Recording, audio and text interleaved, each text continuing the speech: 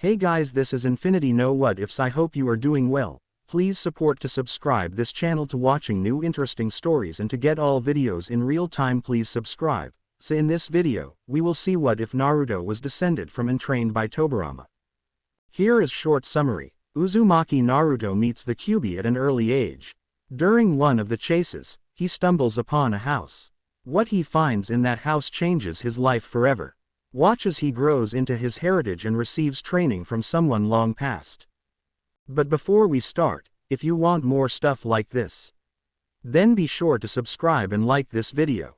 And if possible, share this video with your friends. Now let's start the story. It was a rainy day in Konohagakure no Sato, the village hidden in the leaves. And for some unknown reason, it had been raining non-stop for the past week. What was strange was that the vegetation seemed to pale in color as well. Naruto Uzumaki was not a normal boy by any means. He wasn't your run-of-the-mill orphan. He was, as every orphan was, without a parent, lonely and sad. However, he wasn't looked at with pity or kindness. No, Naruto Uzumaki was looked at with disdain and hatred. Simply walking down the streets incurred several cruel beatings. He had no idea why, but the entire population of Konohagakure no Sato seemed to hate him. He had very few precious people, like the Hokage, Hiruzen Sarutobi, or as he called him, Jiji, Chuki, the owner of a nearby ramen stand, and his daughter Ayame. It was sad actually, a 5-year-old being hated by everyone. Naruto had learned this early on in life. He was hated in the orphanage he lived in as well. Ever since he learned to walk on his own, the matron of the orphanage started treating him like trash. He was not allowed to play with other children his age, and even when he managed to talk to them, they would sneer at him and told him, in no uncertain words, that a monster like him was not welcome in their group. He would then get sad and leave. Walking the streets of the village was like trial by fire for him. He had to be as careful and unnoticed as possible. If he got noticed, a civilian would just point at him shouting, "Demon." He would then run for his life, entering lanes and alleys, anything to escape the beatings. What no one, including Naruto, knew was that he had some special quirks. He had a photographic memory, the ability to remember and recall anything he sees or hears once, in great detail. Naruto loved to read books, but didn't know why he could recall every page of the book, down to the exact words. He found it very useful and abused it shamelessly, reading all the books he was allowed to and then some, without telling anyone of course. He was never allowed into the library because the librarian looked at him the same way as the villagers, and he didn't want anybody to accuse him of having freakish traits.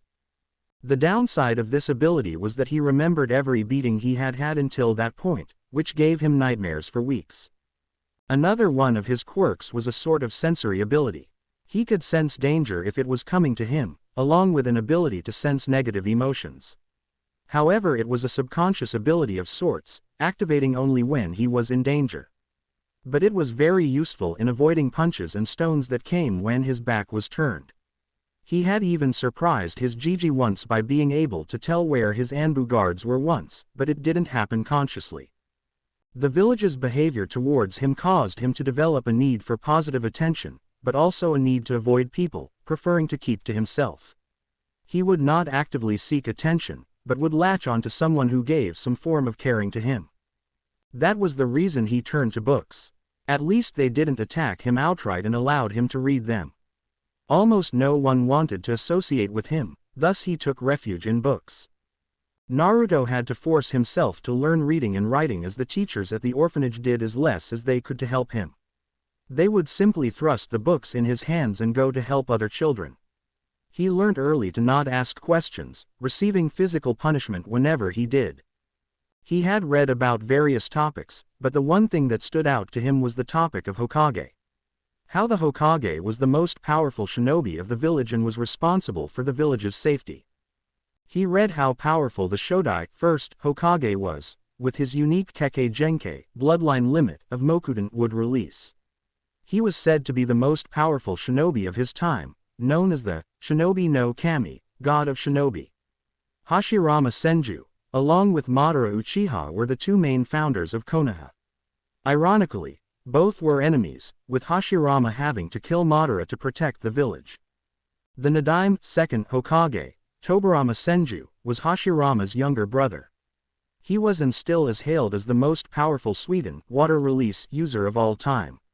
He was also hailed as the fastest shinobi of his time, having created the famous Hiraishin no Jutsu. He was the one who started the Ninja Academy. Naruto took a liking to him as he liked anything even remotely associated with speed. The Sandaime, third Hokage, Hiruzen Sarutobi, his Jiji, was known as the Professor, because he could use all the nature transformations and had the unsurpassed knowledge of ninjutsu, knowing all the techniques of Konoha, save for clan techniques. He also shared the title of Shinobi no Kami with Hashirama, because in his prime he was the strongest of all the Kages. Naruto was astounded how powerful the man he called Jiji was. Sarutobi was also the sensei of the legendary Sannin, who were among the most powerful shinobi in the world. The Yondaime, fourth Hokage, was the one who became his favorite to the point that Naruto considered him as his idol, aspiring to be like him. Minato Namikaze, when he was alive, was considered the strongest of the Hokages and arguably the most dangerous man to have graced the world of shinobi. Known as the Yellow Flash, he was also considered the fastest shinobi to have ever lived. He was famous because he took the Hiraishin no Jutsu, the jutsu used by the second, to levels unheard of. He was the one who single-handedly ended the Third Great Shinobi War, finishing off 1,000 Iwa shinobi by himself, in the Battle of Kanobi Bridge. Naruto also noted that the fourth suspiciously looked very much like him if he grew up. Naruto compared their physical traits, more specifically those that stood out the most. They were both blonde, the hair color being nearly identical, with Naruto's a shade brighter. But the eyes were what took him by surprise. Those azure blue shades were what he had as well, looking back at him in the mirror every day. He became even more suspicious. He also noticed the red markings on the second's face, similar to what he had on his own, which raised some suspicion as well. During one of his outings, when his Jiji came to take him to Ichiraku ramen that he loved so much, he asked him what it meant to be Hokage. Flashback. The old man stopped eating and looked at him, his eyes piercing him as if searching for something. He then smiled and said, "Perhaps you should first ask me what it means to be a shinobi, Naruto-kun." Naruto looked surprised and asked, "What does it mean to be a shinobi?" This time Sarutobi answered, "To be a shinobi is to endure. A shinobi is one who can follow or lead others into any darkness and work together to overcome that darkness and make it to the other side. A shinobi walks towards danger when everyone else is running away. That is because it is the duty of a shinobi to look at any foe and simply say, 'Bring it.' That is because shinobi exist to protect those who can't protect themselves." Naruto had a look of wonder on his face. He had no idea his Jiji was so wise. An answer that changed his entire view of shinobi. At first he thought that being shinobi meant performing cool jutsus and fighting in the name of your village. He had no idea the answer would be this deep in meaning. Sarutobi looked at Naruto and mentally smiled. He knew about Naruto's treatment by the villagers and his drive to be Hokage. "Perhaps I can give him a little insight on what being a Hokage means," he mused. Naruto recovered from his wonder and stared at his empty bowl, deep in thought. If this is what being a shinobi meant, then he has a pretty good idea on what being a Hokage meant. He was snapped out of his thoughts when Sarutobi said, "Now that that answer is out of the way, I can tell you what being a Hokage means." Naruto looked up, respect and understanding in his eyes. He spoke up, "I know what it means, Jiji." Hiruzen stared at him, silently asking him to continue, his interest piqued. Naruto spoke, "The Hokage is responsible for everything in this village. It's his responsibility to protect everyone here, and to make sure they are safe and happy with their village. He tends to the finances of the village, the rules, daily events, everything. He controls every single ninja who bears a leaf headband, and basically directs when they live and die. This job is not for the faint of heart, and only for someone who loves this village dearly." At the end of his answer, he was staring back at his bowl. Hiruzen was shocked at the understanding Naruto showed of the perception of the Hokage.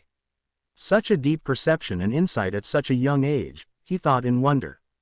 Tsuki and Ayame had stopped working and stared at the blonde with wide eyes along with the Hokage.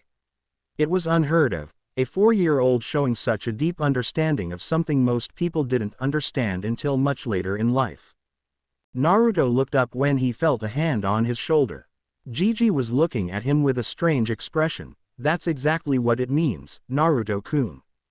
A challenging smile broke out on Naruto's face and he declared, then I will start working hard and will become Hokage someday. And not just any Hokage. The strongest there will be. Hiruzen chuckled, which soon turned into laughter, remembering another Uzumaki who used to say the same thing. He ruffled Naruto's head and said, I know you will, Naruto-kun. I know you will. Flashback end. Ever since that day Naruto studied even more rigorously, as much as he could since he had no access to the library, and even began his physical training as well. He ran 5 laps around the village, followed by 20 push-ups, sit-ups and pull-ups on trees and every other exercise he knew, and even starting to practice throwing shurikens and kunais. He got these weapons by sneaking into the training grounds and collecting them. He was surprised to find out that the art of throwing shuriken and kunai came naturally to him. He started throwing after taking a book about weapons he found discarded in a training ground. In 3 weeks of practice, he was able to throw bullseye on all targets. He then decided to practice throwing while moving, while blindfolded, and while in midair. He wasn't able to hit them all blindfolded, but the term, giving up, didn't exist for him.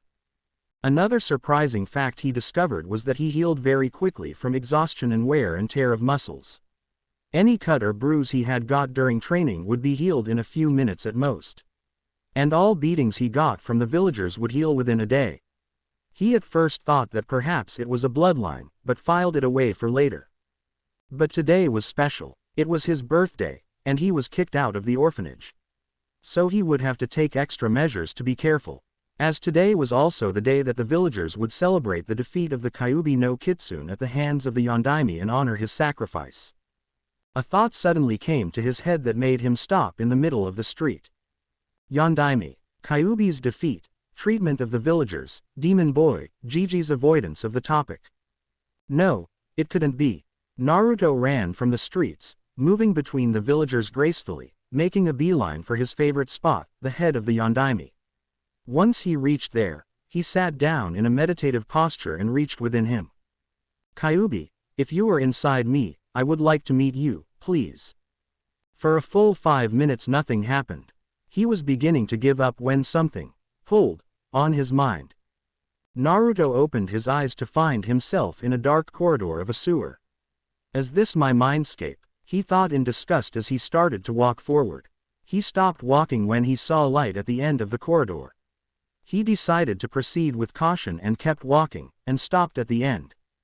He had entered into a huge room, so large that he couldn't find the ceiling. He looked around, finding nothing but dark stone. He focused his eyes straight ahead and saw a large iron-barred cage with a paper on it that said, "Seal." He looked past the cage, steeling himself for what he was about to see. According to all the books he had read, the Kyuubi was a being of pure hatred and evil. A mindless beast capable of unfathomable destruction. But Naruto was skeptical when he read that. He might get to see for himself now. A growl sounded from the cage, sending a breath of hot air in his face.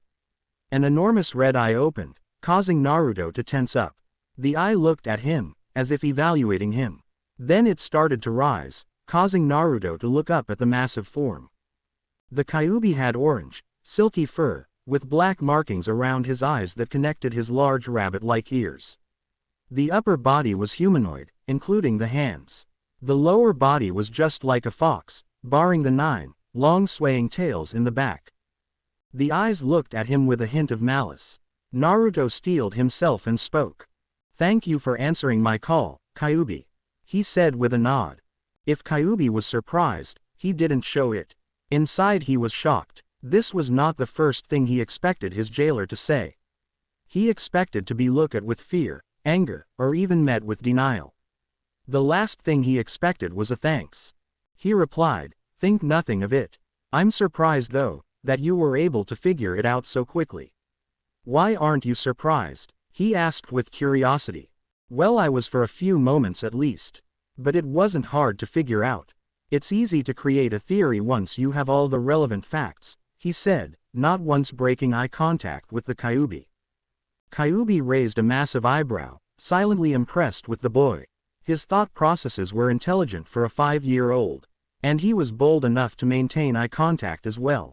He could not sense any fear from the boy. "Why aren't you afraid of me?" he asked him. A sad smile formed on Naruto's lips. He answered, "In all the books I've read, they described you as a being of pure hatred. But that is only a one-sided understanding, isn't it?" Before Kyuubi could answer, Naruto continued, "Humans fear what they can't understand. The foremost aspect of your personality that they have seen is hatred, which, while a big part of you, conceals the being underneath that can feel emotions just like us. Isn't that right, Kyuubi?" Kyuubi was astounded at the amount of understanding his host showed him. "Maybe. What do you want? If you don't mind," said Naruto with a hesitant smile, "would you be my friend?" Kyuubi was stunned by the request. But what happened next completely blew his mind. Naruto walked into the cage. He walked up close and offered a hand to shake. "My name is Naruto Uzumaki. Nice to meet you." Kyuubi openly gaped at Naruto, but composed himself quickly and gave a sincere smile to Naruto. He offered his fist to him. Naruto, taken by surprise, recovered quickly and bumped his own fist against Kyuubi's. "This is how we tailed beasts greet each other. My name is Kurama. Nice to meet you too, Naruto." Chapter text. Revelations and Discovery. Naruto smiled. "You have a very nice name, Kurama." The newly dubbed Kurama smiled. "Thank you. It means a lot coming from someone whose name means fish cake." He smirked at the end, intentionally making the jab at his name to see if he could rile the boy up. His success was minuscule though. Naruto only had a tiny frown on his face, instead of the full-blown childish rage Kurama was expecting. "Actually, I prefer Maelstrom. Sounds much better than being compared to a fish cake." Kurama chuckled, a smooth, deep baritone that lit up a warm feeling inside Naruto. "No one would think of a maelstrom when they look at you, Naruto. Perhaps when you are older, but certainly not now," Kurama teased him. Naruto shrugged, and then his eyes turned serious, making Kurama do the same. "Kurama, you know I have questions, right?" Naruto asked. Kurama nodded. "I assumed as such. However, I have to say, I was not expecting your call to me, and as such, had expected to meet when you were significantly older." Naruto shook his head. "Well, if it makes you feel better, I was not expecting you to pull me inside my mind," he said, absently noting that he was not wet at all, in spite of standing in the water. Kurama returned to his original position, lying down, face on paws, hands. "I will do my best to answer whatever question you have, Naruto," he assured him. Naruto gave a nod of gratitude and sat down as well. "Okay, first question. Why does my mindscape represent a gutter or sewer, whatever you want to call it?" Kurama was silent for a moment, then a mischievous grin broke out on his face. "You know what they say about people whose minds are in the gutter, right?" Naruto gave him a blank look, reminding Kurama that Naruto, however intelligent for his age, was still only 5 years old. Kurama's embarrassed blush would have been visible on his face if his fur were not orange. He cleared his throat loudly to avoid embarrassment. "Sorry, Naruto, but I have no idea why your mindscape is a sewer. There is a theory that says that your mindscape is a reflection of your mental state. It could have been the psychological trauma that was given to you by the villagers, but why it is particularly a sewer, I don't know," he replied. Naruto absorbed this information like a sponge, and after a few seconds, he asked Kurama, "So I have psychological trauma?" "I knew about that, which means that even if I change the appearance of my mindscape to something else, there will always be something that represents the trauma, right?" Kurama nodded, smiling a little. "That's right. I have to say though, it's nice to talk to someone who is intelligent." Naruto's eyes visibly brightened at the praise, giving a full-blown smile to his newest friend. Kurama noted with some amusement that the grin looked very similar to his own and a redhead's. Naruto jumped to his feet. "Your answer has just confirmed something for me, Kurama." His eyes had a mix of excitement and determination to them, as if he was about to do something new. Naruto closed his eyes and clapped his hands together.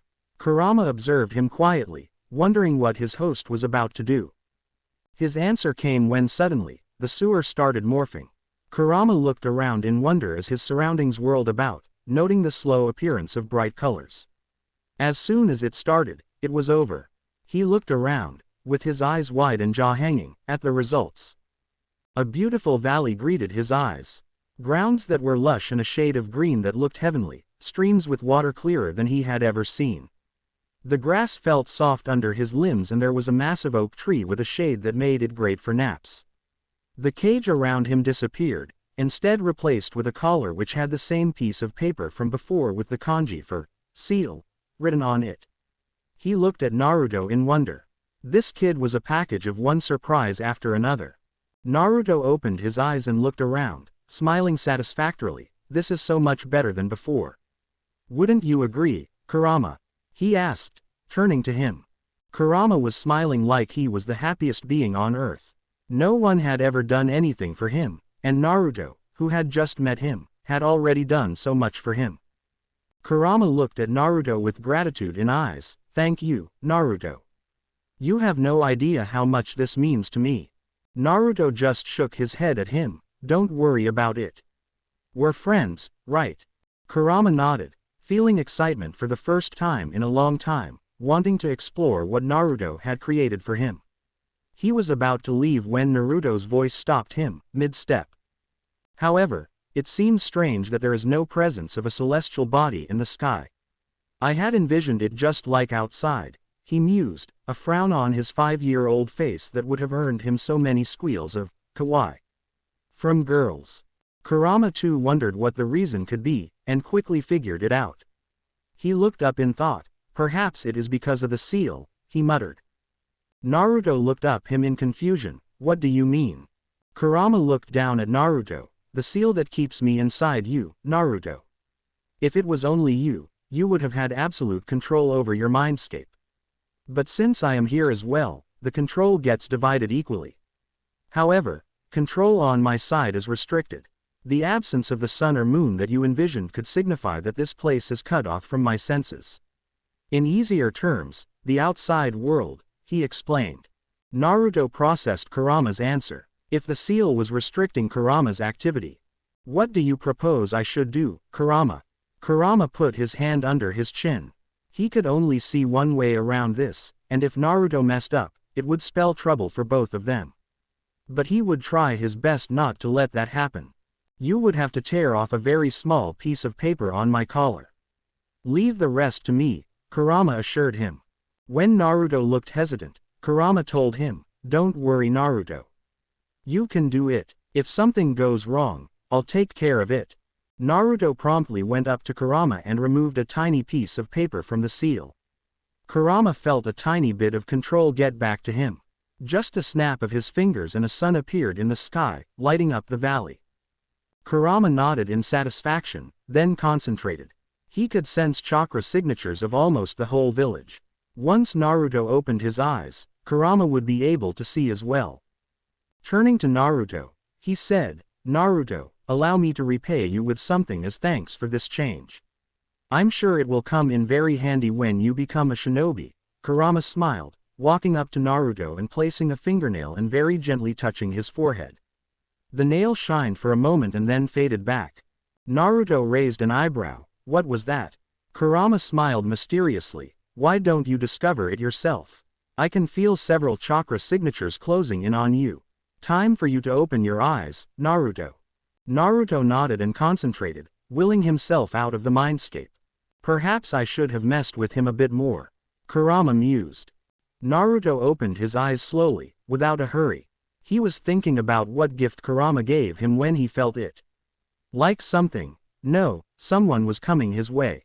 He slowly turned around, face paling at the sight.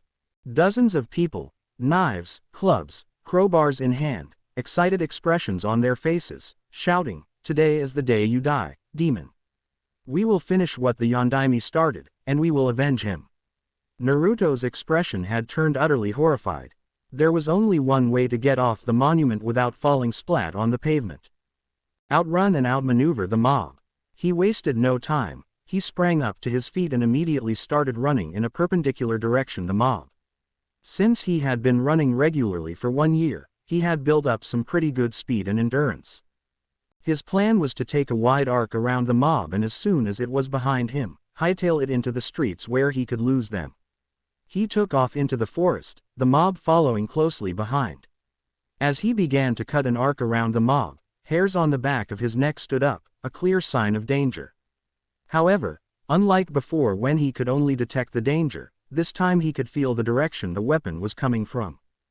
Naruto was an imaginative child. From where he had developed his imagination, no one knew. But there was one thing about his imagination that even he knew was not normal. His body had the most unnatural and peculiar ability of following the commands of his mind down to a T. As soon as he sensed the knives speeding at him, he thought of only one scenario, and his body followed it as it did several times, just not in a life and death scenario.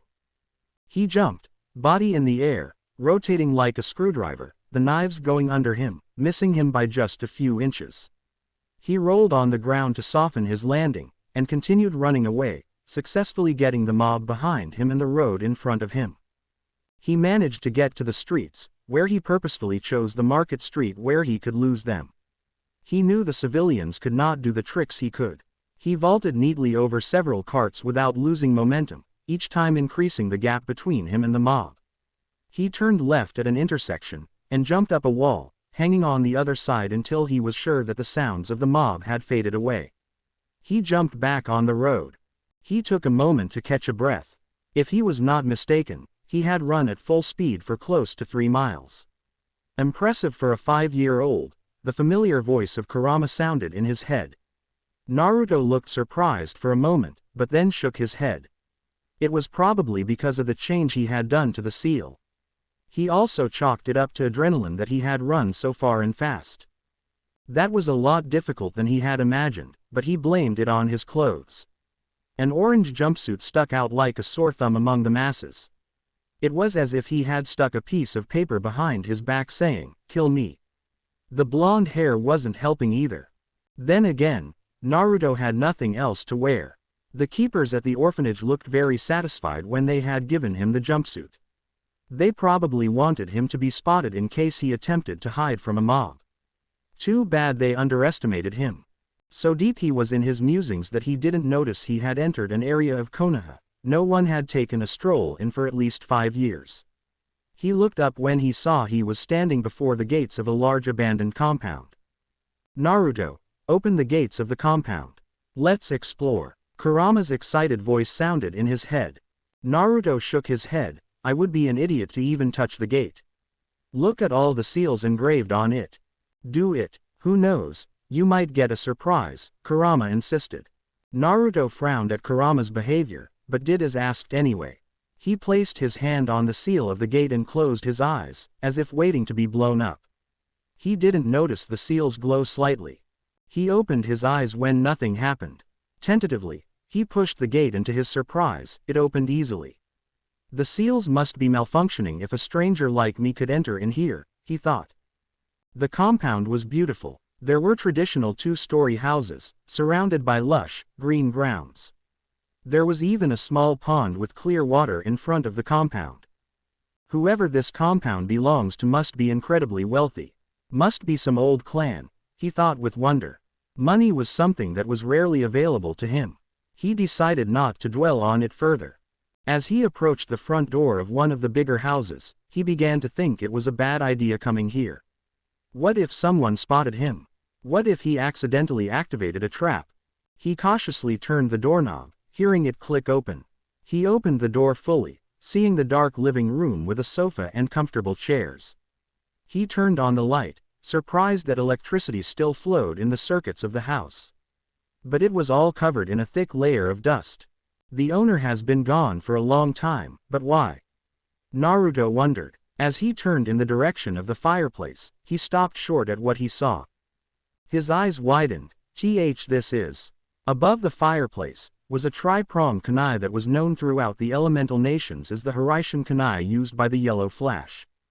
Crap, he had just broken into the Yondaime's house. Double crap, he was about to turn tail and leave when. What's that? Kurama's voice sounded in his head. Next to the kunai was a portrait of Minato Namikaze, decked out in full Hokage uniform, along with a beautiful redhead wearing a high-collared sleeveless blouse under a long, loose-fitting dress with a wristband on her left wrist and standard shinobi sandals. A medium-sized bulge on her stomach made him realize she was pregnant. But that was not what caught his eye.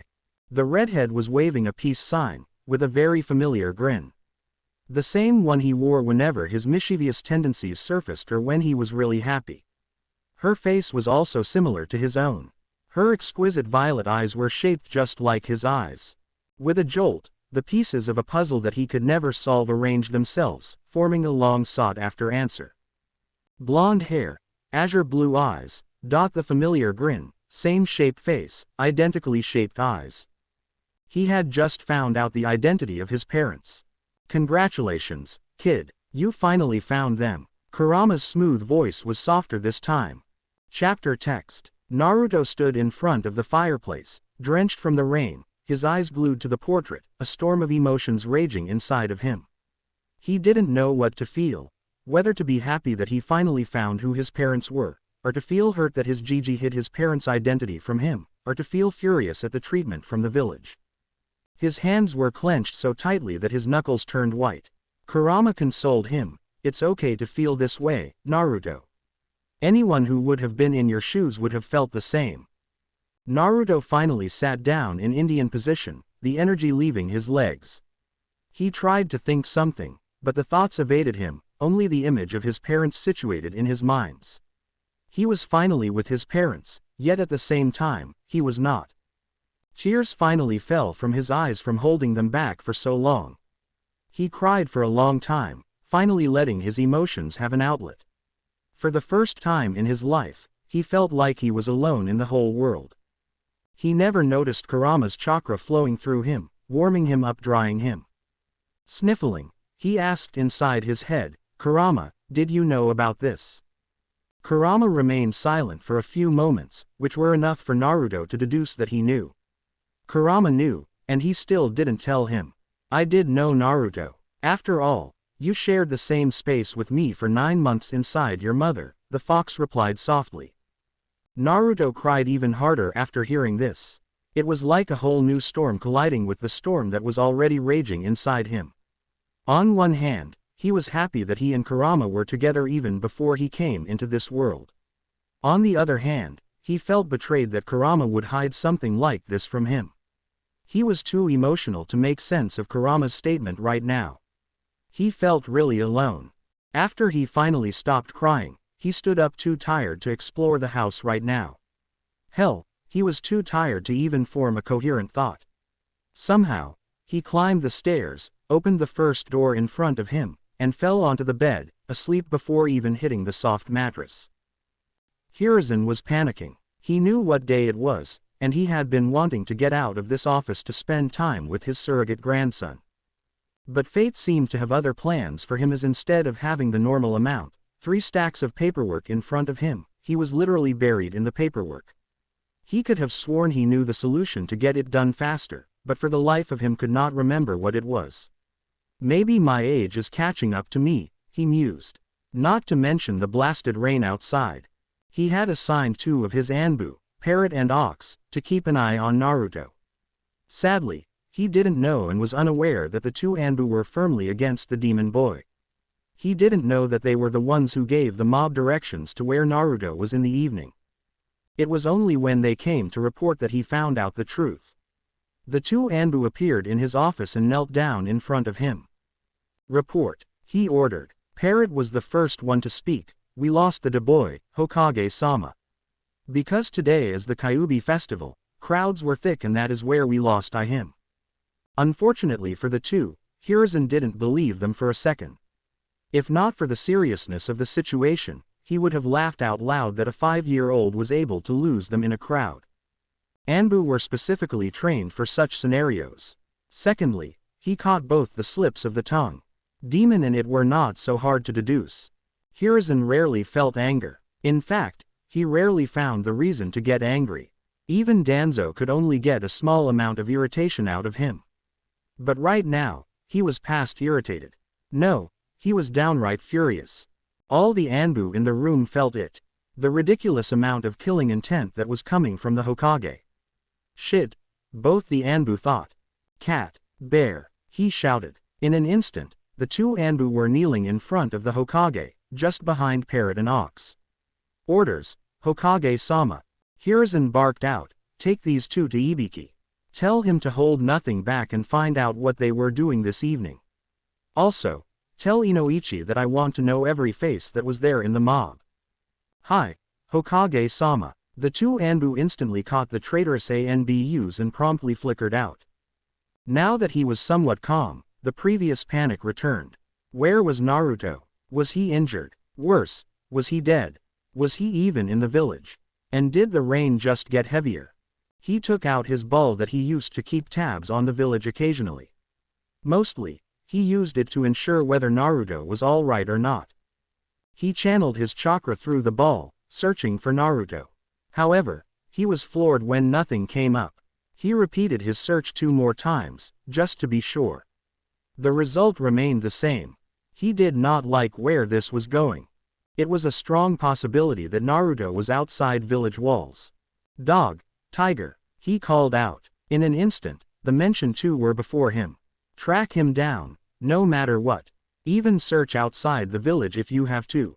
Hi, Hokage-sama. They flickered out. Hiruzen sat down with a heavy sigh. He was mentally exhausted from the paperwork he had been doing all damn day and then this. Where are you, Naruto-kun? He decided to sleep in his office and wait for them to come back and report, trusting his Anbu. The sun's rays peeked from in between the curtains, falling straight onto Naruto's face. Blearily, he opened his eyes. Although he slept peacefully last night, he was mentally and emotionally exhausted. This type of exhaustion was new to him, having never experienced it before. At first, he had no idea where he was, but then last night's memories came back to him. He was then in a mix of emotions. He was happy that he found out and met his parents, he was sad that they weren't there anymore, and he was slightly angry at his Gigi for not telling him sooner. No, I will not cry again. I did enough of that last night. He reminded himself. It was time, he decided, to think through this logically. First things first, morning rituals. He got up from the bed and headed to the bathroom. Surprisingly, it was very clean and dust-free, compared to the rest of the house. Weird, he thought before closing the door. Second, exercises. He found his way to the backyard and stopped. He found that the backyard was half as big as a training ground in Konoha, and those training grounds were huge. He ran 10 laps around the ground, did every exercise he could think of, and then went into the same bathroom for a shower. Third, he needed to get out of here and see his Gigi. He had to at least let him know what happened, since the man had looked after him like his own. He was there for him when no one was. He was probably worried sick. Although, he was dying to explore the house and compound, it was best to not worry the old man more. Besides, the faster he could get this over with, the quicker he could explore. Besides, who knows, maybe his parents left something for him. He was about to leave when his eyes caught onto the portrait. He approached it. He then reached out towards the kunai, trying to get a feel of it. He ended up accidentally cutting himself. With a hiss of pain, he placed the kunai back. He then panicked as he noticed a drop of blood fall on the portrait. For a second, nothing happened. Then, to his surprise, the whole frame of the painting lit up, showing intricate seals that only an Uzumaki or Minato would have hopes of understanding. There was a small click, and the portrait pushed out a little. Naruto, more puzzled than he had ever been in his life, opened the portrait. Inside there was something unexpected. He stared in bewilderment. There were only 2 envelopes in there. Naruto was a bit confused and disappointed that there were only 2 envelopes remaining of his parents' legacy, but changed the direction of his thoughts immediately. He was taking something at face value, which he would never do. Perhaps it's the feelings I experienced last night. Emotions are clouding my judgment, he thought. Don't worry about it, Naruto. Feelings and thoughts such as those never truly fade away. You just learn to live with them. Besides, it happens to the best of them. Kurama reassured. Oh, you're awake, Naruto said, when he registered what Kurama had told him. He raised an eyebrow mentally. Best of them. Does it not happen to you? Kurama arrogantly puffed up his chest and declared, of course not. I'm the Kyuubi no Kitsune, boy. A being such as I am above such petty things. Naruto ignored the pompous rambling of the fox and turned his attention back to the envelopes. He quickly took them from their place and then checked carefully if there was anything left. Seeing he had taken all there was, he closed the portrait. The seals glowed again, signifying the portrait had been locked back. He looked at the first letter. He read the kanji on the envelope which said, Mother. Hands shaking because of nerves, he opened the letter. Naruto was a pretty fast reader. Not because he was eager to finish the books early, more like he was forced to become a fast reader. The matron at the orphanage would give him books, but would take them away very quickly. Which is why he forced himself to become a fast reader. But this letter he read very slowly, since it was written by his mother. Dear Naruto, oh, my sweet little child, how I wish that I were alive to see you grow into a fine young man like your father. I'm writing this letter in case something happens to us and you are left alone. If you are reading this, it means we are dead. We are so sorry for leaving you, baby. First things first, I love you with all my heart, Naruto.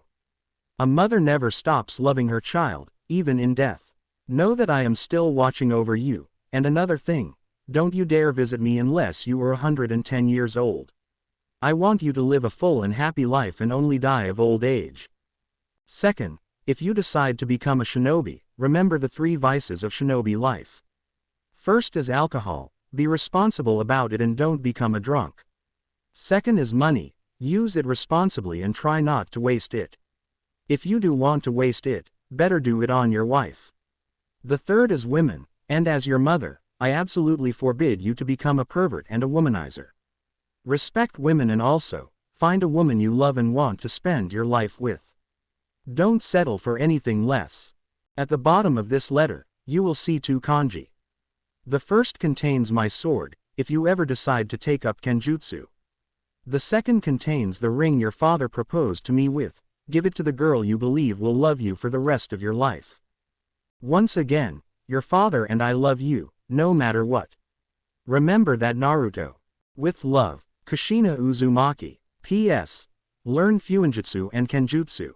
The Uzumaki were known for them and your father mastered Fuinjutsu as well. I have left 10 volumes of Fuinjutsu that I got from the Uzumaki archives, everything you need to become a master, along with a scroll of my Kenjutsu style. Best of luck. Kushina Uzumaki. Naruto repeated the name in his head.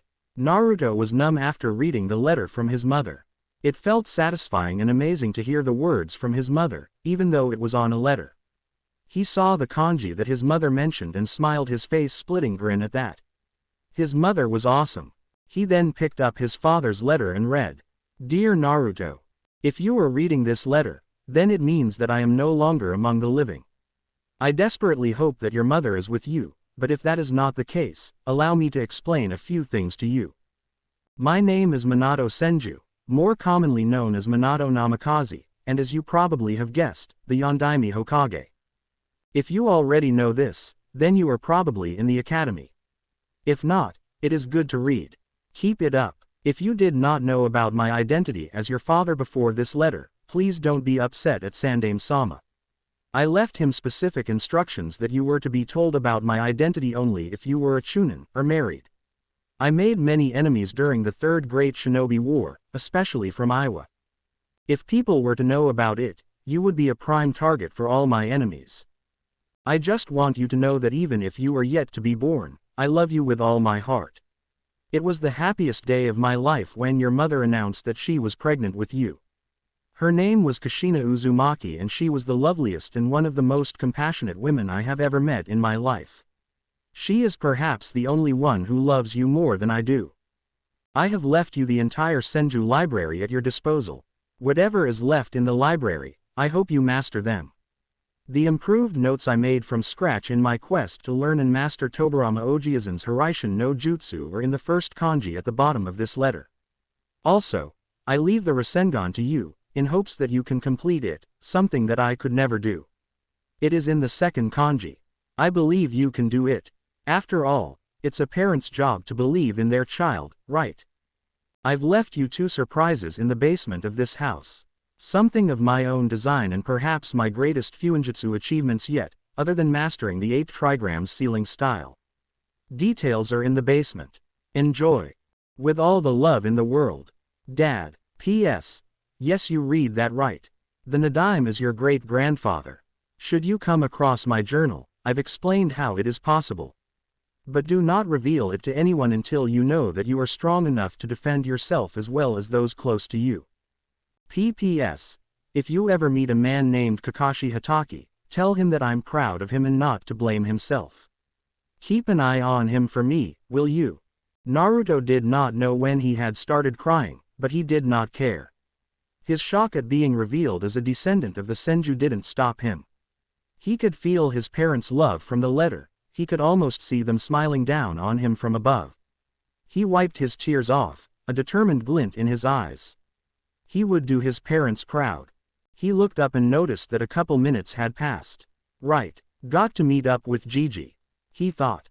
As soon as he closed the gates behind him, he was surprised to see the seals on the gate glow a bit before the gate locked itself.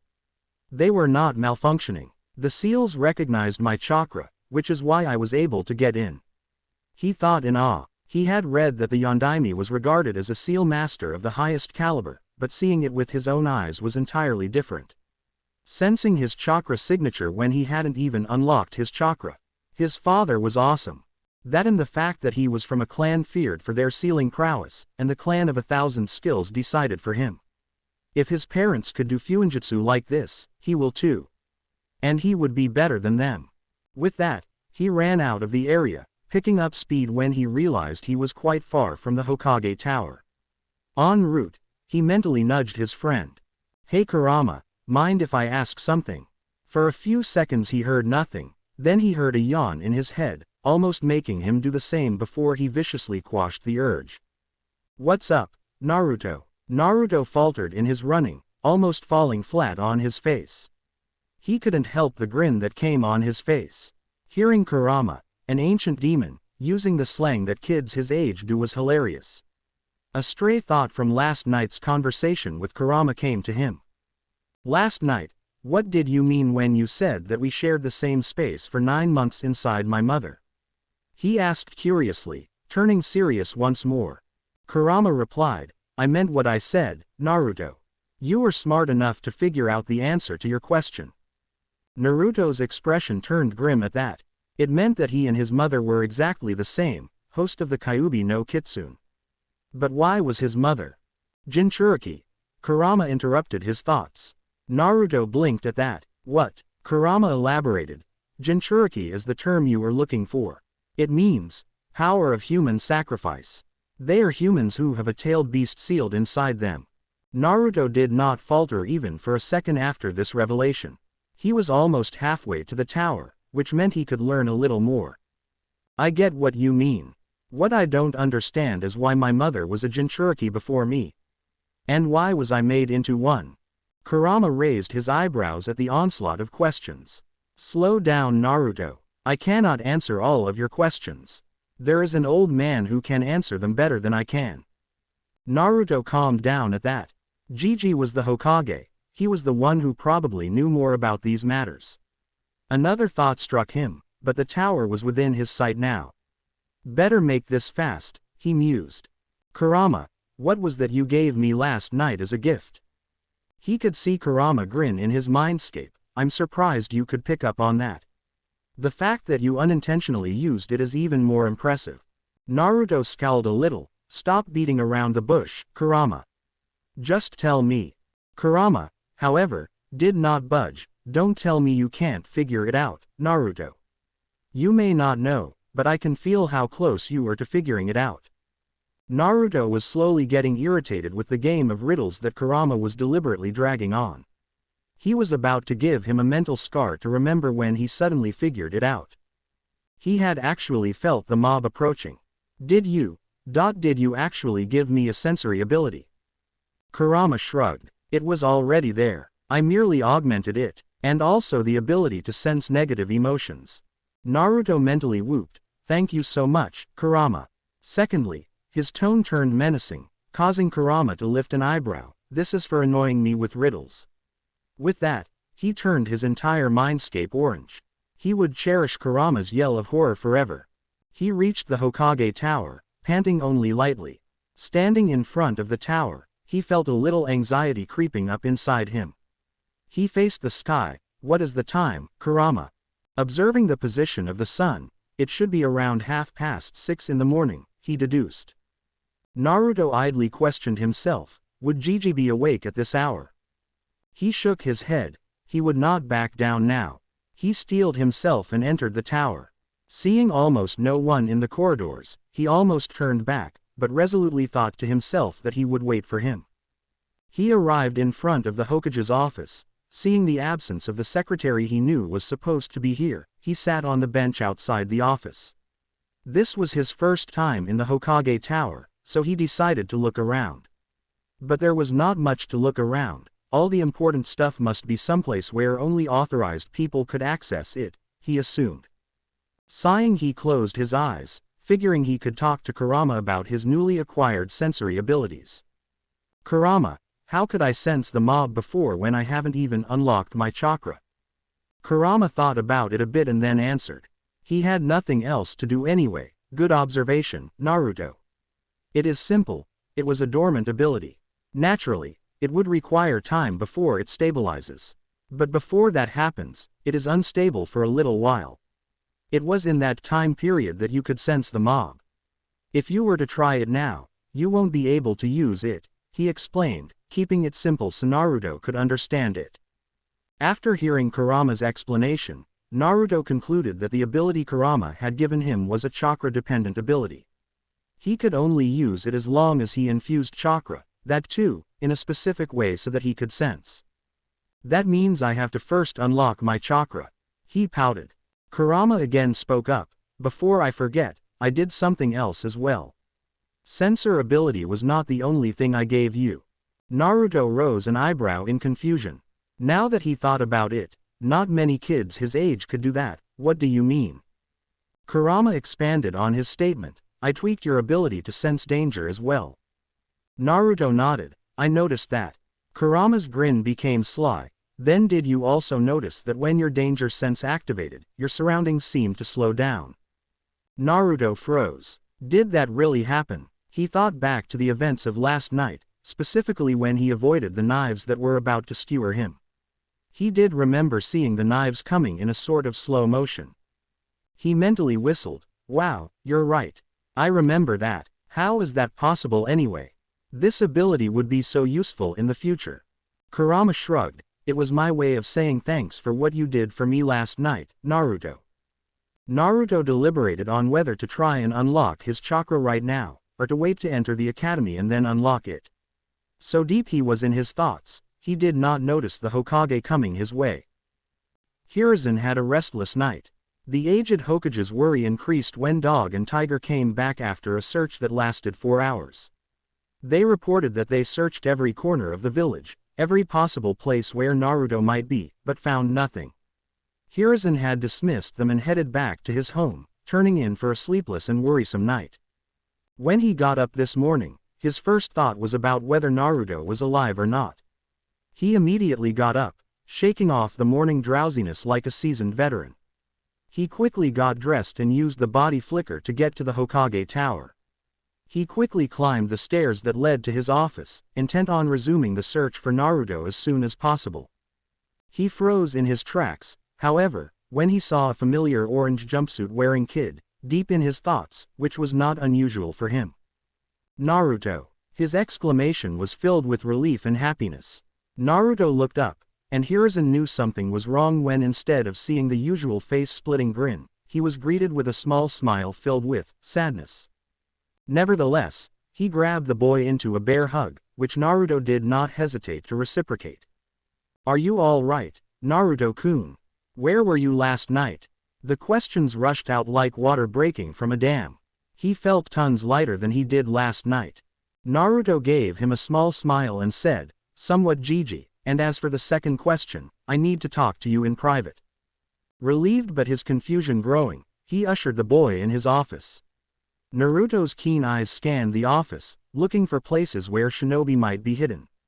The Hokage cannot be without bodyguards after all. The upper four corners of the room, that's where they are hidden, Kurama supplied helpfully. Naruto gave him a nod of thanks and then turned his attention to the aging Hokage. So, Naruto-kun, what did you want to talk about? Naruto debated whether to tell the old man to make his Anbu leave, but decided to kill two birds with one stone. I know who my parents are. That simple statement changed the entire atmosphere of the office. Hiruzen tensed up and so did the Anbu in the office. To those who were intelligent, it was quite easy to deduce just whose son Naruto Uzumaki was. Fortunately or unfortunately, those were very few. However, Naruto's file itself was classified, with no one but only the Hokage had access to. To find out that Naruto knew about something that only the Hokage had the right to know was very unexpected. Hiruzen wasted no time, waving hand seals. The Anbu recognized the order to leave them alone. They vanished and Hiruzen activated the privacy seals in his office. He gave his attention to Naruto, and who were they? Naruto was unnerved by the caution in the old man's eyes, but steeled himself and answered, the Yondaime Hokage and his wife, Kushina Uzumaki. Hiruzen closed his eyes in acceptance and resignation.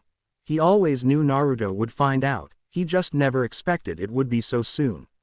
He opened them to find himself on the receiving end of Naruto's accusing stare. Why did you pretend you didn't know, Gigi? Hiruzen barely caught himself from flinching. He gave a sigh. Who told you?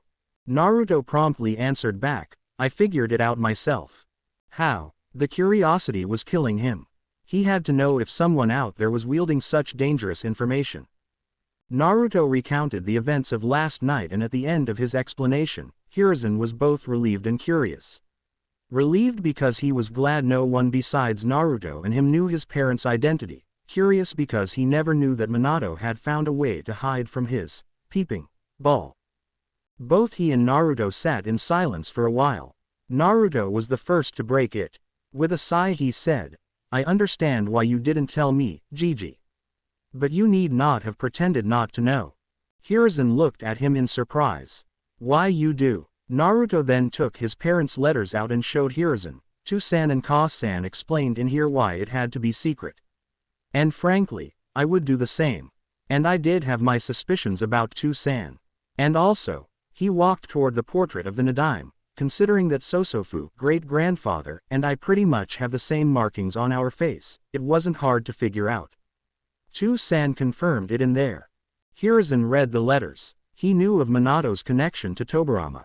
Taka Senju had died in childbirth months after Tobirama was killed in the First Shinobi War. Their daughter had married into the Namikaze clan and had relocated to the Senju compound. Minato's father was killed in a mission months after his birth and his mother had died shortly after, following which he had been living alone in the compound, until he had married Kushina. He then remembered the rain from the past week. Back when Tobirama-sensei heard of Hashirama-sensei's death, it had rained continuously the whole time he was sad. Has Naruto inherited the same affinity for water as him? And the plants looked pale as well. It looks like something legendary has returned to the leaf. I'll confirm it later. Single quote. He regained his composure and said, I hope you understand that you need to keep it secret. Naruto shrugged. I know, Gigi. I don't plan on telling anyone until I'm strong enough to defend not just myself, but those precious to me as well. Hiruzen looked at the blonde in wonder. For a 5-year-old, he's really mature. Suddenly a thought occurred to him and he had to resist the urge to smack his head. Why didn't I ask this sooner? Damn the forgetfulness that comes with this age. Naruto-kun, why weren't you at your room in the orphanage yesterday in the evening? He asked Naruto slowly, as if afraid to find out the answer to that question. Naruto flinched. He had conveniently forgot to mention that he had been kicked out of the orphanage. In a mumble that Hiruzen barely understood, the blonde said, the matron kicked me out yesterday evening. Hiruzen suspected that the matron would have deliberately kept Naruto out of the orphanage last night because of the festival, but did not expect him to be thrown out of the orphanage. White-hot anger flooded his veins that he barely restrained from letting it out as killing intent. How dare they? How dare that woman do such a vile thing, throwing a 5-year-old out, knowing he would be killed. Why is the civilian population of this village so stupid? It's like they don't trust Minato's skills at all. He raged in his mind. However, he knew he was equally at fault. He should have never announced Naruto's status as the Jinchuriki of the Kyuubi at all. Naruto would have lived comfortably, without experiencing the hatred of the villagers. Naruto watched his Gigi's face carefully, for signs of any anger. Fortunately, years of being a shinobi and Hokage allowed Hiruzen to keep a neutral face, but Naruto could tell from the subconscious tightening of Gigi's hand on the desk that he was angry. "I see," was all he said before visibly collecting himself. Now to address the main issue. He looked at Naruto with a grave look on his face. "Naruto-kun, now that is out of the way, we have to find a new place for you to live." The words were out of his mouth before he could stop them. "Not another orphanage, Gigi." Hiruzen stared at the desperate look the boy was giving him. Naruto, realizing his outburst, quickly collected himself, crossed his arms and said, "I mean, I'd much rather stay alone than somewhere I'm hated."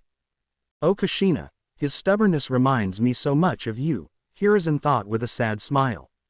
He sighed, "Are you sure you can take care of yourself?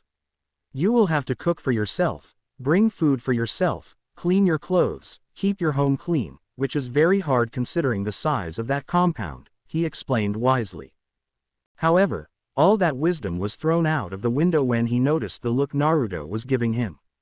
His face was set in a deadpan stare, an eyebrow raised. He found himself feeling quite stupid when Naruto kept looking at him like that, the deadpan never leaving. He was reminded of 2 other men who used to make many people feel stupid with the same look on their faces. Naruto spoke seriously, as if he had not noticed how uncomfortable the man was at all. "Gigi, when you consider the size of that compound, it is clear that no single person could take care of it by themselves. I never said I wanted to live there, a small apartment would do.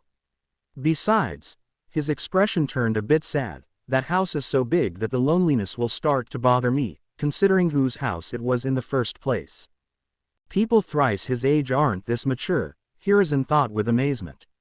No matter how many times he saw Naruto, he was always stunned at how mature Naruto was for his age. Considering his options, he said, "Give me 1 hour, Naruto-kun. I'm positive that I can find an apartment big enough just for you. What do you plan to do now?" "I think I'll go explore the house a bit, Gigi," Naruto replied. Hiruzen nodded, "Very well. I'll meet you there in 1 hour." Naruto nodded and jumped out the window, onto the slope of the Hokage Tower. His speed easily carried him towards the edge of the slope. He executed a perfect cartwheel on the edge, his hands holding on and legs going over in an arc, onto the wall. He then released his hold, falling towards the ground. He rolled perfectly to soften his landing and then ran full throttle, back to the house of his parents. Hiruzen panicked when he saw Naruto cartwheeling over the edge and letting go, but was relieved when Naruto landed perfectly and ran off. "Good thing I deactivated the seals on time. That boy will send me to an early grave," he thought to himself. Now, time to find an apartment and execute a matron. Naruto stood in front of the gates to his house. He placed his hand on the seal, which glowed and caused the gates to open. He mentally nudged his friend, "Hey Kurama, you awake? We can finally explore the house." All he heard was a deep snore reverberating in his mindscape that caused Naruto to sweat drop. How the hell was Kurama asleep? He was awake just a couple of minutes ago. It's impossible to fall asleep that quickly when all you do is laze around and not even get tired. He decided to leave the snoring fox alone and explore by himself. He went around the house and saw the backyard again, where he had done his laps earlier today. He then noticed the wooden stumps in the further end of the field. Making a mental note to practice his shuriken jutsu there, he then went into the house. He found that the room he had slept in the previous night was his parents' bedroom. He found that there were 4 bedrooms in total, his parents and his on the first floor, the guest bedrooms on the second. One good thing about his and his parents' bedrooms was that they had balconies attached to them. He finally decided to explore the basement, curious about the gift his father gave him. Climbing down the stairs, he noticed a long corridor with 4 doors. two each on opposite sides, with what looked like a seal at the end of the corridor. He opened the first door to his left, and whistled softly, impressed with his father even more. He connected the dots and had to chuckle at how clever his father was. The room was almost the size of the backyard, if only a bit smaller. But what was interesting was that there was a glass screen separating a large part of the basement from him. Just below the screen, there was a panel with 10 kanjis, each representing the number 1 to 10. He was a bit confused at that and looked further for clues when he saw a large seal array on the ceiling of the room on the other side of the glass. He turned around, hoping to find something that would explain what the hell he was looking at. He spotted a notebook labeled, "Training Manual," and picked it up. He opened it and found another note from his father. "Dear Naruto, this is a training manual for what you are currently looking at. One of my greatest achievements till date. This is a training room I have designed to improve my taijutsu. While not weak at it, I was not exactly strong either. I designed it and incorporated several taijutsu styles into this room, based on my experiences, and courtesy of my student Kakashi and his friend Guy. If you ever meet Guy, just be a little cautious. He's always a bit too much. You must have noticed the 10 kanjis on the panel. They are 10 levels of training, each more difficult than the rest. I must advise you not to immediately go in there, even if you have learnt a taijutsu style already. I have designed this training room to match with resistance seals. You must only start if you have mastered the 6th level of resistance seals. If you are able to move comfortably at that level, you may begin from the 1st level. As you move on to a higher resistance, you can move on to the next level. For example, if you have mastered the 7th level of resistance, you can safely try the 2nd level of the training room. If you thought this room was awesome, wait till you see the room opposite to it. Might as well explain it to you here itself. The room opposite this one is what I call a time chamber. With help from your mother and my sensei, Jiraiya of the Sannin, I designed that room for training in various shinobi arts. It has been designed in such a way that one day out in the real world amounts to 1 year in there. I have also incorporated the environment from each of the 5 elemental nations, in order to simulate experience. I must warn you not to enter this room until you have become a genin and have mastered the 10th level of resistance. Also, once you enter, don't stay longer than a day. The timer will go off when the day per year is done. Use it to train the various shinobi arts, especially your ninjutsu, fuinjutsu, kenjutsu and genjutsu.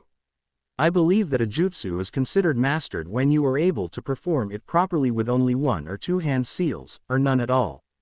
Be warned, you can only use the room once in 4 months. And don't go in alone the first time. And no more than 3 people can enter at once. Don't forget to pack food for a year when you go in. I have left a scroll of the taijutsu style I used, the hummingbird style, along with several other styles. If you want you can learn them. Or, you can create a style for yourself. Remember, whatever fighting style you learn, it should have the symbolization of the 5 main elements of nature. It should be as aggressive as fire, as sharp as the wind, as fast as lightning, as strong as earth and as fluid as water. Good luck and enjoy. Dad. Naruto was amazed at the end of the letter. His dad created a whole training room with simulations, and a freaking time chamber using fuinjutsu. From what he read until now, fuinjutsu was perhaps the most versatile art among all ninja arts. Anything was possible with fuinjutsu. He started making plans on how he was going to proceed while exploring the other 2 rooms. The first was a huge library, which contained all kinds of knowledge from jutsu to weapons forging to gardening, while the last room looked like a dojo with an office, where he figured his parents came up with seals and jutsu. He even saw weapons lined on the wall on one side, with seals on the other. Finally, he was moving towards the seal at the end of the hallway when his keen ears picked up a voice calling his name. Oh, Gigi's here, he thought as he raced back upwards, closing the door of the basement behind him. He took the letters with him, stuffing them in his pocket and walked to the gate, opening it to talk to his Gigi. Ah, Naruto-kun, he greeted, I trust that you have explored the house. Naruto nodded, smiling, it is great. Hiruzen chuckled, good, now, as you requested, I've found an apartment for you. Naruto gave the smallest of nods. So, can I go there and see it? Hiruzen nodded. I'll take you there myself. Gripping Naruto's shoulder firmly, he vanished in a shunshin. Appearing in front of a building, Hiruzen guided Naruto in. I've already stocked it with what you might need, he explained as they arrived on the top floor. Stopping in front of a door, Hiruzen pushed the door open and let himself and Naruto in. The first thought that Naruto had upon seeing his apartment was that it was small, just big enough for him. The second was that it was perfect. The third was awe, seeing that it was stocked with a bed, a dining table, a kitchen with a stove and a refrigerator, and a bedroom with a bathroom and an attached balcony. The bedroom even had 2 racks for clothes and other belongings. Hiruzen gave a small smile seeing how Naruto was odd like any other child whenever something new was given to them. You can stay here till you become Jonin, or get married, whichever comes first. After that, you can move into your parents' home, he said. He waited on the sofa for Naruto to finish exploring the apartment, which was not long. He stood up when Naruto walked into the living room. So, how is it? He was totally unprepared for Naruto to come bowling over to him, wrapping his arms around him in a hug that sent all the air out of his lungs. Only bracing himself at the last second prevented him from falling over backwards. Instead, he wrapped his arms around the boy in a bear hug. Naruto separated first, unshed tears in his eyes. It's perfect, Gigi. Thank you so much. Hiruzen smiled, relieved that Naruto liked it. Now, before I leave, here is your monthly stipend, he said, handing over a wad of notes. This is 12,000 ryo. Spend it wisely. Is there anything else you need before I go? Naruto thought for a moment and said, his face the epitome of seriousness, a cooking book would be nice. Roaming the streets in the evening, Naruto thought back to the afternoon's conversation. The old man had almost face-faulted at Naruto's request. When asked why he would want a cooking book, Naruto responded with his signature, making you feel stupid with just a look. He made the Hokage sweat for a minute before answering that he wanted to learn cooking because he didn't want to waste his money eating outside, where he would be outrageously overpriced. That brought him to his main problem. Although Gigi had stocked his fridge with all the healthy food, it would eventually be finished and he would have to buy more, which meant that he would be overpriced for every item he bought. He sighed, shaking his head at the villagers' stupidity. Pushing those thoughts aside, he was reminded of another matter. He spoke inside, Hey Kurama. I need your help. It was almost a minute before the Biju responded, with what, brat? I need your help in unlocking my chakra, he replied. Kurama, now fully awake, grinned. Yes, it's about time. All right, head to the training fields, he instructed. Naruto nodded before changing directions towards the training fields. He entered the first one he saw and after ensuring that no one was around, he sat down cross-legged, entering a meditative trance and waiting for the pull into his mindscape from Kurama. He failed to notice a certain purple-haired Kunoichi looking at him curiously from the entrance of the training ground. Naruto arrived in his mindscape and saw Kurama resting at that shore of a very large water body, one he knew was not there before. Where on earth did that come from? He thought as he approached Kurama. Kurama sensed his approach and opened his eyes, looking at Naruto with an intense look. Naruto, do you know what this is? He asked, gesturing to the water body. Naruto shook his head. Seeing that, Kurama explained, this water body is the representation of your chakra. But before we begin to unlock your chakra, I discovered a very interesting thing about your body, smiling in the end. Naruto tilted his head to the side. What? Kurama was as blunt as a hammer. You don't have chakra coils in your body, kid. Chapter text. Enko Mitarashi was a Tokubetsu Jonin of Konoha, specializing in interrogation and working directly under Ibiki Morino, the famed interrogator of Konoha. She was powerful, after all, being a former apprentice of one of the Densetsu no Sannin, Orochimaru. Just because she was Orochimaru's apprentice meant she was given the kind of treatment that should honestly be reserved for the likes of Orochimaru. She was called the Snake Bitch by the populace of Konoha, but she took it head-on and made a fearful reputation for herself, ensuring the villagers kept their distance. She also knew that one other person suffered the same treatment at the hands of the villagers. But she was not that stupid to believe that the blonde was the Kyuubi in human form. He intrigued her, the way he endured the hatred of the villagers and never backed down. For a 5-year-old, that was seriously impressive. So when she saw the blonde going towards the training fields, her interest in him was piqued. She decided to follow him, to see what he was going to do. She saw how he observed his surroundings and decided to humor him, by simply being hidden at the entrance, out of sight for him, but visible to anyone else. What the hell is this boy doing? She thought with a raised eyebrow. You don't have chakra coils in your body, kid. Naruto's reaction was priceless. Whaat. Kurama roared in laughter. Naruto's reaction to surprises was turning out to be very amusing. He watched as Naruto seemed to have a panic attack within his own mind. The mindscape responded to his mental state, shaking violently. Kurama understood just how much that had rattled Naruto. Calm down, Naruto. I was kidding, Kurama shouted. Seeing how Naruto was showing no signs of calming down, Kurama let loose a small bit of his killing intent, enough to make a Jonin sweat. Naruto, however, was totally inexperienced in experiencing killing intents, therefore his reaction was entirely predictable to Kurama. Naruto instantly froze in his place, all thoughts of Kurama's news fleeing his mind as he registered the new feeling. The mindscape stopped shaking as Naruto turned towards Kurama. Voice shaking, he asked Kurama, what was that? Kurama stared at Naruto in the eye, indicating he was serious. That was killing intent, usually used by shinobi to intimidate each other. Whoever has the higher killing intent is able to make the other suffer illusions of death, if the killing intent is potent enough.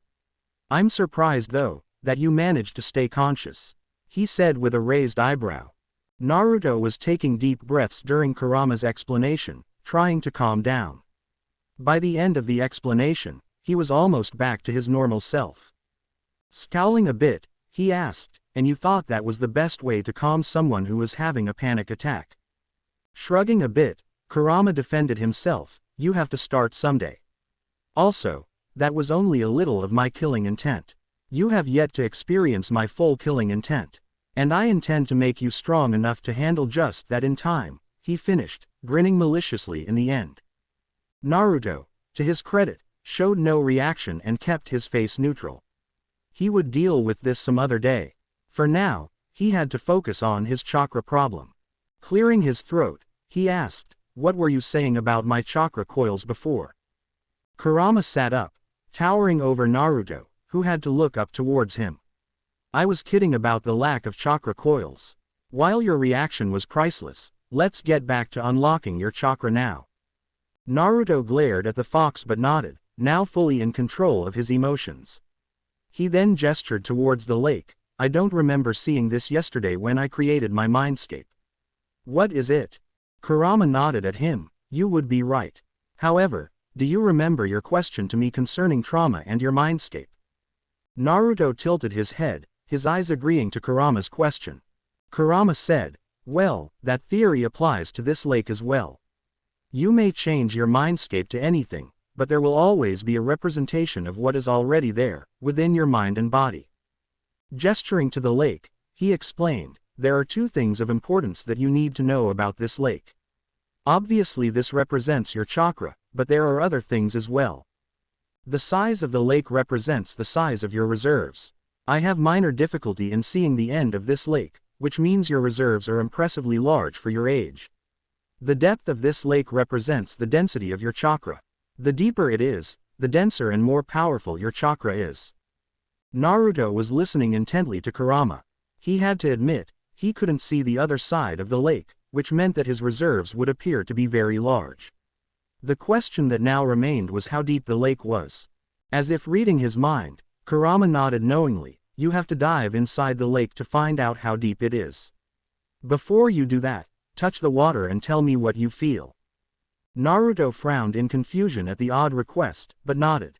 He touched the water and instantly his frown deepened, as if he didn't like the feeling. Kurama turned his head towards him, asking, what do you feel, Naruto? Naruto removed his hand from the lake, saying, like it's incomplete. Something else should be there but it's not. Kurama nodded his head in agreement. Okay, That missing thing is your chakra. Once you unlock your chakra, that feeling will be gone. Now, get to the lake and do it. He almost ordered Naruto. Naruto thought for a moment about how to proceed with this. Deciding it, he jumped inside, taking a deep breath. He swam with his hands forward and in a sharp motion, kept pulling them back to go deeper. He kept swimming for what felt like eternity. How deep is this lake? How dense is my chakra? Thoughts like these kept running through his head as he continued to go deeper. Strangely, he felt no need to breathe in this lake. Must be because I'm swimming in my own mind, he deduced. Finally, he saw what appeared to be the bottom. His efforts to reach there hastened. As soon as his hands touched the floor of the lake, he instinctively knew his chakra was beneath him. The floor of the lake was acting as a barrier between him and his chakra. He just needed a way to break the barrier so he could access his chakra. He decided to dump logic and punch the ground as hard as he could. He repeated this 19 times. On the 20th time, a small crack appeared on the floor. Naruto noticed the crack and grinned in satisfaction. About time you cracked, he thought. Redoubling his efforts, he saw that with every punch, the crack widened. He noticed that his hands were getting a bit colder, but didn't mind it. At last, the crack was big enough that he knew it would break in one last punch. Pulling back his fist, he brought it back down with all the force he could muster. As soon as his fist connected, the ground shattered from beneath him and he was assaulted by absolute euphoria. He felt complete now, the earlier feeling of something missing now completely gone. He also felt calm, but didn't think much of it. The force with which the chakra was released was so great that he was forced out of the lake in just a few moments, contrary to the time he took to reaching the bottom. The last thing he heard from Kurama before being forced awake was, "Damn, I haven't felt chakra this dense and powerful since the tree hugger himself. But the midnight blue is unusual. And why is it so soothing and calming? It's actually similar to." Kurama looked around him, noticing trees and flowers blooming around him. Wait. Trees. Don't tell me. Enko was watching the blonde for almost 20 minutes now. Just what is he hoping to accomplish? She thought. She was getting impatient now.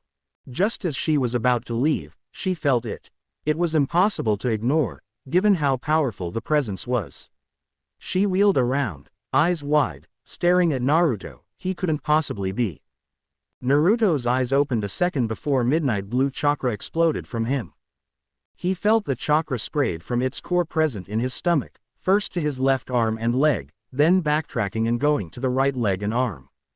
It was so dense and powerful that the ground around him cracked violently. Wind was blowing all around very fast by the sheer force of his chakra. Suddenly he felt various signatures around the village, even a Jonin-level signature a few feet away from him. He didn't notice the grass and flowers growing around him, along with the tree branches straightening with new leaves sprouting. Naruto lifted his hands in front of him, seeing the beautiful midnight blue chakra flowing from his body. It almost seemed to be sparkling. The feeling was so exhilarating that he almost missed Kurama's voice. "Naruto. You are letting out too much chakra. Stop right now." Naruto, fortunately, noticed the urgency in Kurama's voice and immediately thought about reining it in. To his surprise, the chakra stopped exploding from him almost instantly. Unfortunately, he had already expelled too much of it. The sudden coming down from a high like that caused him to fall unconscious on his back. Enko, who had watched the whole spectacle, was looking at Naruto with eyes as wide as dinner plates. Was that Kyuubi's chakra? No, I remember the bastard telling me that the Kyuubi's chakra was orange. The chakra that exploded from him was blue. An unusual darker shade, but blue nonetheless, which means that the chakra was his. And why the hell is there a mini garden growing? She thought incredulously. Her one hand was now on her mouth. The amount that he was letting out can easily rival the Sandame's. But how did he unlock it, and the two so early? And why was it so calming? All kinds of questions were flashing through her mind, but seeing the kid fall unconscious on his back, she rushed to him, checking to see if he was all right. A sigh of relief escaped her when she saw that he had just collapsed from mild chakra exhaustion. He must be only 5 to 6 years old. Unlocking chakra at such a young age is unheard of. Most children unlock it after spending a year at the academy, and this kid does it before even entering the academy. She thought incredulously. It suddenly occurred to her that a blast of chakra like that would have attracted the attention of almost all the shinobi in the village. Shinobi training kicking in, she picked the kid up and vanished in a shunshin to the Hokage's office. The Hokage sat in his chair, eyes glaring at the giant pile of paperwork that seemed to materialize out of nowhere and just as he finishes the previous file. He was ridiculously irritated at how it so innocently sat in front of him. This is ridiculous. This blasted paperwork has to be a force of nature. There is no end to it, at all. It is always mocking me. I could have sworn I knew how to tackle it. Damn this forgetfulness that occurs with old age. To anyone else watching it, including the Anbu guards in the room, it seemed hilarious how the Hokage was locked in a glaring contest with paperwork of all things. But the captain of the Anbu group could relate to his boss, having to deal with something similar after every mission they do. Hiruzen finally lost his patience after staring at it for almost 15 minutes. So infuriated was the old cage that he positioned his hands into a tiger seal and took a deep breath, intent on burning the paperwork away. He was 1 second from setting the paperwork on fire when he sensed it. The powerful burst of chakra, so powerful that he was sure almost every shinobi in the village felt it, censor or not. What was that? I didn't know any shinobi of mine was capable of releasing chakra at this scale. From what I sensed, it was powerful, but no intention in that burst of chakra. It was soothing and calming. I've sensed similar chakra before long ago, but where? He thought. He then took note of the nearby plants. The plants and trees look like they have got new life. The last time that happened was when Hashirama-sensei was alive. Whenever he was happy, the trees would be full of life. Just what is going on? He decided that any shinobi who might be near the burst of chakra would respond and report to him shortly.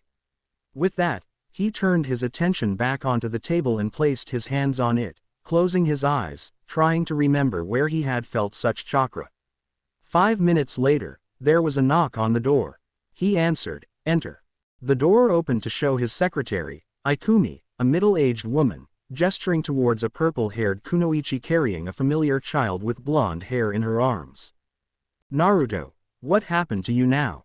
he thought in worry as he quickly gestured her inside. Anko gently laid Naruto on the couch in the office and then turned to face the Hokage.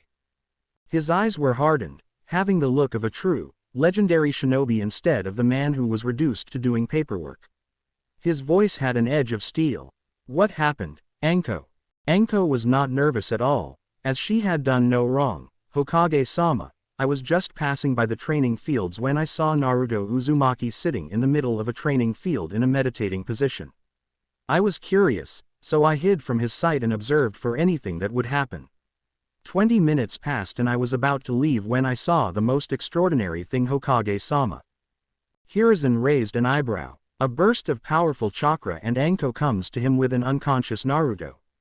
There seemed to be a link here. "What did you witness, Anko?" "A burst of chakra so powerful that I haven't felt anything like it before, Hokage-sama." The ground seemed to crack just by the force of his chakra. The weird part was, grass and flowers grew around him, and the nearby plants looked as if they gained new life. Said Anko. Hiruzen's eyebrows shot upwards in a disbelieving motion. "You mean to say that Naruto here," he gestured to the boy on the couch, "unlocked his chakra and the burst of chakra from before was his chakra?" Anko nodded in agreement. Hiruzen sat back in his chair, finding it quite hard to believe what Anko had told him. He was wondering how it was possible when he remembered something. "Anko-chan, did you say there were plants growing around him?" he asked with wide eyes. Anko nodded. "Hi Hokage-sama." "Oh Kami," Hiruzen whispered. "Anko, stay here right now until he wakes up. We should hear it right from the source." Anko looked at him in confusion, then nodded. "Hi Hokage-sama." Naruto was lying on his back in his mindscape, staring at the sky. Kurama was right beside him, head rested on his hands, looking content. Naruto sat up, eyes blinking around in confusion. "What happened?" Kurama replied in a bored tone, "You fell unconscious. It's as simple as that." Naruto's eyes widened in realization. "I unlocked my chakra. So what does that mean for my body, Kurama? He asked. Kurama glanced at him. Your chakra reserves are massive, as expected from an Uzumaki. Anyway, I need to sleep now. And I hope you have a good enough excuse to tell him about how you unlocked your chakra. Best wake up now, they're waiting for you. Oh, and start training to use your chakra, he said before he fell asleep. Naruto sat in thought for a while. Thinking of an excuse, he stood up, might as well wake up. With that thought, he went up to a stream and fell face first into it. It had been over 10 minutes since they were waiting for Naruto to wake up. Anko honestly did not know why the Hokage had asked her wait in his office. But she had to follow whatever the Hokage said, so she waited, albeit impatiently. Hiruzen on the other hand was contemplating on what to do. He was in his classic thinking pose, elbows on his desk, chin rested on his hands and eyes closed. If what Anko had said was really true and Naruto had really unlocked his chakra, then perhaps it was time to begin Naruto's training. He had thought that Naruto would grow up normally in the academy, but it seemed nothing was normal if it was connected to Naruto. Maybe he could get Anko to train him. Suddenly he heard a groan from where Naruto was laid. His and Anko's eyes snapped to there as Naruto sat up, looking no worse for wear. His eyes seemed confused as he did not seem to recognize where he was. However, as soon as he saw him and Anko, the weariness clouding his eyes suddenly disappeared, replaced by cautiousness. Were you the one who got me here? He mumbled as he studied the purple-haired Kunoichi. He had never seen her before. The Kunoichi spoke in a rude tone. Yes, brat, I brought you here after you successfully alerted the entire shinobi force of this village. What the hell were you even doing in the training field, brat? Naruto suddenly remembered that he had unlocked his chakra successfully and did not stop the full-blown grin on his face. Unlocking my chakra, he replied in a cool tone. But how did you know how to unlock your chakra, Naruto-kun? Hiruzen asked curiously. A 5-year-old unlocking their chakra, without any outside help was simply unheard of. Not to mention how powerful their chakra was. All those thoughts were thrown out the window when he immediately saw Naruto's patented, making you feel stupid with just a look. Both he and Anko sweat dropped, thinking along the lines of, how does he do that so well? Well, chakra is inside everyone, right? I thought if I looked deep inside myself, I would find it too. For the you-know-what, right Gigi? Hiruzen looked confused for a moment, but realized it. Naruto wanted to unlock his chakra to get access to his parents' things left behind for him. But now, time to address the elephant in the room. Now that you have unlocked your chakra, Naruto-kun, what will you do? Naruto frowned for a moment and crossed his hands, causing Anko to hold back her urge to hug him and yell, "Kawaii." The kid looked mighty adorable. Naruto said, I will train, or so I would like to say. Unfortunately, I have no idea as to how I should proceed now. Books have always been the answer to all my problems, but I feel that books can't teach me what I need to know practically, he revealed honestly. Perfect, Hiruzen thought with a hidden smile. Normally he would have Naruto wait for another year, letting him join the academy and then letting him learn all he needed. But he knew that Naruto was a naturally curious child. Who knows what experiments he would do to find out what he could do. It would be dangerous to leave Naruto to his own devices, or chakra. His eyes shifted to Anko, who was watching Naruto and barely restraining himself from glomping him. But if he were to get an instructor to teach him early, many consequences could be avoided. Also, since Naruto is a genius, he may not really fit in with his age group, not only because he would be far ahead of them, but also because even his generation keeps their distance from him. I also have this feeling that Naruto and Anko will bond spectacularly.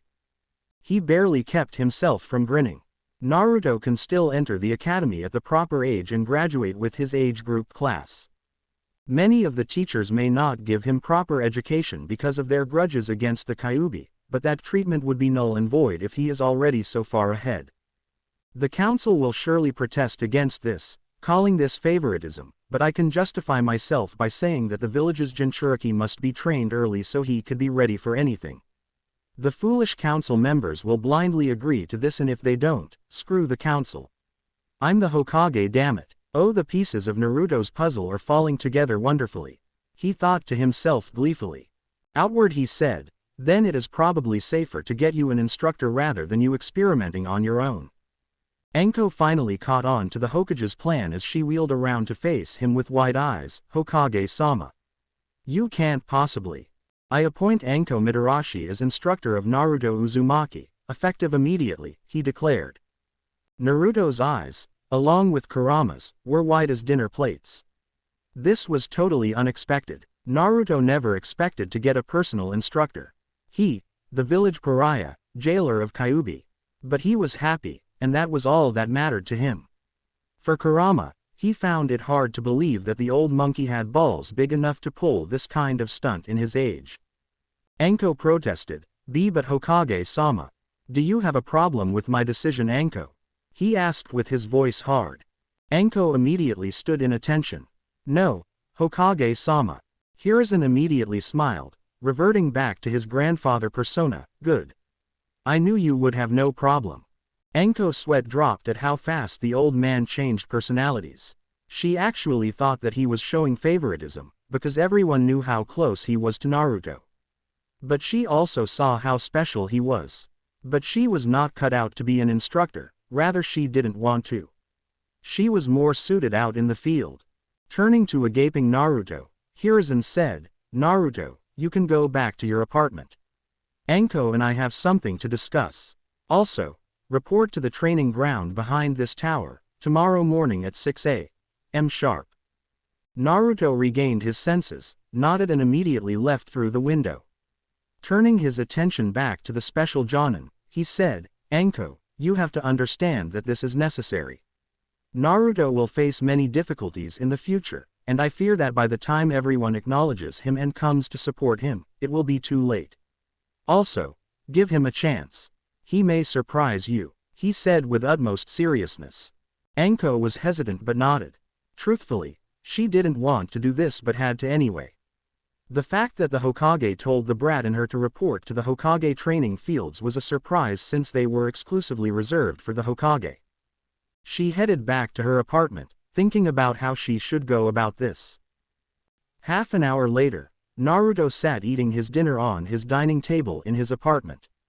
The cooking book the Hokage had provided was invaluable, allowing him to cook food for himself. He made sure to follow the instructions word for word, and the results were worth eating. I might have some natural aptitude for cooking, otherwise I would have already blown the kitchen up. He mused. He was eternally grateful for what the old man had done for him. Now that he thought about it, he figured that when he entered the academy next year, some instructors would be prone to discriminate with him. Perhaps this was the way of the old man looking out for him in his shinobi life, he thought. He finished his dinner and washed the plates. After that he proceeded to the bedroom and laid down on the bed, closing his eyes. Tomorrow would be interesting indeed. Naruto's eyes opened as soon as the alarm he set. His hand reached out and shut the alarm clock. Waking up at 5 in the morning left him plenty of time to get ready. He finished his morning rituals in 10 minutes and dressed in his normal, orange jumpsuit.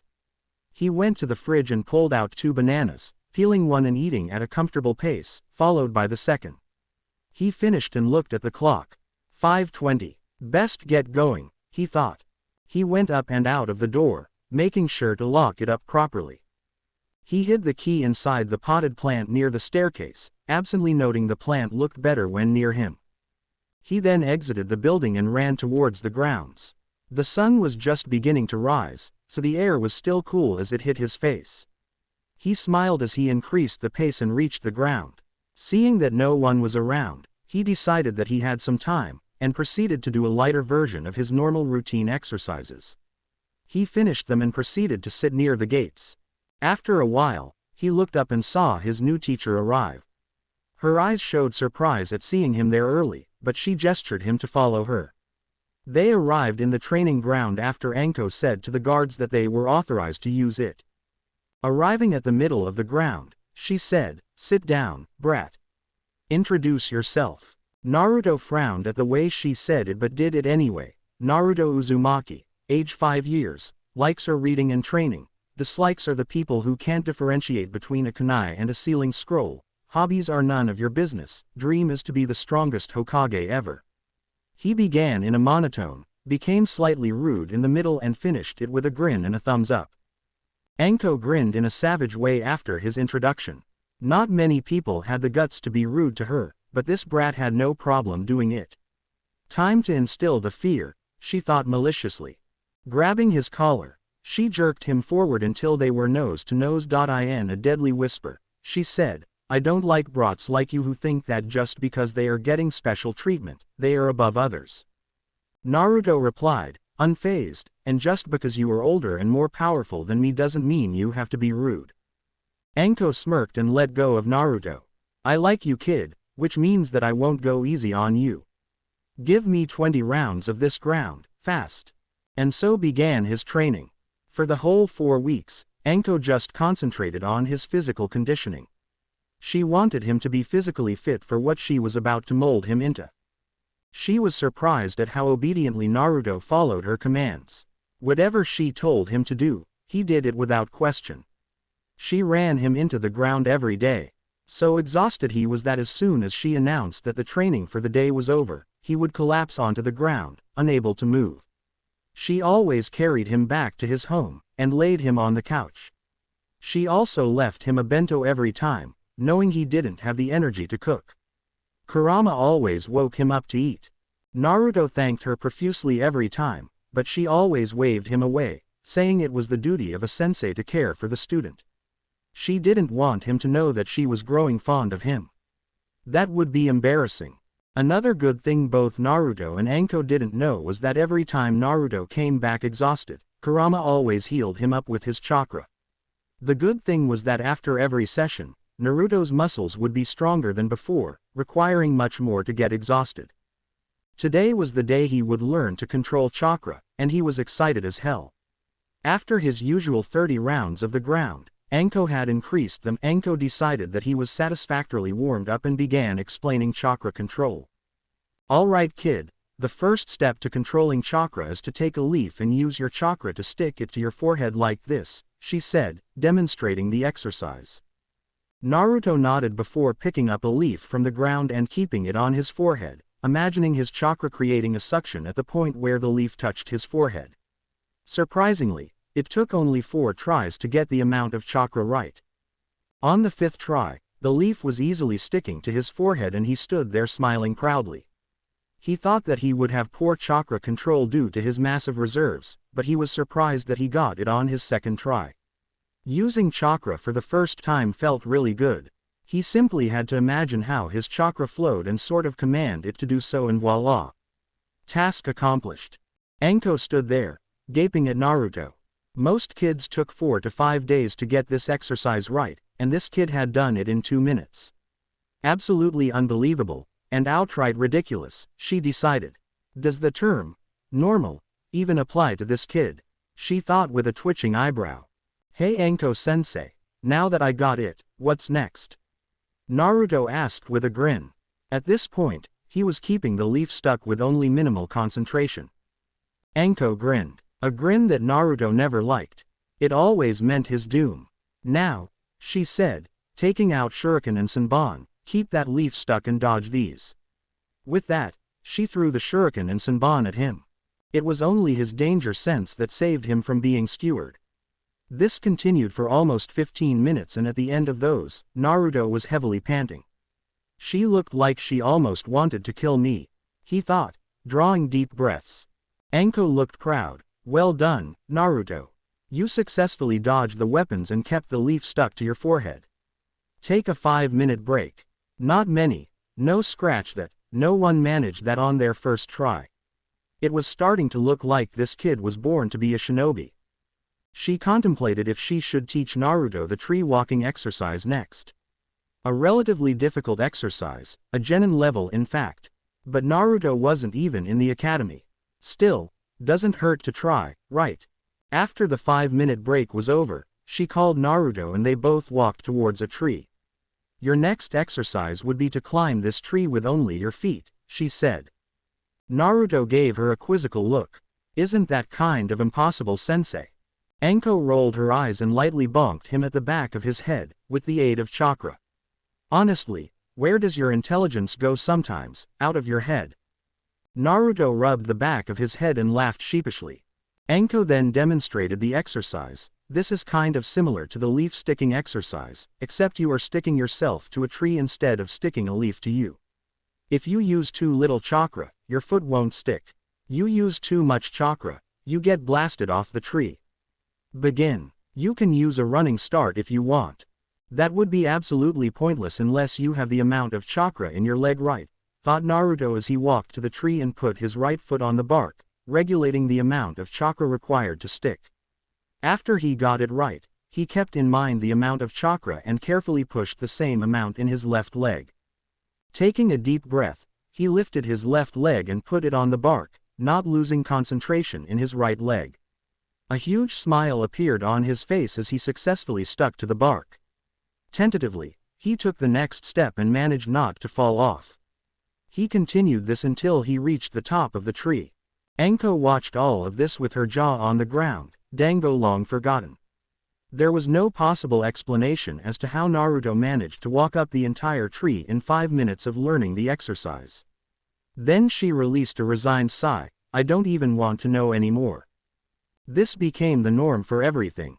Naruto mastered tree walking in 2 hours, walking on water with chakra in 4 hours, and spinning a kunai above his hand with his chakra in a day, all the while dodging Anko's shuriken, kunai and senbon. It was time to give the monthly report to the Hokage. What? The Hokage asked blankly. It's true Hokage-sama, Anko insisted.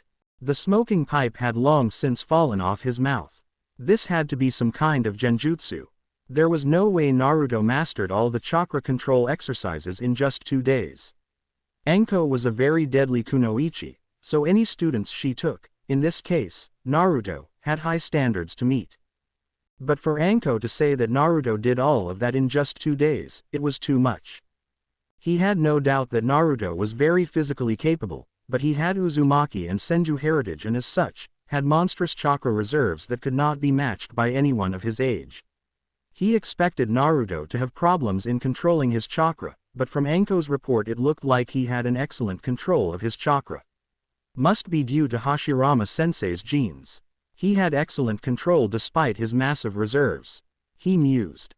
Anko then slowly asked him, knowing he was rattled to the bones by this news, Hokage-sama, can I have your permission to start teaching him ninjutsu and taijutsu? Granted. Naruto stood in his father's library, looking at the volumes of fuinjutsu his mother had left for him.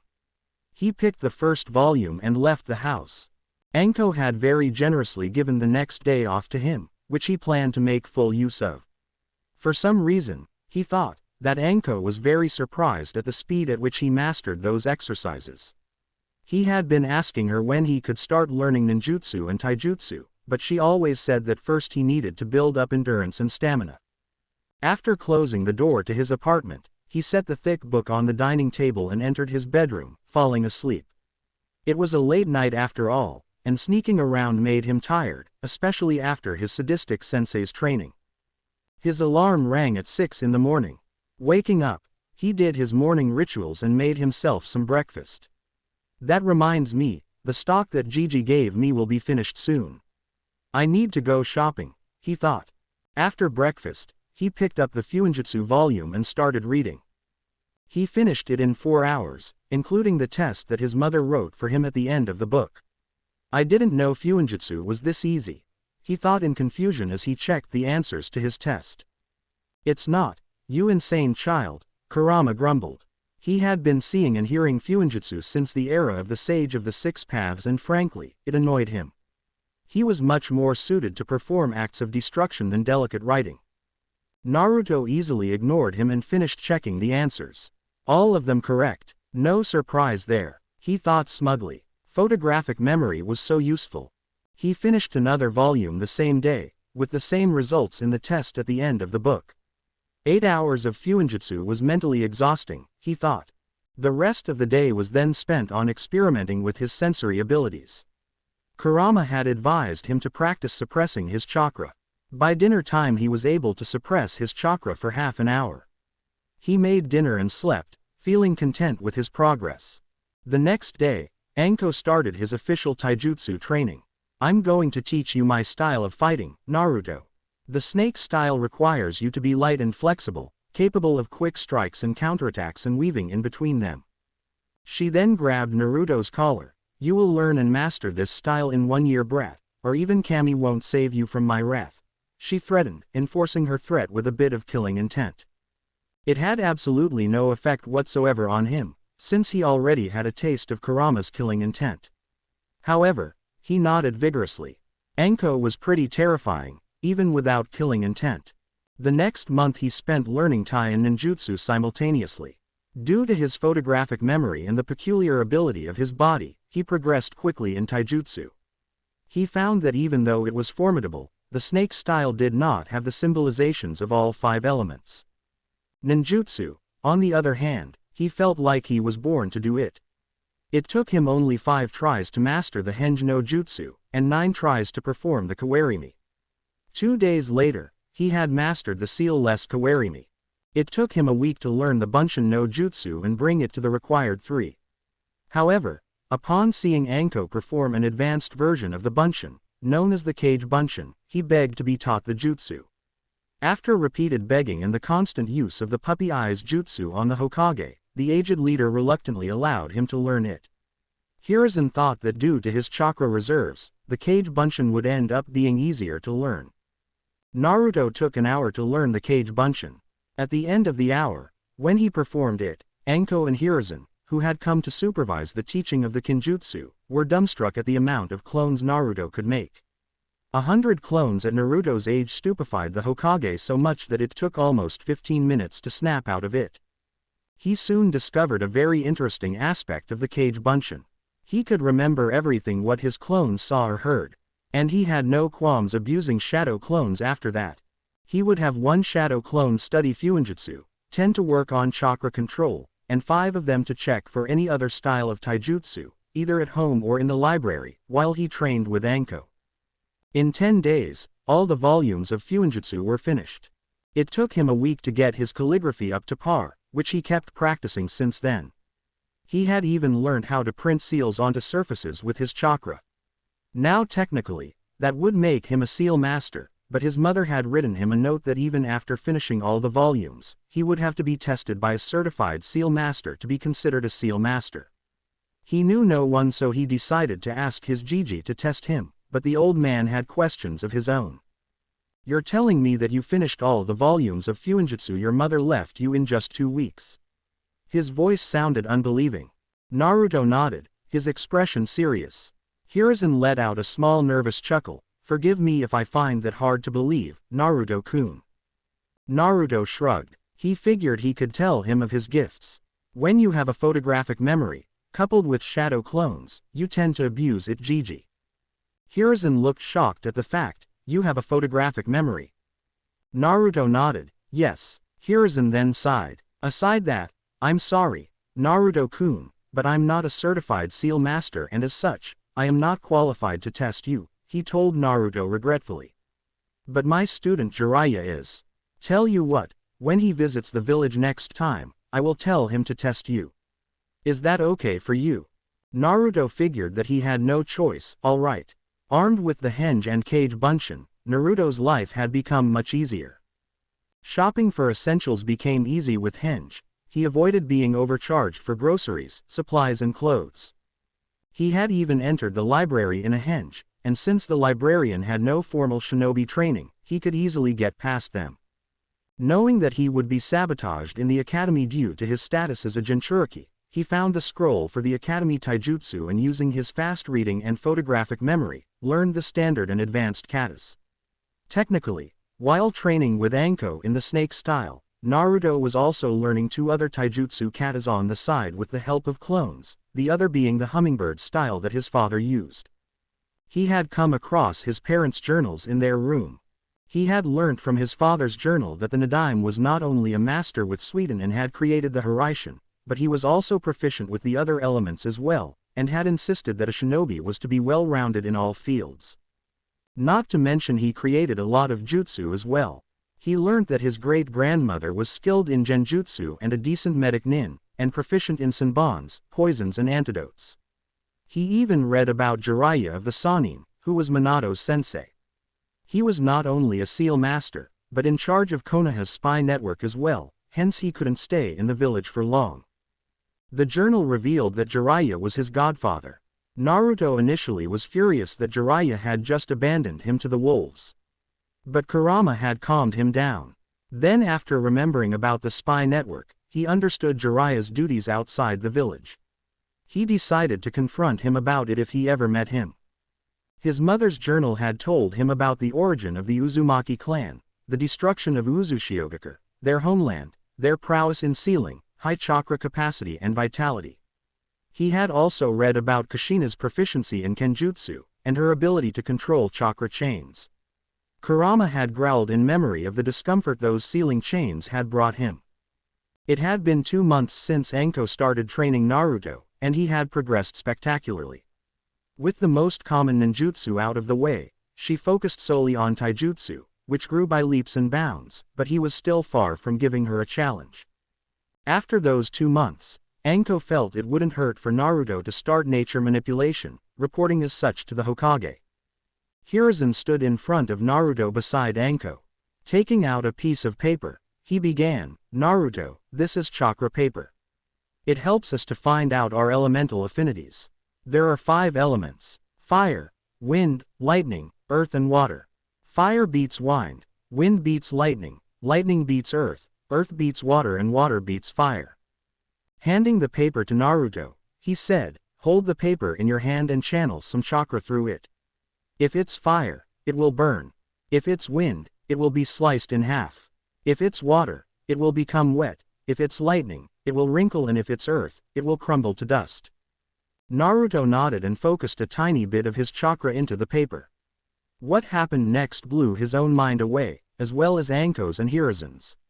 Inside his mind, Kurama grinned. Even he did not expect that, but it was a nice surprise. The paper split violently into 3 parts. One soaked up so heavily that it bent and began tearing apart, one crumbled to dust immediately, and the last became crinkled and burst into flames. Anko and the Hokage stared in shock at the paper, and did the only thing they could do. They fainted. Naruto blinked for a second and then grinned. "Awesome. You can say that again." Kurama spoke up. "The fire affinity is because of me though, since I have an affinity for it. So you technically have 4 affinities, plus mine. Not something that happens every day, since the last time someone had an affinity for all 5 elements was my father, the sage of the 6 paths." "Oh, you're welcome by the way." When the 2 adults came to, Naruto offered them some water. Once they regained their bearings, Anko threw up her hands and walked away, muttering about early gray hairs and surprises.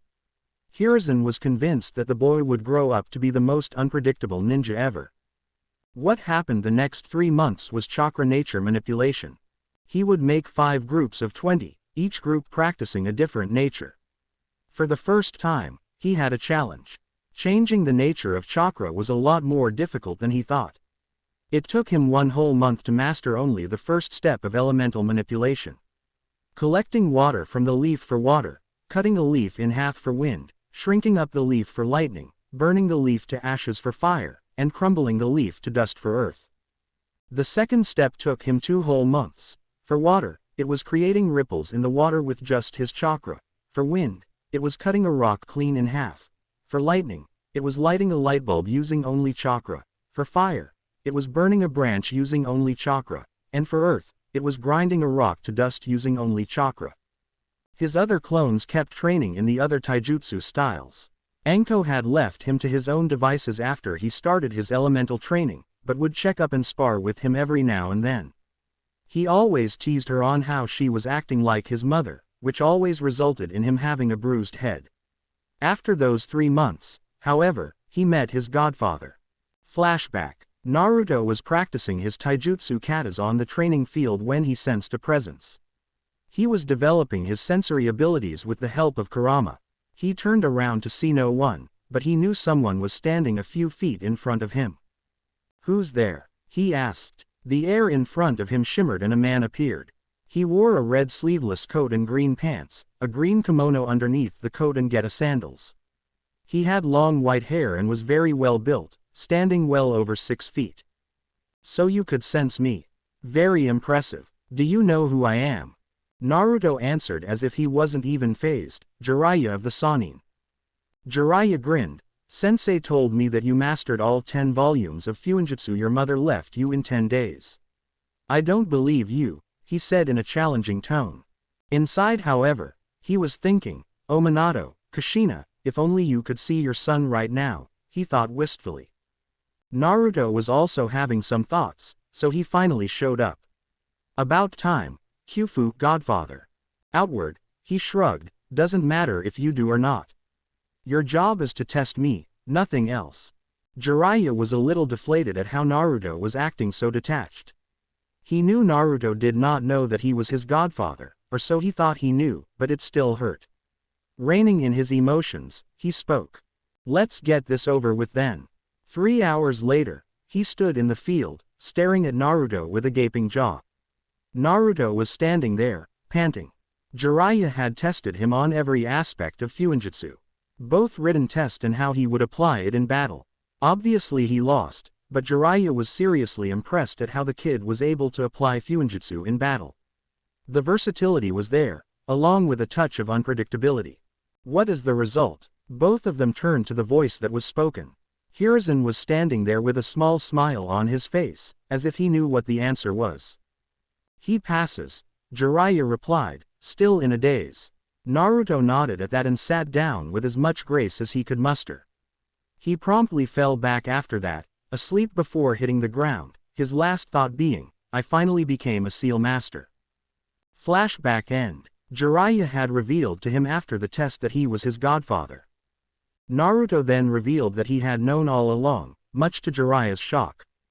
Naruto went on to tell him that he understood the duties Jiraiya had outside the village, but he still would not forgive him yet, saying he would have to earn his forgiveness.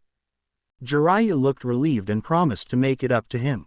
In the remaining time, Naruto had asked Jiraiya about himself, about his old Sannin team and the wars he fought. Naruto mentioned that while being Hokage was his dream, he also wanted to specialize in infiltration, something that had caught his interest in the few months he trained with Anko. Needless to say, Jiraiya was happily surprised. His Jiji had also introduced him to shogi, a game based on strategy. Even though Hiruzen always won, he was surprised at how quickly Naruto learned the game, believing that soon he would be able to beat him.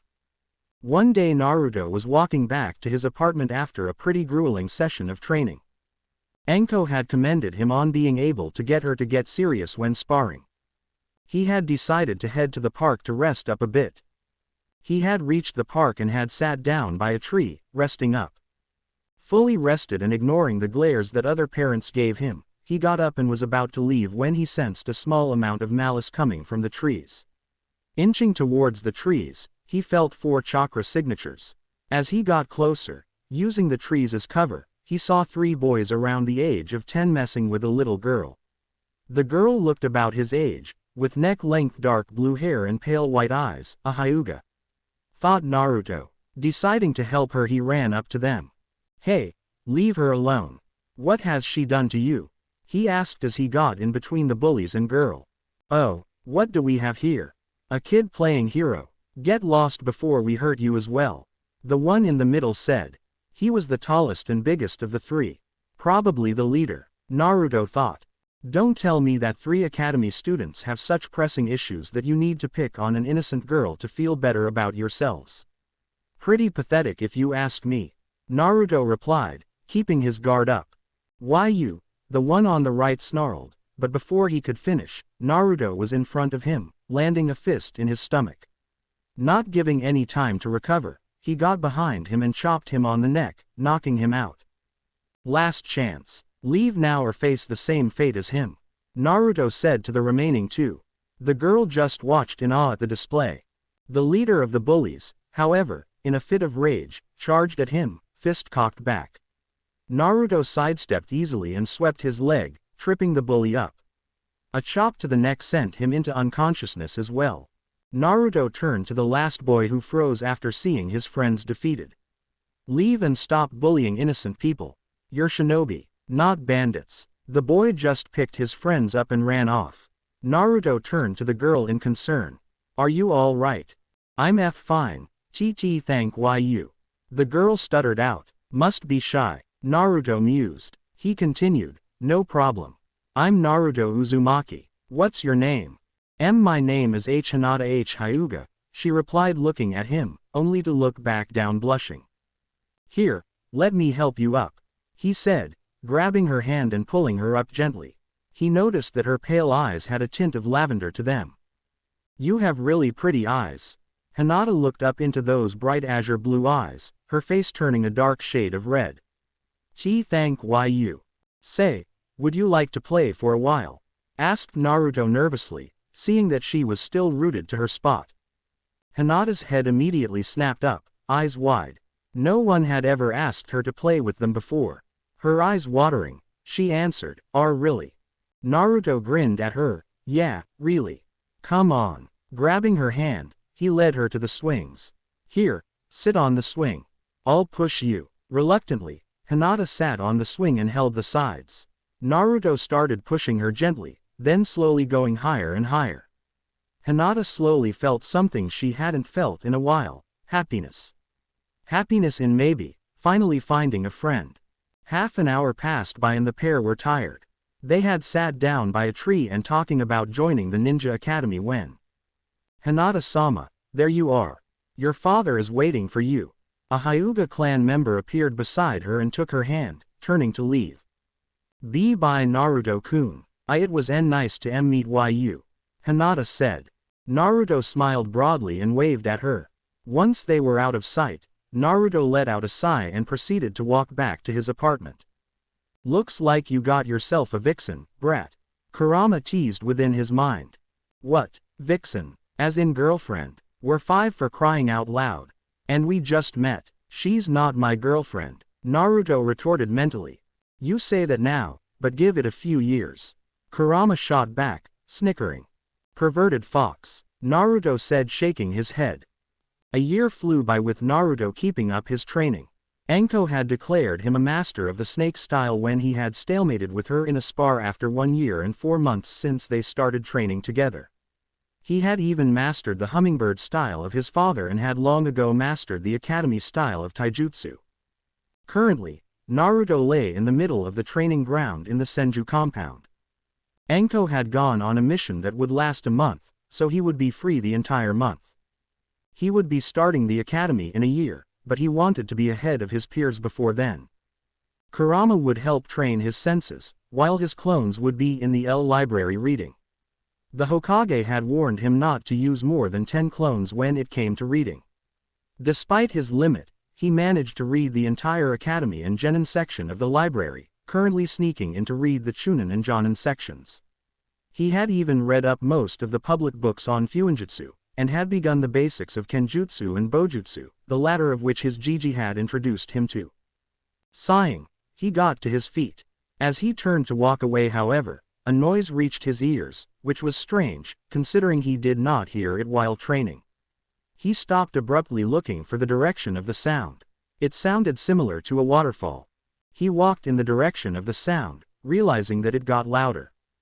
He walked through a strange and somewhat hidden path through the thick network of trees.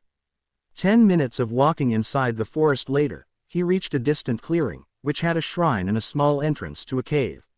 With a kunai in hand for caution, he quickly entered the barely illuminated cave and walked through the narrow pathway. The noise reverberated throughout the passageway. When the walkway ended, Naruto's eyes immediately lost their focus as he could not describe it. Kurama, you seeing this? Yes. This place would be perfect to work on chakra control. You did want to learn the next step of wind manipulation, right? Kurama replied. He was slightly mesmerized by the sight. The area around the waterfall was as big as a training ground. The water, however, was what caught his attention. Of course, it was blue just like most waterfalls Naruto had seen in the training grounds, but Naruto could see directly behind the water. Looking at the lake, Naruto was shocked to see the bottom without much difficulty. It was a mesmerizing vision as he became hypnotized by the deep azure color, same as his eyes. He looked around the waterfall, deciding to start working on waterfall walking tomorrow. He was about to leave when What's that over there? Kurama's voice sounded. Naruto looked. Near the lake margin, one rock was slightly taller than the others were. He could see a dark mark engraved on the stone. He could not see what it was due to absence of sufficiently lacking light. As he moved closer, he saw that it was a containment seal. He made a clone who went and caressed the marking, keeping his guard up. However, he was not prepared for a ledge to open where the clone stood. Going down the opening, he landed in a crouch, taking a look around. He was no longer inside the cave he was spelunking before. This place had the same wall structure, but this time he could see little torches illuminating it. Naruto could see the markings of the seal he saw earlier, but instead of a big one, he saw multiple seals sprawled all over the room. Sensing a presence in the room, he whirled around, throwing the kunai in his hand and immediately palming another one. His eyes focused on the man in front of him.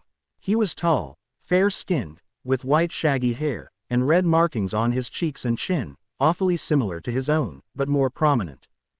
The man's outfit consisted of dark blue armor covering a black shirt with a white fur collar, black pants going up to the middle of his calves with black sandals, and he wore a hapuri bearing the symbol of Konohagakure. His face looked menacing and Naruto felt like the man was looking at his very soul. The man was holding the kunai he had thrown at him with 2 fingers. Naruto immediately recognized the man. Nadime-sama, he blurted out. The man frowned. Impressive reflexes, boy. You seem to know who I am. But who are you? And how did you find this place? Naruto felt the killing intent, though it wasn't on Kurama's level, but he felt compelled to answer the man. My name is Naruto Uzumaki. I was exploring a cave with a waterfall when I accidentally opened the ledge and fell here. The Nadime stayed silent as he observed the kid for a while. He could not find any chakra fluctuations, meaning that he was telling the truth. In addition, he could tell that it was the kid's chakra that touched the seal array on the top floor. He then lowered his killing intent, mildly impressed that Naruto didn't flinch. Naruto, for his turn, looked at his great-grandfather, or what he presumed was his essence. He looked around and focused on the seal arrays around the room. You're an essence of chakra, aren't you? The Nadime's eyebrows shot up at the question. Naruto continued, this seal array looks familiar. You're perceptive, boy. Yes, I'm but a fragment of the original Tobirama Senju. Foreseeing my inevitable death in the First Shinobi War, I had sealed a part of my essence here, in the Senju Grove before heading out so that I can be of use to Konoha in the future. It was my hope that my descendants would find this place, so that I could bestow upon them my legacy. I even chose this very place as I used to train with my siblings here.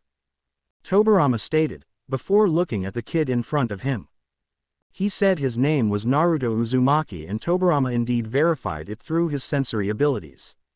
However, he could sense another chakra and he remembered it as belonging to another person, that being his sister-in-law, Mito Uzumaki. His mind worked fast in estimating that a long time had passed since his death. He focused a little more and was surprised to find that the boy's chakra was about as dense as his brother's, and strangely its signature was similar to his own. Are you a Senju? He asked. Naruto, while processing the information, started as he heard the question. But he replied nonetheless, I'm descended from a Senju, Nadime-sama. I shall proceed with your permission. Looking at Tobirama, who nodded with narrowed eyes.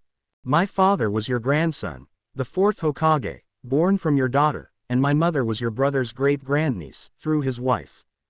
They died sealing the Kyuubi in me as he was released when I was born. My mother was the 2nd Jinchuriki before me. I've established contact with the Kyuubi and he told me that there was foul play involved. A masked man claiming to be an Uchiha. At this Tobirama's killing intent spiked to a point where Naruto began to sweat a little, but he continued, attacked during my birth and released the Kyuubi into the village. My father managed to defeat him in battle but he escaped. He sealed the Kyuubi in me at the cost of his life. Tobirama lowered his killing intent. He used his sensory abilities and he could see the boy was telling the truth. If that was the case, he was staring right into the face of his great-grandson. He even had 3 red markings which were faint and covered by the whisker marks on his face. He didn't know whether to be elated or depressed. He instead maintained his normal stoic visage. I see, I can tell that you speak the truth. Tell me the remainder of your life until now. Naruto nodded and went on to tell him all that had happened. How he was treated by the villagers, how he discovered that he was the Kyuubi's Jinchuriki, how he found out his parents' identities, how he confronted Hiruzen, who then made it up by giving him training, until now. As of right now, I'm going to be 6 years old, set to enter the academy next year. I'm working on waterfall walking to improve my chakra control. I'm familiar with 3 taijutsu styles and I plan to create my own style. My shuriken jutsu is acceptable but I wish to improve. I don't know about genjutsu. I'm able to perform the 3 academy ninjutsu and I know the Kage Bunshin. I also know Fuinjutsu and was tested by a seal master. Only the Sandaime knows of my development. Tobirama intently listened to the boy's story. From what he heard, Hiruzen had initially messed up, but ended up correcting his mistake in helping the boy. He was impressed with the boy's skills. For a soon-to-be 6-year-old he had accomplished quite a lot. He looked at the boy and saw the immense potential that stood before him. He began to look at the kid in a new light. He was proud of Hiruzen for stepping up, even if it was a bit too late. Outwardly he said, "The very reason I am here to pass on my knowledge so that Konoha can use it for its benefit. You were the one who found this place and as such, I have decided to grant you my legacy. All the knowledge I collected throughout my time shall be yours. Now that I know your skill set, I believe we can begin tomorrow. You mentioned you know the Kage Bunshin. I assume you know its secret as well." Naruto's, as well as Kurama's eyes widened when they both heard that the Nadaime, his great-grandfather, decided to tutor him. When asked about the Kage Bunshin, he nodded. "Excellent," Tobirama replied. "From tomorrow, come here in the morning immediately after you place a shadow clone to keep appearances to others. I shall first go through your chakra control. We shall then go on to taijutsu and shuriken jutsu. We shall also cover the important things such as strategy, infiltration and stealth. Once you reach an acceptable level, I shall teach you my techniques, one by one." "You really believe I can do it, sensei?" Tobirama smirked at the term of respect. "One aspect you'll learn from me is that I don't bother saying anything aside from the pure and logical truth. I would not bother saying so if I believed otherwise." Naruto nodded. "Should I inform Sandaime-sama about this?" Naruto asked, slightly wincing in referring to his Jiji as such. Tobirama remained silent for a while, then spoke. "It would not be necessary. A ninja is entitled to keep his secrets. That's your lesson for today," he said with a smirk. "Hi, sensei," Naruto answered. "Before you leave, we must take care of something first. When I created the seal, I had stored enough chakra to last this conversation. My extension in this place requires a steady supply of chakra, and I do not have said luxury," Tobirama said. Naruto frowned. "How much chakra would you require for me to give you?" "Depending on the level of your training, I shall increase the amount, but nothing too extreme."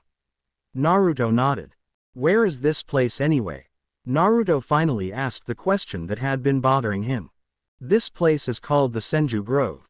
Tobirama walked out of the cave with Naruto following him. Reaching the middle of the clearing, Tobirama stopped. "To be honest, I'm amazed it's still hidden. It looks untouched." "That's good," he stated as he looked around the trees. "Senju Grove. Never heard of this place. Why is it all the way out here? I felt like I walked a long way from the compound." Tobirama turned to face his descendant. "This place is where my brothers and I used to train as children. I often sparred with Itama, Kawurama and Hashirama here. This place is protected by natural energy, it's very sacred.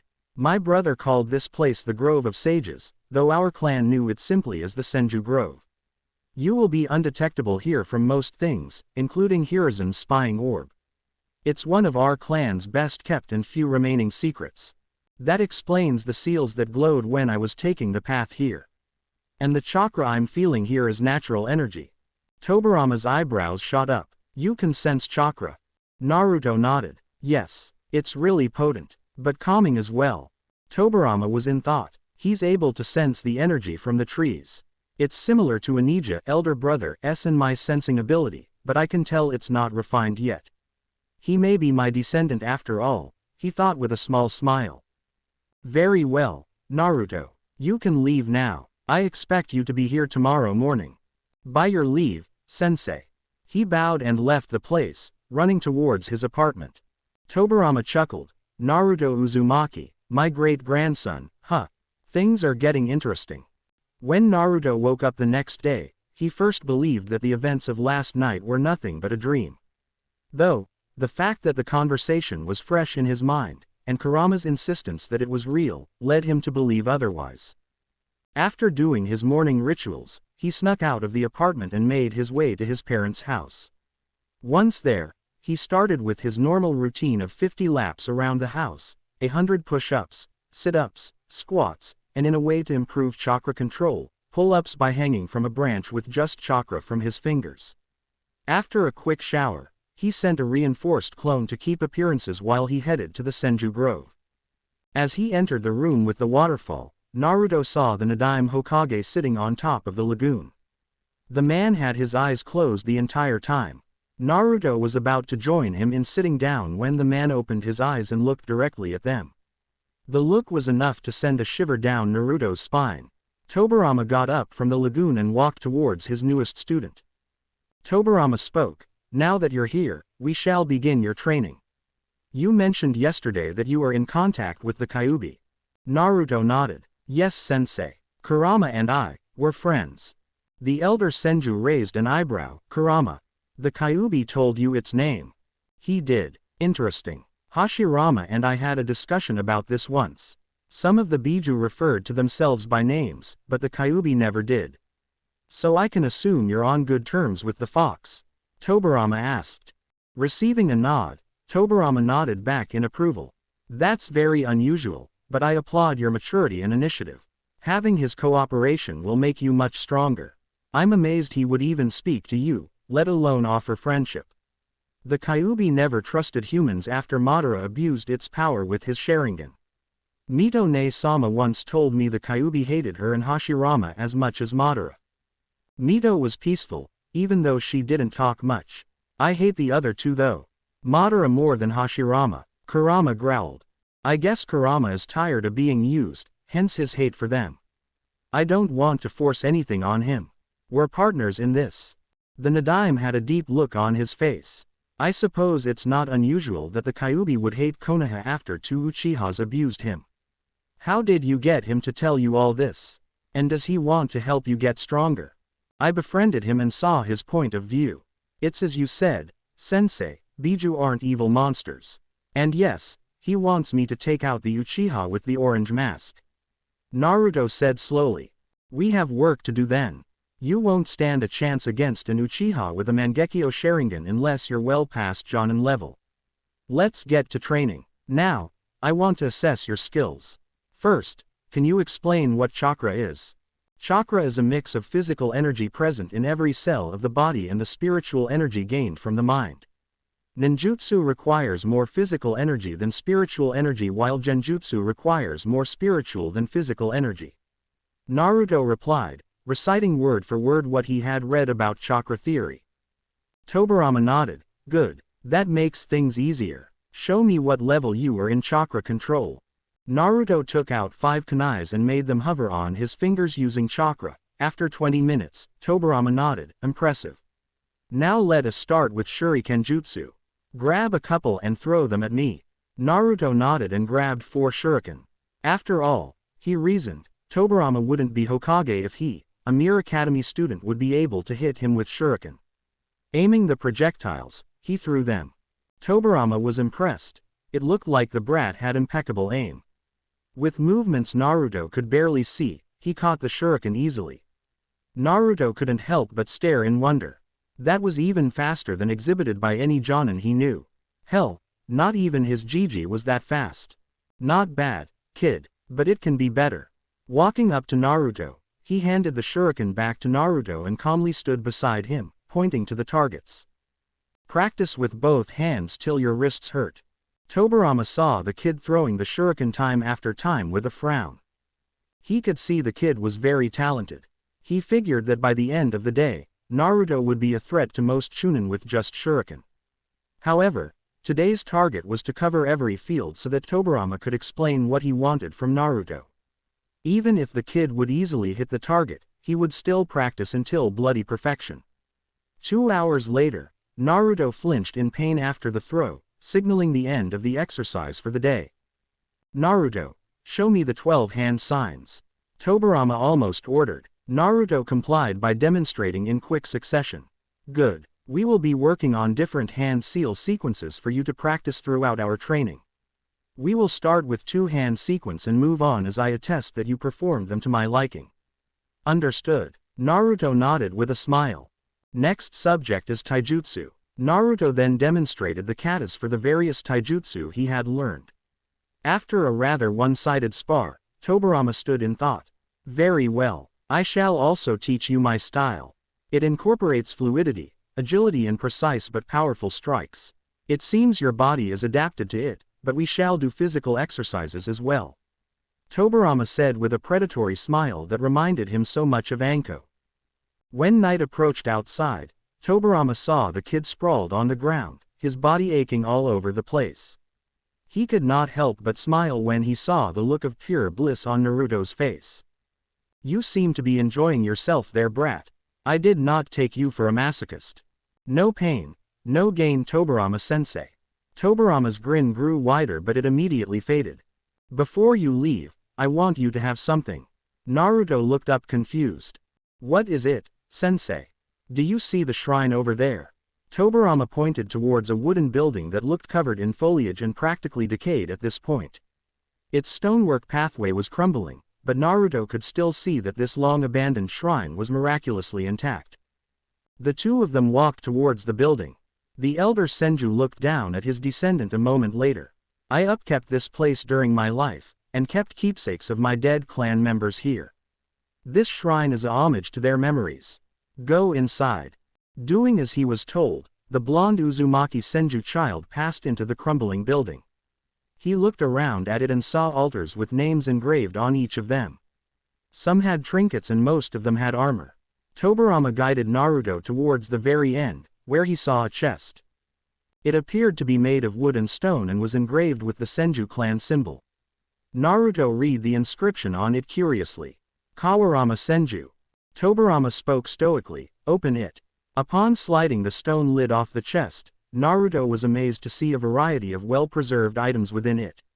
Among them was a full set of black shinobi attire, a katana, and armor which looked similar to Tobirama's. The armor was brown instead of blue, however, different from the green or gray in the other ones he saw in the shrine. Everything in that chest now belongs to you, Tobirama stated as Naruto looked over a number of extra pieces of war gear. While he was amazed by it, Naruto turned to Tobirama confused. Wait, this chest says Kawarama Senju. Isn't Kawarama your brother's name? You have good attention to detail. Yes, Kawarama was one of my younger brothers.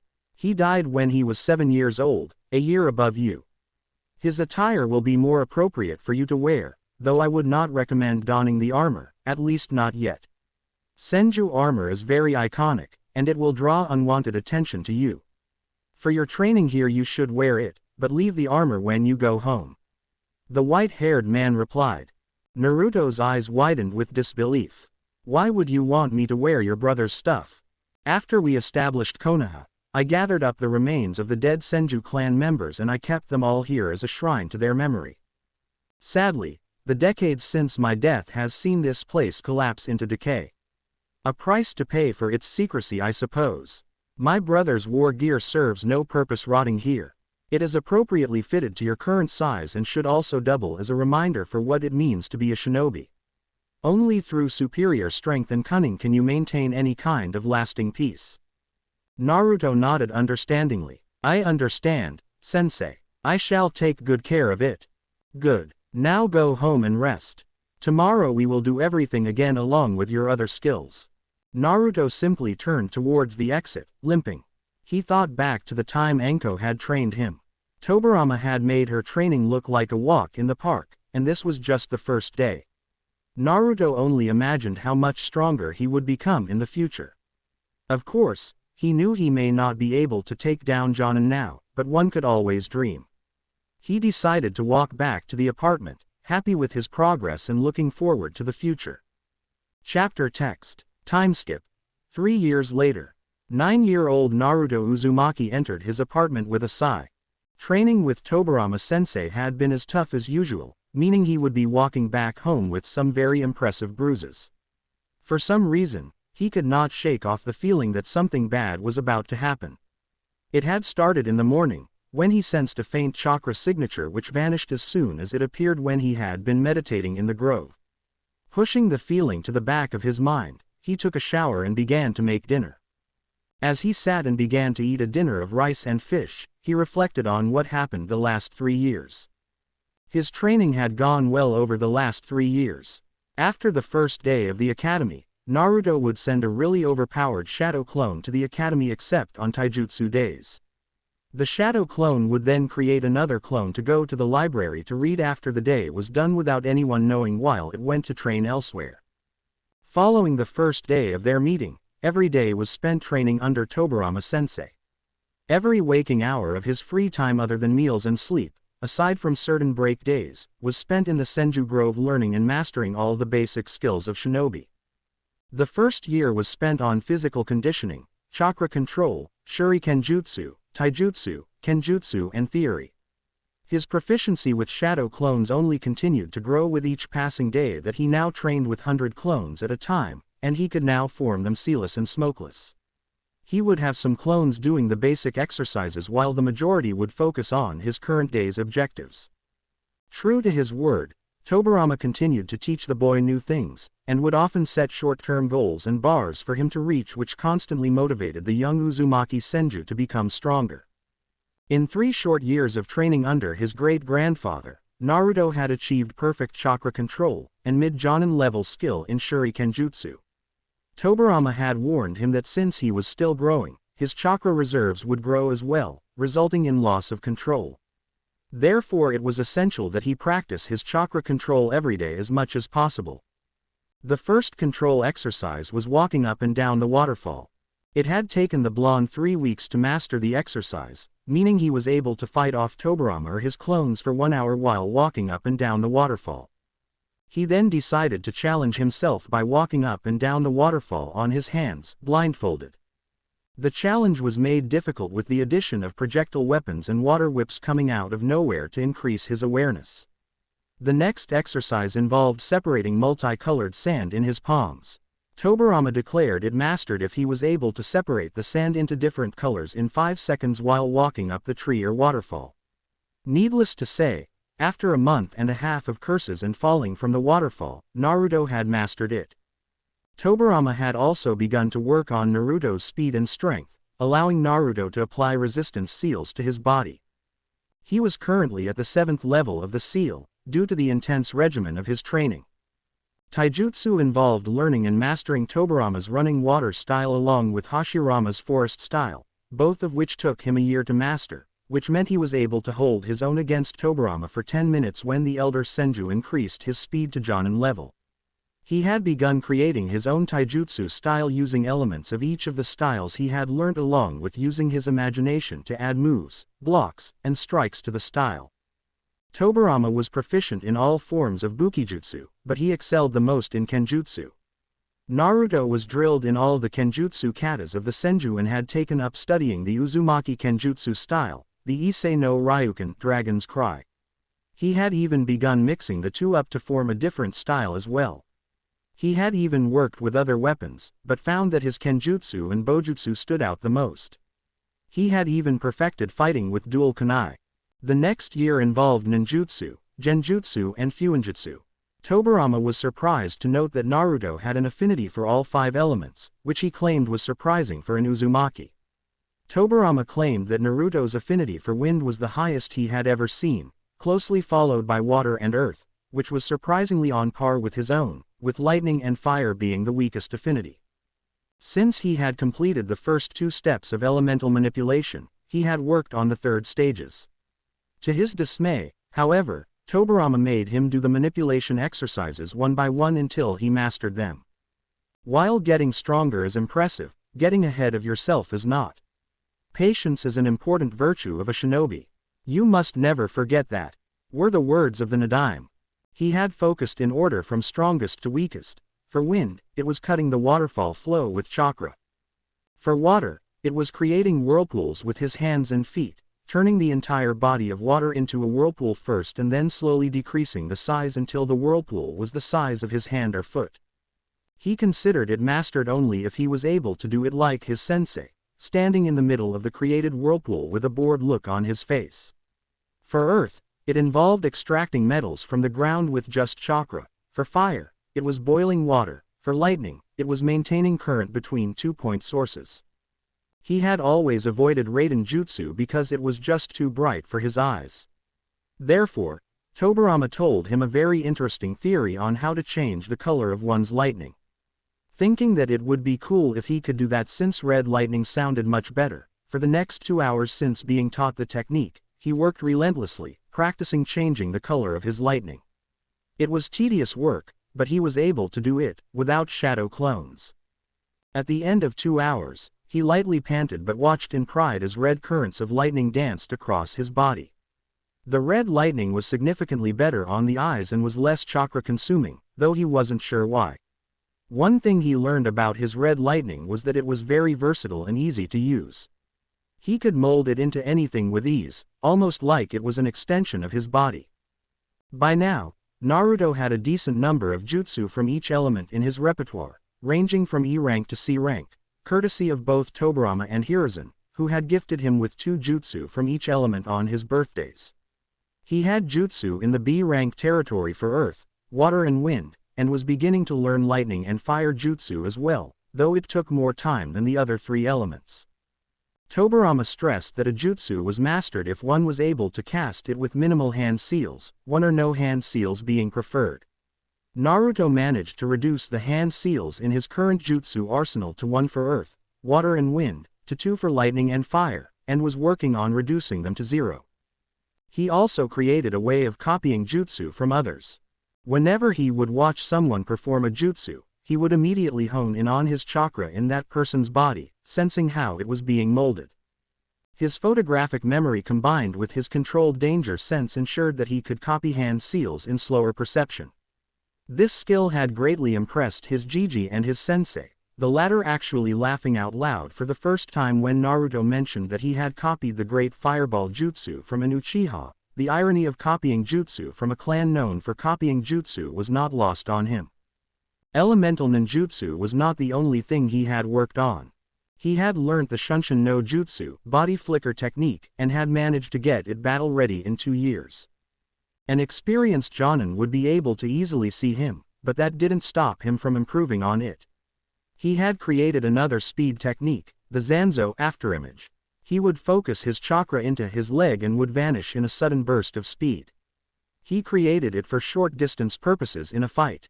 He was probably at high genin to low chunin speeds, counting with the resistance seals on. His sensory abilities had been perfected over the course of 3 years. He had help from Tobirama, who made him study his scrolls on sensing, which Hiruzen had lent Naruto. The more he read them, the more he was convinced that his great-grandfather's genius was on another level. He had developed his own sensing techniques, which Naruto eagerly learned. Naruto by now could easily detect when someone lied to him, and he had also perfected his negative emotions sensing ability as well. He was currently working on sensing nature affinities, something Tobirama mentioned that could be done by the first Hokage. He was able to, but only if he concentrated hard enough. He was trying to make it second nature to him. All this was refined with Tobirama's help, and a lot of water whips. Tobirama had admitted that his genjutsu repertoire, while impressive, was limited compared to his wife's, but had helped him in detecting and dispelling genjutsu. He had confirmed that his sensory abilities helped in detecting and dispelling genjutsu. He was able to perfect the Magen, Jigoku Kuka no Jutsu, demonic illusion, descending hell technique, and had started working on some others, but was still struggling with them. For some reason, he was able to cast the Kukuangyo no Jutsu, bringer of darkness technique, easier than most. Tobirama had talked about his wife, Taka Senju, and her mastery in the art, and gave Naruto his blessing to access the Senju library in order to find out more about it. He helped Naruto with his yin release despite his limited genjutsu knowledge, incorporating meditation as a part of his training regime. Tobirama also drilled Naruto in history, geography, strategy, chakra theory as well as other subjects that would be needed in the future, mostly covering topics that were important while he was alive. He wasn't able to talk about the wars and the Sandame's and Yondaime's reign due to not being alive, but that was rectified with Naruto's visits to the library and the academy. He had also talked about the various clans and their specialties, both in Konoha and outside, which Naruto had taken quite an interest in. Tobirama had talked extensively about the Uchiha clan, citing his wariness of them and how they had fought extensively before the formation of Konoha. He had even talked about the various Kekkei Genkai, but mostly talked about the Sharingan and its abilities, including its highest level, the Eternal Mangekyo Sharingan, and how it was obtained.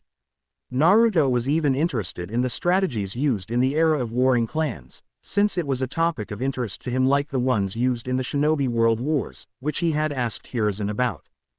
They had also worked on stealth, infiltration and information gathering. Tobirama would make Naruto sneak into various establishments and remain for hours on end without getting caught.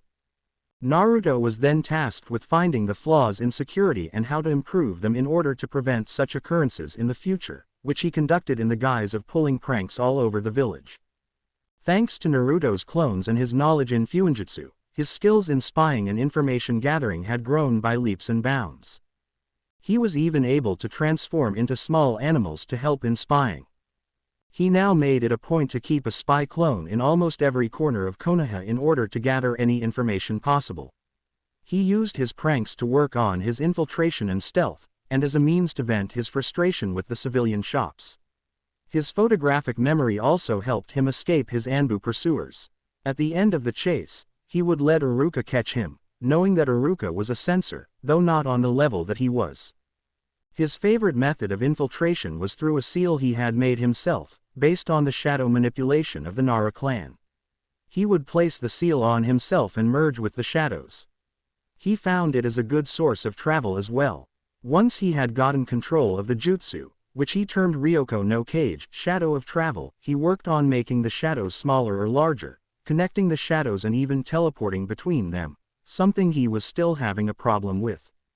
Naruto came to know a lot about the man known as the Nadaime Hokage of Konohagakure.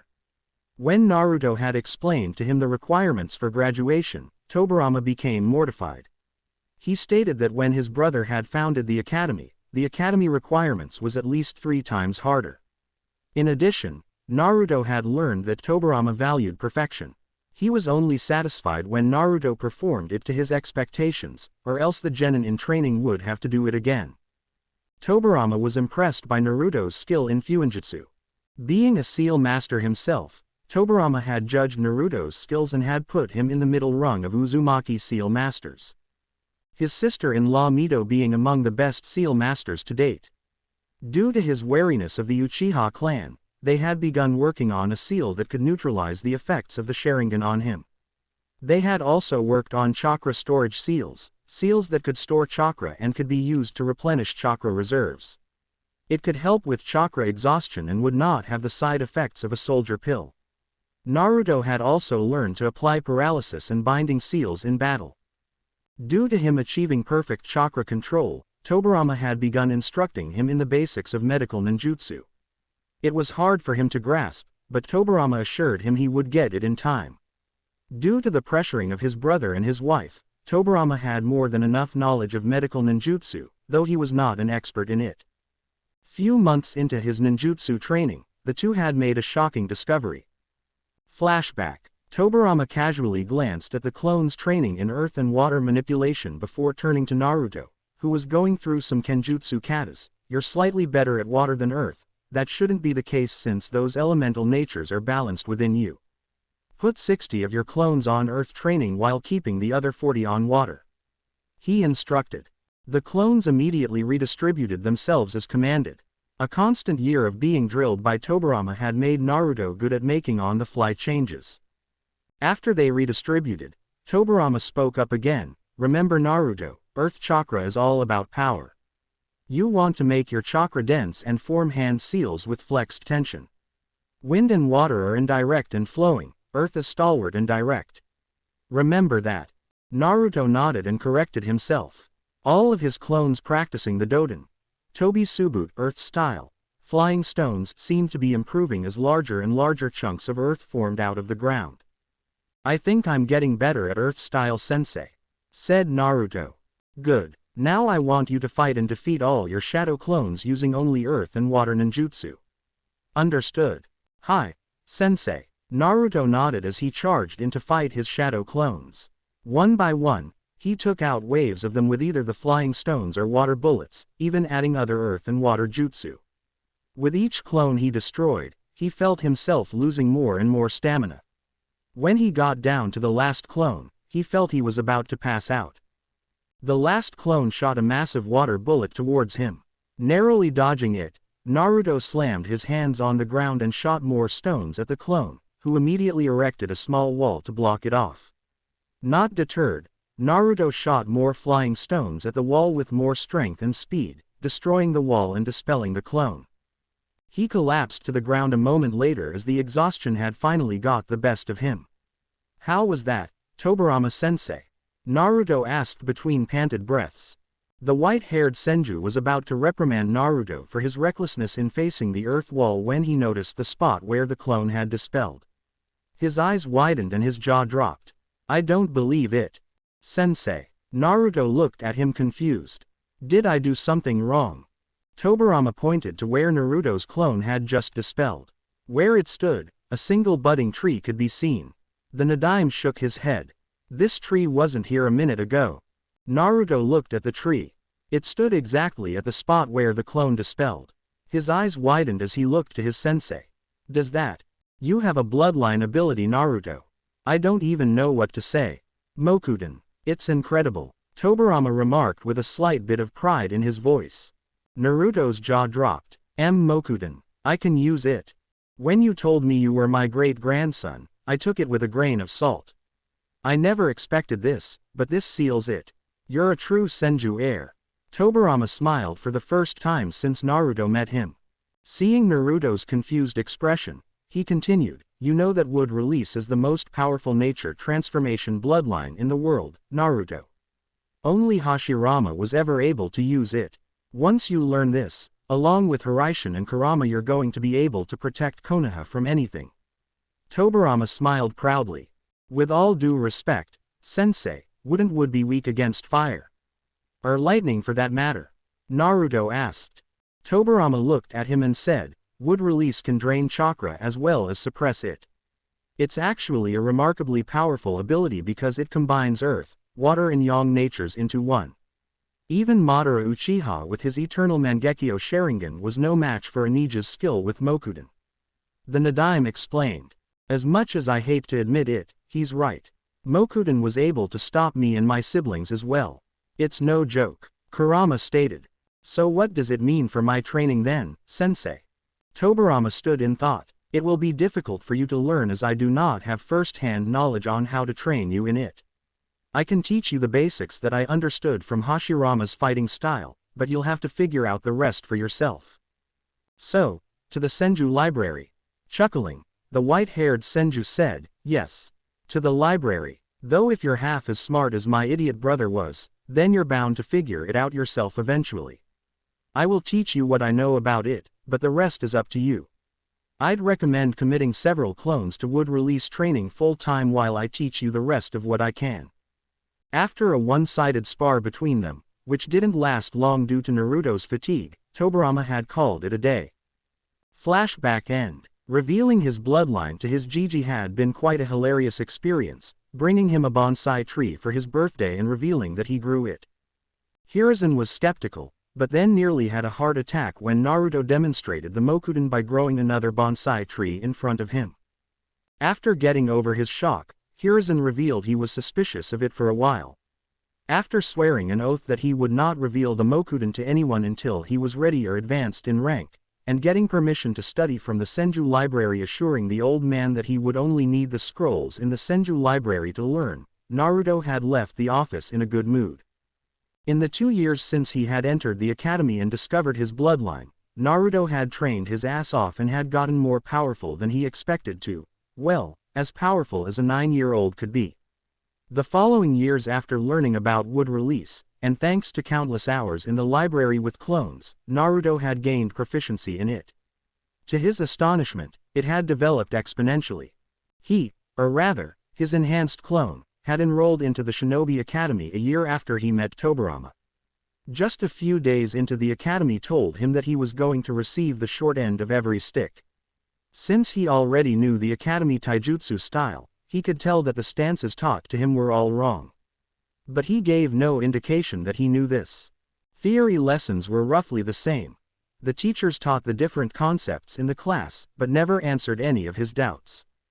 Instead, they tried to sabotage him by sending him out of the class for disrupting the peace. Little did they know that he would keep a transformed clone when he was sent out of class. And being a genius had its perks. He would create a clone that would sneak into the archive library in the academy and read up the books on the various shinobi arts, especially ninjutsu, fuinjutsu and kenjutsu. He would even read up the curriculum that was followed in war times. He had decided to put on the persona of a loud, knuckle-headed idiot, in order for the teachers and the civilian council to keep underestimating him. What they didn't know was that there would be dozens of Naruto clones training back in their beloved Yondaime's backyard. On the bright side, he made a few friends. Friends that he could actually count on. Hinata Hyuga of the Hyuga clan was the first friend he made. After he had saved her from the bullies, they had met in the academy, where he found that they were in the same class. She was incredibly shy and had confidence issues, but a warm and kind person to befriend. She did not push him aside like most of the other students. She spoke in stutters, which for some reason, seemed to intensify around him. Her face also would turn very red whenever he spoke to her and she fainted most of the times, which was why he let her do most of the talking.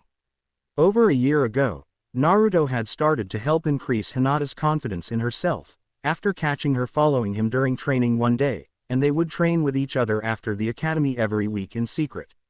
Hinata began to believe more in herself and was slowly starting to come out of her shell, much to her father's delight.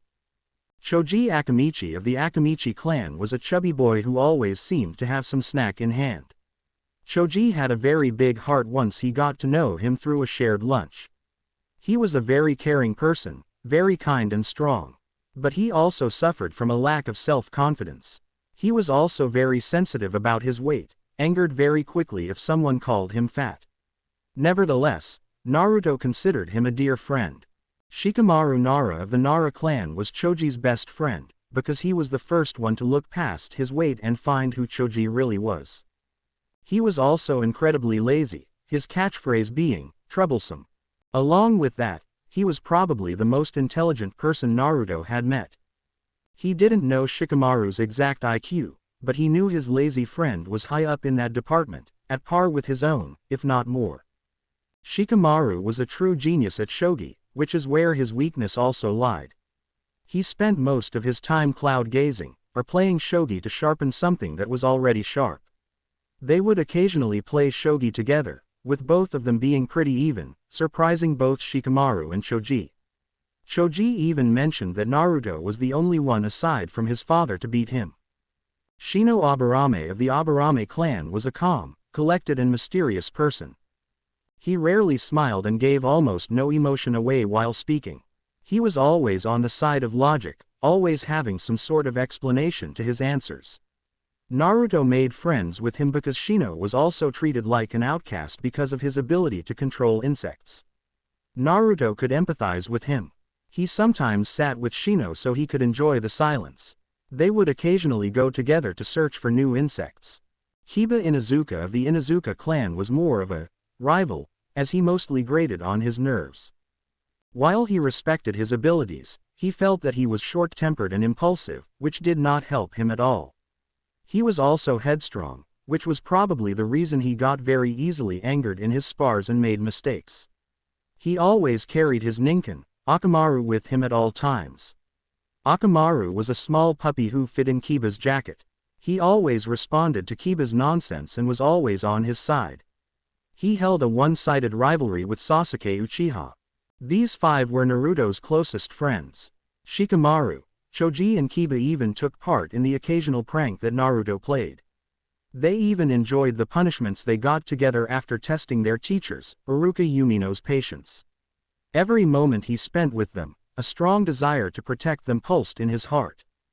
Ino Yamanaka of the Yamanaka clan was a very loud, outspoken girl, and a very devoted fangirl of Sasuke Uchiha.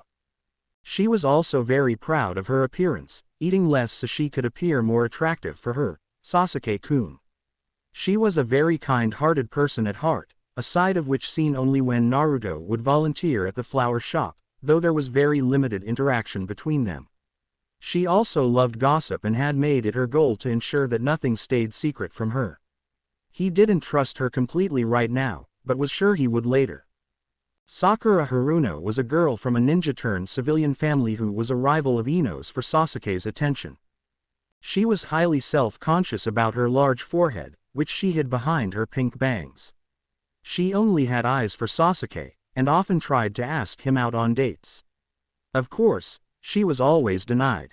But she had tried to immediately hit Naruto after every denial, believing it was his fault. Of course, Naruto never allowed her to hit him, but simply avoided her. There were times though, when he suspected she had split personality disorder. He didn't trust her at all. These people were the only ones worth acknowledging. The rest of them simply treated him like the rest of the village did. But there was one person who was closest to Naruto's heart out of all of them. Iruka Umino was his class instructor. He at first thought that Iruka was just like the others. But somewhere down the line, after an incident in the cemetery where Iruka had armed himself against Naruto after his prank, causing Naruto to vent some frustration, Iruka had felt ashamed of his behavior towards the boy, going so far as to apologize to him. He then started treating Naruto for who he was, instead of what he contained. He occasionally took Naruto to Ichiraku Ramen to eat his favorite dish and was very kind to him. Naruto always felt that Iruka was perhaps the only person who he felt a familial relationship with aside from the Sandaime and Anko. Sasuke Uchiha was, in the simplest terms, a class A douchebag. He always acted like he was Kami's greatest gift to mankind. In short, Naruto was stupefied at how arrogant Sasuke was. He always brooded in class, which somehow his fangirls perceived as cool. He had perhaps the strangest personalities Naruto had ever seen.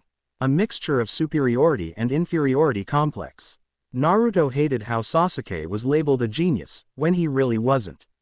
Genius was what Naruto would call the Yondaime, the Nadaime, Kakashi Hatake and Itachi Uchiha. Not Sasuke. Sasuke always evaluated new people that he met. If they were weaker than him, he would arrogantly disregard them, feeling that they would hold him back. If they were stronger, he would relentlessly try to surpass them, believing he should be their equal, if not stronger. This infuriated Naruto the most. He hated how Sasuke believed that he should have no equals. He knew how Sasuke's clan was massacred in a single night by the prodigy of the Uchiha clan, Itachi. No one knew why he had done it, and a small voice in his mind kept telling him something wasn't right about it, but it had left Sasuke deeply scarred. Naruto tried to befriend him at first, thinking that the lone boy could use a friend.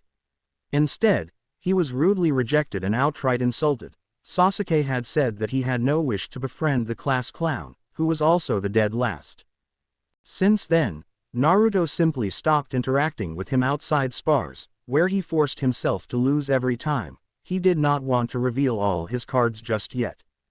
When Naruto had mentioned Sasuke Uchiha's general attitude and about the massacre, Tobirama was not surprised. After all, the Uchiha behaved similarly due to their precious eyes. He had been surprised when Naruto had told him about the massacre. He had guessed that Hiruzen was the one who oversaw the matter.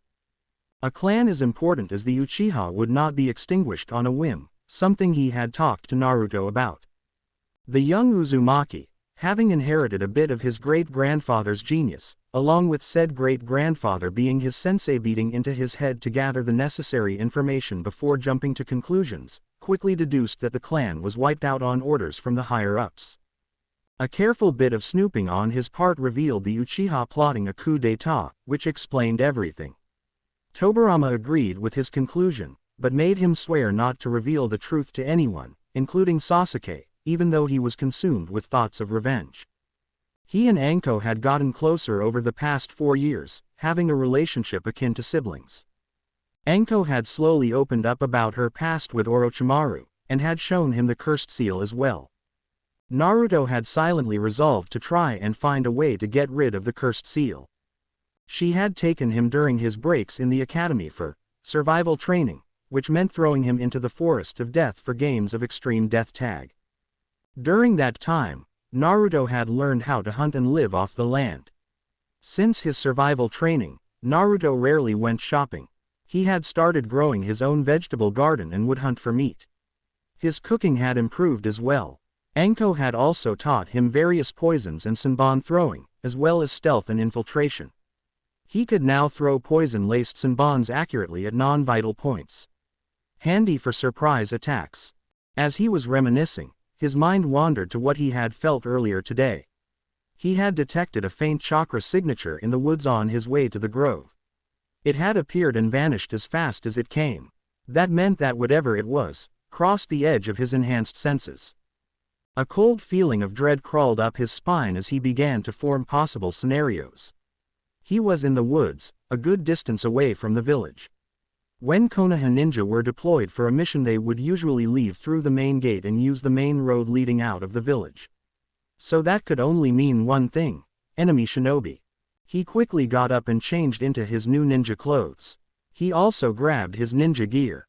He had to report to his Gigi immediately. Now wasn't the time for his stupidity act. Suddenly, he picked up a flurry of commotion thanks to his sensory skills. He looked out the window and saw a few Jonin dashing hurriedly across the rooftops, heading towards the Hokage Tower. I have a bad feeling about this. They probably have found out about the enemy ninja. But what could they be after? Remember your lessons from the water boy Senju, brat. Naruto had to stifle a laugh at the way Kurama referred to the Nadaime as water boy. He remembered the lesson Tobirama had taught him about confrontations. Never act impulsively. Gather the necessary information before taking action. Coming to a decision, Naruto pulled up the hood of his jacket and dashed toward the Hokage Tower. Earlier at the Hyuga compound, 9-year-old Hinata Hyuga walked to her room after dinner. She was exhausted. Her father had put her through a grueling training session earlier in the day where she had again lost to her sister, Hanabi. However, it was a narrow defeat. That did not stop Hiyashi from looking at her in disappointment. Hinata had silently shed tears on seeing that look until the image of a blonde-haired, blue-eyed boy cheered her up. Ever since the start of the academy, she and Naruto had become good friends. She had developed a crush on the blonde ever since he stopped and defeated the bullies picking on her. She would still remember how they played with each other after that. 1 year into the academy, he had caught her following him when he went to train, and instead of being repulsed, had asked her to join him. Since then, she was able to get to know him better since she was his first friend and likewise for her. They would sit together, have lunch together, and sometimes after school, they would go to one of the training grounds to work on their ninja skills. During their time together, Hinata would notice how the people looked at Naruto when they passed by on the street. She didn't know why the villagers treated him as such or why her father wanted her to keep away from him. The blonde boy was always so kind, encouraging and gentle, even if he was a bit stupid, and had a never-give-up attitude. She was confused as to why she heard some of the villagers refer to him as the demon. Naruto didn't seem to care though. He just shrugged it off and ignored the hateful looks thrown his way. She wished that she had that kind of self-confidence. Her friend always kept assuring her that one day, her father would see her as the great person she was. Hinata couldn't have asked for a better friend. If only he wasn't so mysterious sometimes. For instance, he portrayed himself as an idiot who couldn't listen in class and would play pranks on the villagers, often skipping class to do so. But she would be present when Naruto would play shogi with Shikamaru. She would notice Naruto's look, not one of goofiness, but a cold, calculating one. This was further proved when he would win against the lazy Nara sometimes. There was also another factor that only added to her friend's deepening mystery. They often trained and polished their skills after classes. They both trained in taijutsu and he taught her to hit multiple targets with shuriken and kunai. What was weird was that during practice sessions, Hinata would often hit most except for 2. Naruto never missed. His accuracy was perfect. When at the academy though, Hinata noticed that Naruto's form was sloppy and therefore failed to hit more than 4. The rest of the class laughed at him for it, but Hinata knew better. He missed those targets on purpose. What Hinata couldn't figure out was her friend's reason for hiding his true potential in front of the others. She tried asking him about it, but he was skilled in avoiding the subject and directing the flow of the conversation. He was a great friend, but sometimes she wished he would be more open to her about such things. She was so engrossed in her thoughts that she didn't notice a silent figure creep up behind her and deliver a sharp blow to her neck. It was too late as she went out like a light and crumpled to the floor. The figure picked her up and draped her over his shoulder, proceeding to make a hasty retreat. The mission was a success. Present. I have already dispatched all my Anbu and tracking squads for the search. Hiruzen informed a furious Hiashi Hyuga at the Hokage Tower. We will not rest until we find her. Who would do this, Hokage-sama? Hiashi demanded. Hiashi had been alerted that his daughter had been kidnapped an hour after finishing their supper. Her bodyguard Ko Hyuga had checked on her room and found it empty. He then used the Byakugan to locate her in the compound. When he couldn't see her chakra signature, he expanded his range and couldn't find any trace of her in the entire village. It was then that he reported this to Hiashi, and he immediately informed the Hokage. He may be disappointed in his daughter, but he still loved her nonetheless. It is troubling, Hiruzen admitted. Do not fret, Hiashi-san. All of our best trackers are out looking for your daughter Hinata. We will find her. Please excuse me, Hokage-sama, Hiashi stated. I will join the search as well. He stood to leave, accompanied by 2 clan members. Hiruzen sighed as he slumped back on his chair. He prayed that they find the girl soon. All the while, Naruto secretly listened in on the conversation from outside the office window. When he heard Hinata's name, he began to dash through the rooftops so fast that the next thing he knew was that he was already in the woods. He had released his seals, allowing him to run and move faster. He extended his senses and summoned 5 clones to search in different directions. Once a clone found the Hyuga heiress, its job would be to disperse and alert the location to the original. At that moment, Naruto didn't care about anything else. His only goal at present was to rescue his friend. Hang on, Hinata. After an hour of searching, Naruto detected a familiar chakra signature a few meters ahead of him. The chakra was Hinata's. Naruto was sure of it. He could also sense 3 suppressed chakra signatures as well. No doubt it belonged to the ones who kidnapped her. They were so skilled at hiding it that only an adept sensory ninja would be able to pick up their location. Mentally thanking Tobirama and Kurama for the sessions when they worked on his sensing, Naruto picked up his pace. They were a good distance from the village now. Thanks to his studies in geography and given the speed in which they were traveling, he could assume they were getting close to the border of Hino Kuni. Land of Fire. Naruto suppressed his own chakra signature to avoid detection. Right now he was able to get a good look at the assailants, while remaining at a safe distance. 3 shinobi, with at least high Chunin chakra levels, wearing the insignia of Kumogakure, Hidden Cloud Village, sat around the campfire in a small clearing. The light from the campfire showed him that the headbands were slashed, indicating them to be missing nin. He tried using his enhanced hearing to eavesdrop into the conversation. Gonna be heroes. Raikage-sama won't have a choice but to accept us back into the village. We wouldn't have been able to get in without help though. Thank Kami we had enough money to convince him. Yeah, whatever. We have the Byakugan now. I'll keep watch. You 2 take rest. We'll meet up with the boss shortly. Quote. Naruto's eyes narrowed. It seems we have a traitor in our midst. This was an inside job. And there's one more person who's apparently the boss. The other 2 nodded and headed back to the tents. Naruto had never been so thankful for his insane stamina. It was clear the 3 shinobi were exhausted, and he was only slightly winded. When you get the upper hand, press it to the limit. The next course of action would be to attack them now while they were resting. He would need to distract them first. They were probably on edge, expecting to be attacked at any moment from Leaf Ninja. They needed to think that there are more enemies than there really was. Deception is one of the most valuable assets of a ninja. Another thing he didn't want to do is to turn the situation into a long drawn-out fight.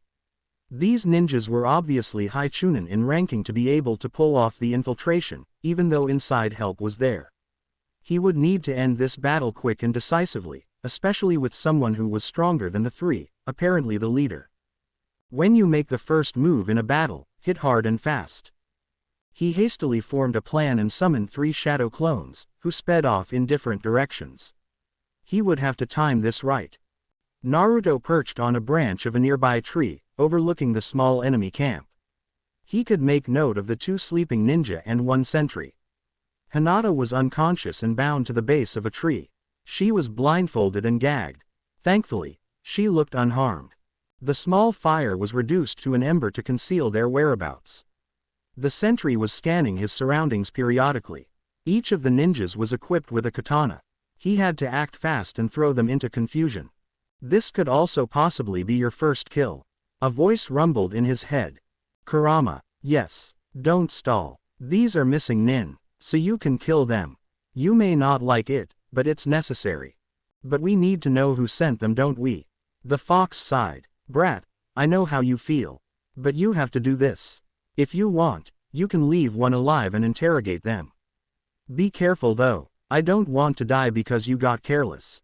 The blonde steeled himself and nodded. He had to do what was necessary to protect his precious people, even if he didn't like it. He figured his clones were in their respective positions by now and imitated a bird call to signal them. Right on cue, a dozen shuriken launched from some bushes and the ninja on watch barely managed to deflect them. Wasting no time, Naruto quickly added wind chakra to his shuriken and threw them at the sentry before clapping his hands together and extending them forward. Fuden. Repusho. Wind style. Gale palm, he whispered.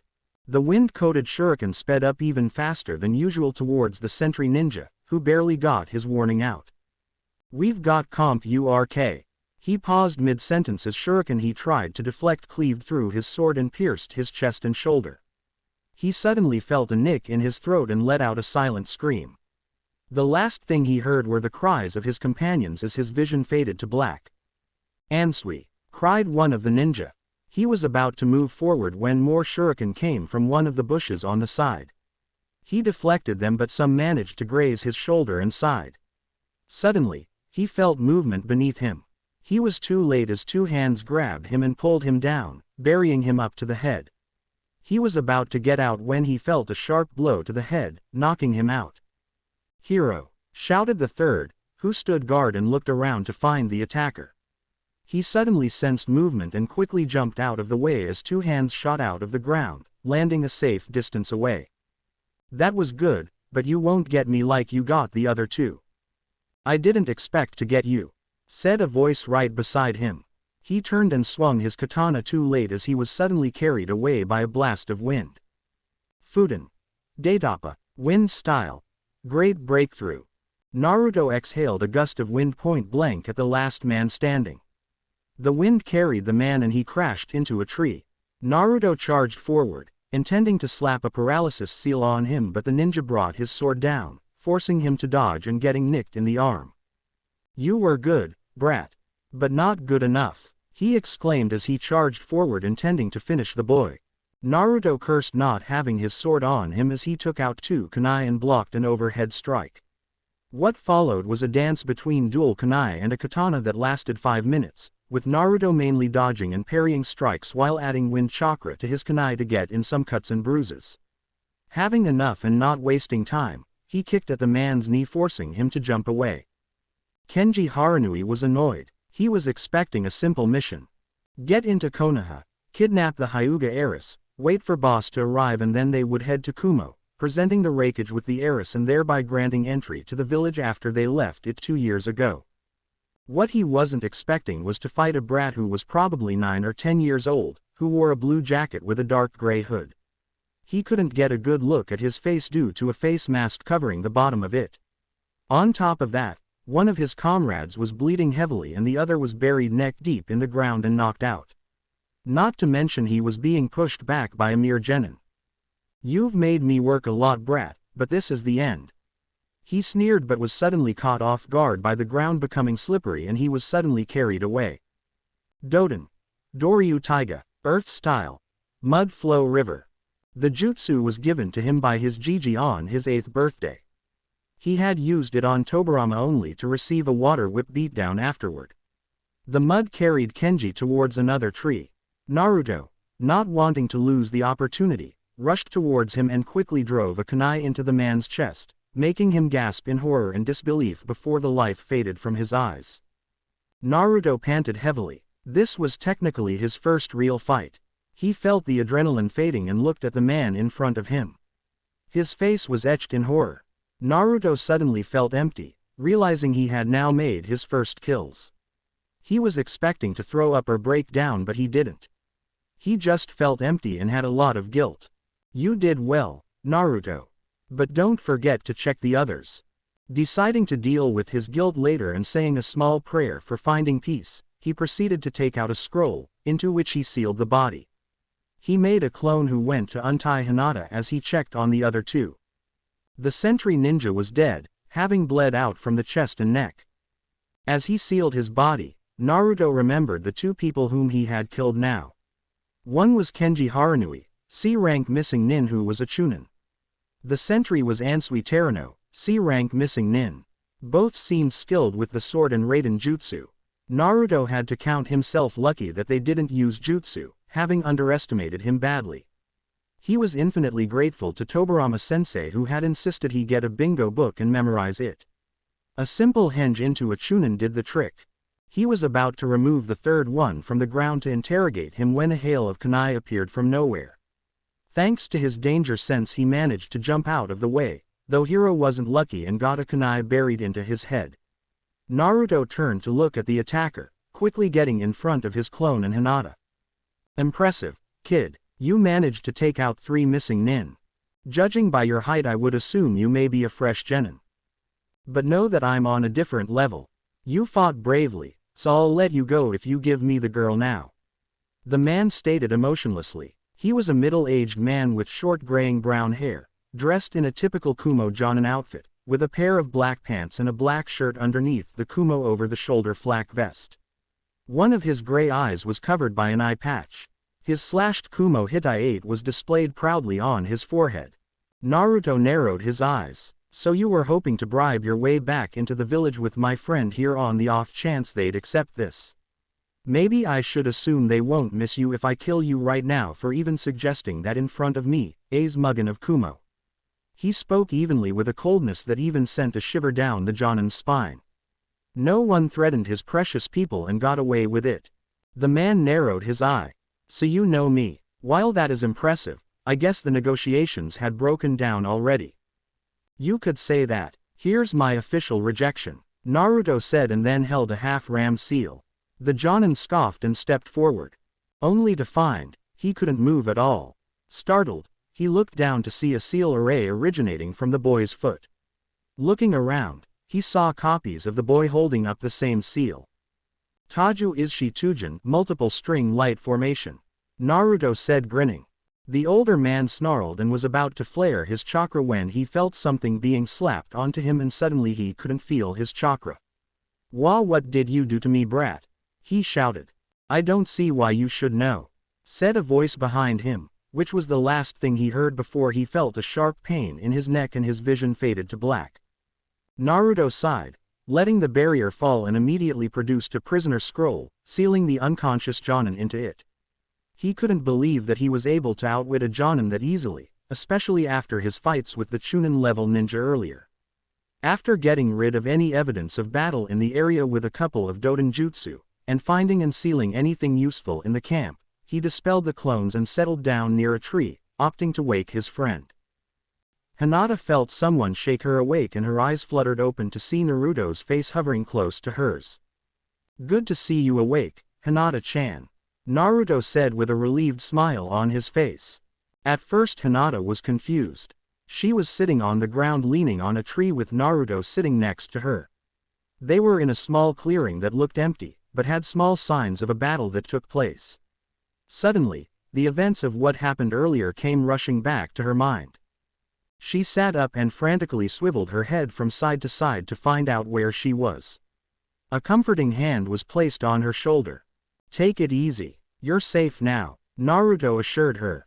The Hyuga heiress turned her attention to the blonde and noticed that something was different about him. He wasn't wearing his normal orange jumpsuit. Instead he was wearing a navy blue jacket with a gray hood over a black shirt with sleeves up to the elbows, and black pants. He also looked tired. She glanced around the clearing and then back at Naruto. Another realization dawned on her. You gave me a real scare, Hinata-chan. When I found out you were kidnapped, Naruto wasn't able to finish his sentence because Hinata had engulfed him in a tight hug.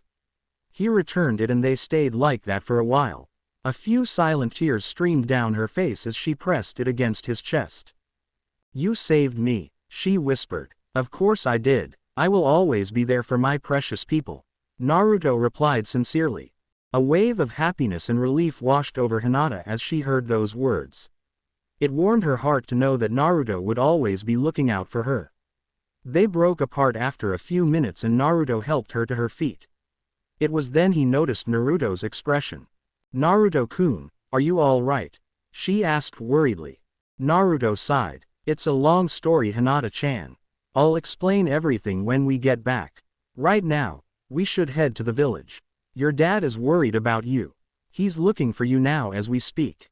Really? My father's looking for me. In all her life she had never received single compliment from the man.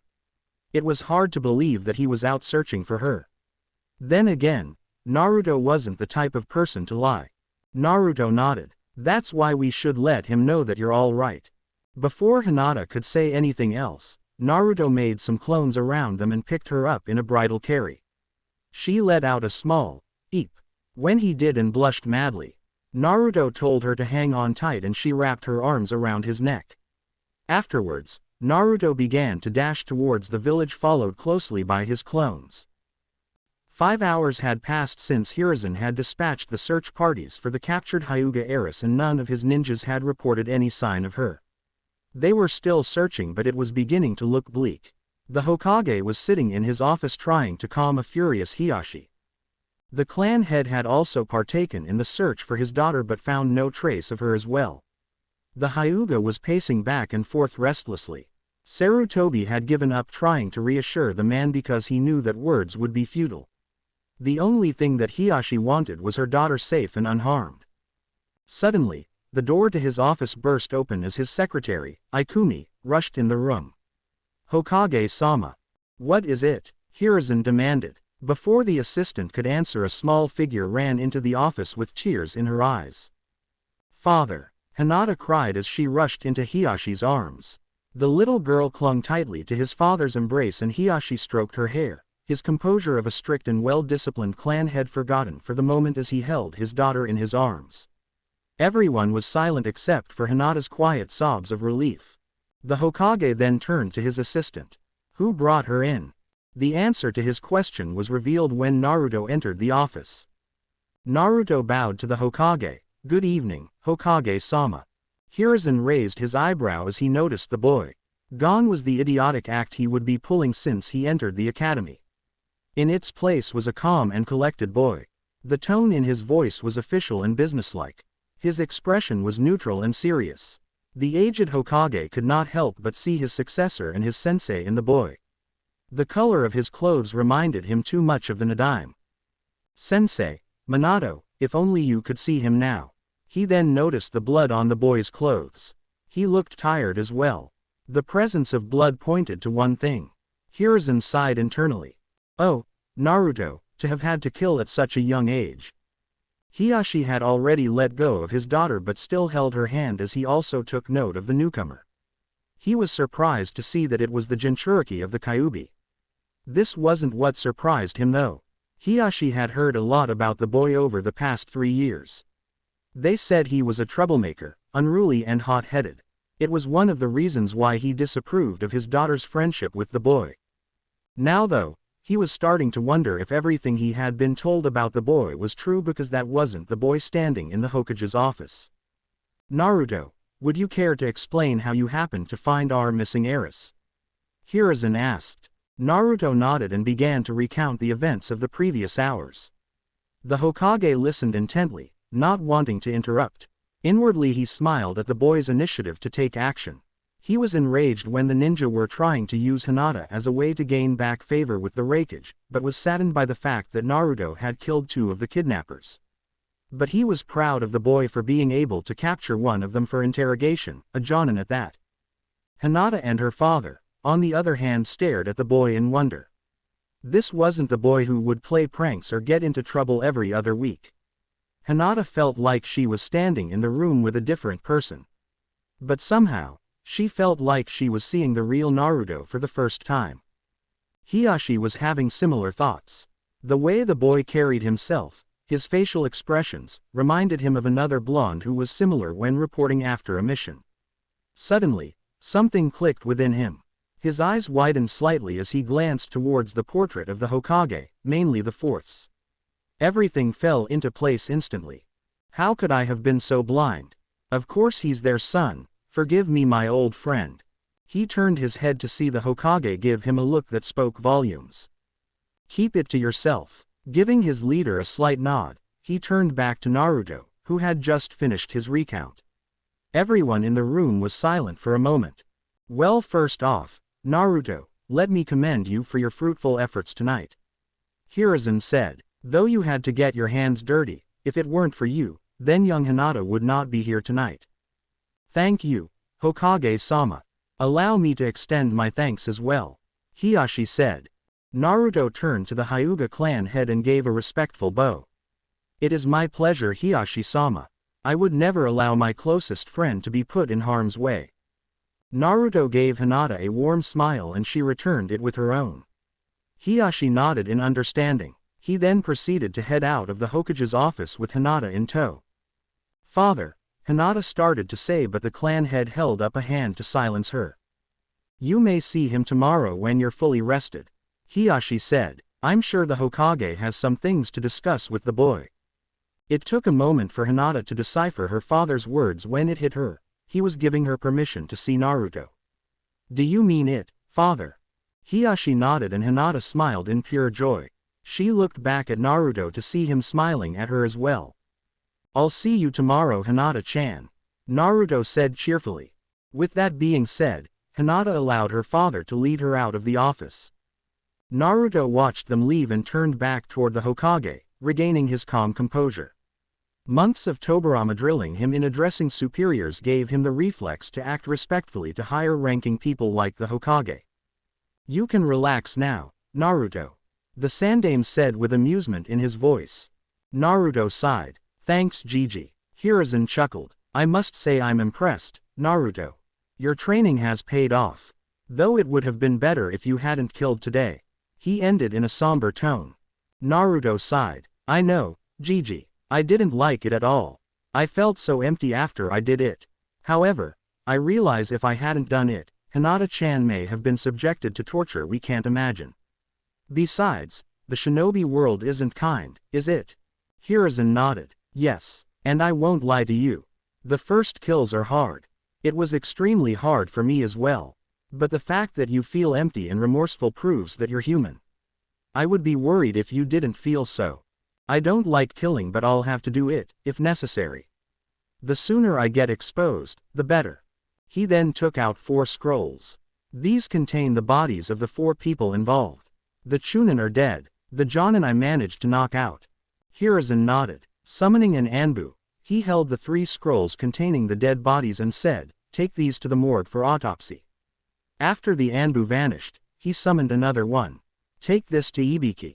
Tell him to treat it as a high priority. After the Anbu vanished, Naruto spoke up. There could be a security breach, Gigi. Hiruzen frowned. I'm afraid you're right, Naruto-kun. I'll have to increase the patrols. Naruto smirked. Good. Even more reason for pranks. Do you have to go so far, Naruto? The Hokage deadpanned. Naruto shrugged. Well, someone has to give them a workout. Consider it awareness training. Hiruzen laughed while the Anbu in the room groaned. That may be so, Naruto. If that is all, you're dismissed. Good night. Night, Gigi. Hiruzen watched the blonde leave with a smile. He looked up at the portraits of the previous Hokages. Sensei, Minato, he's going to be a fine shinobi someday. He looked back at his table and slumped. Damn paperwork. Oh, screw it. I'm turning in. You all can leave. He along with the Anbu vanished in puffs of smoke. So how do you feel now about your first kill? Naruto sighed. He had come to the Senju Grove the morning after and relayed to Tobirama the events of the night before. Tobirama listened intently with a frown on his face. The question asked by the elder Senju caught his attention. I feel better now after talking to you and Sandaime-sama. The guilt is there but lessened to a degree. The fact that I may have saved Hinata from unimaginable torture also helps in alleviating the guilt. Tobirama nodded. Good. The first kill is always hard. There are times when we as shinobi have to make choices. Some good, some bad. Those choices make us who we are. Sometimes we have to shed blood for the protection of the village and those close to us. Know that every time you shed blood on behalf of the village and those close to us live to see another day. Now let us begin. Naruto nodded and made 100 clones, who split into groups of 20 to focus on Nin, Gen, Tai, Ken and Fuinjutsu. Tobirama made 5 to watch over them and monitored the real Naruto as he went about his physical exercises, the most recent one including climbing the cliff present in the grove with just one hand. Tobirama now felt that Naruto was ready for the 4th step of water manipulation. It was purely his own creation as it allowed him to use water techniques even without a nearby water source. My student, you have come quite far in your training and now it is time to pass on the first part of my legacy. Follow me please. Naruto nodded as he watched Tobirama step into the water and walk casually towards the waterfall. As I explained to you, water is an abundant element of nature. You are able to find it in almost every place you look. Suidan ninjutsu divides in 2 types of techniques, the ones where you use the water within your body and the ones you use outside your body. A true master of Suidan ninjutsu, however, does not need to rely on any nearby water source and I shall pass on this knowledge to you, so that it may once more benefit the village. Naruto nodded as the man took a seat right below the waterfall. The heavy water bombarded the man's blue armor, but he did not appear to show any sign of discomfort. The 4th step to mastery is to learn how to use water ninjutsu by using the water molecules saturated in the air. The air molecules are composed mainly of 2 chemical substances, hydrogen and oxygen. Both these substances together form water molecules, which for a Suidan master is an unending source to be used. Now, come sit by my side and focus on your chakra. The boy did so and though he felt discomfort, he didn't show it. Close your eyes and spread your chakra through the entire lake around you. The key to this exercise is to become one with the very element. Naruto did as his sensei told and closed his eyes, attempting to ignore the discomfort. According to Tobirama, the water element was unlike all the other elements. Its nature was calm and serene, but any time and if used properly, it could become quite fearsome. It took a while but eventually Naruto got used to the waterfall bombarding his shoulder. In his mind, all he could think of was the deep sapphire color of the water he was sitting on. Tobirama looked at his great-grandson, student and smirked. The boy was ready to receive his legacy now. When Naruto opened his eyes, Tobirama could see himself in the boy's eyes. Like the water they were sitting on, Naruto needed to be calm and serene in nature, but perfectly capable of being quite fearsome when needed. You're now ready. Naruto nodded in determination. All right class, it's time for taijutsu practice. Iruka Yumino, the academy instructor, announced. Naruto joined the rest of the class as they gathered outside. The Chunin instructor began to arrange the matchups. The first to go were Ino and Sakura. The 2 girls stepped up to the circle, all the while glaring daggers at each other. You should just give up, forehead. Ino taunted. I'm the one who will win Sasuke-kun's heart. In your dreams, Ino pig. Sakura retorted. I'll be the one to have Sasuke-kun as a boyfriend. Iruka sighed as the 2 girls continued to bicker and raised his hand to start the match. Hajime. Begin. After 5 minutes the 2 girls went at it with the standard taijutsu but the match soon turned into a wrestling competition as the 2 girls continued arguing over who Sasuke likes more. Iruka put a stop to it immediately and called out the next pair. Shikamaru Nara vs Choji Akamichi. The 2 boys didn't even bother to exchange blows. They both forfeited much to Iruka's irritation.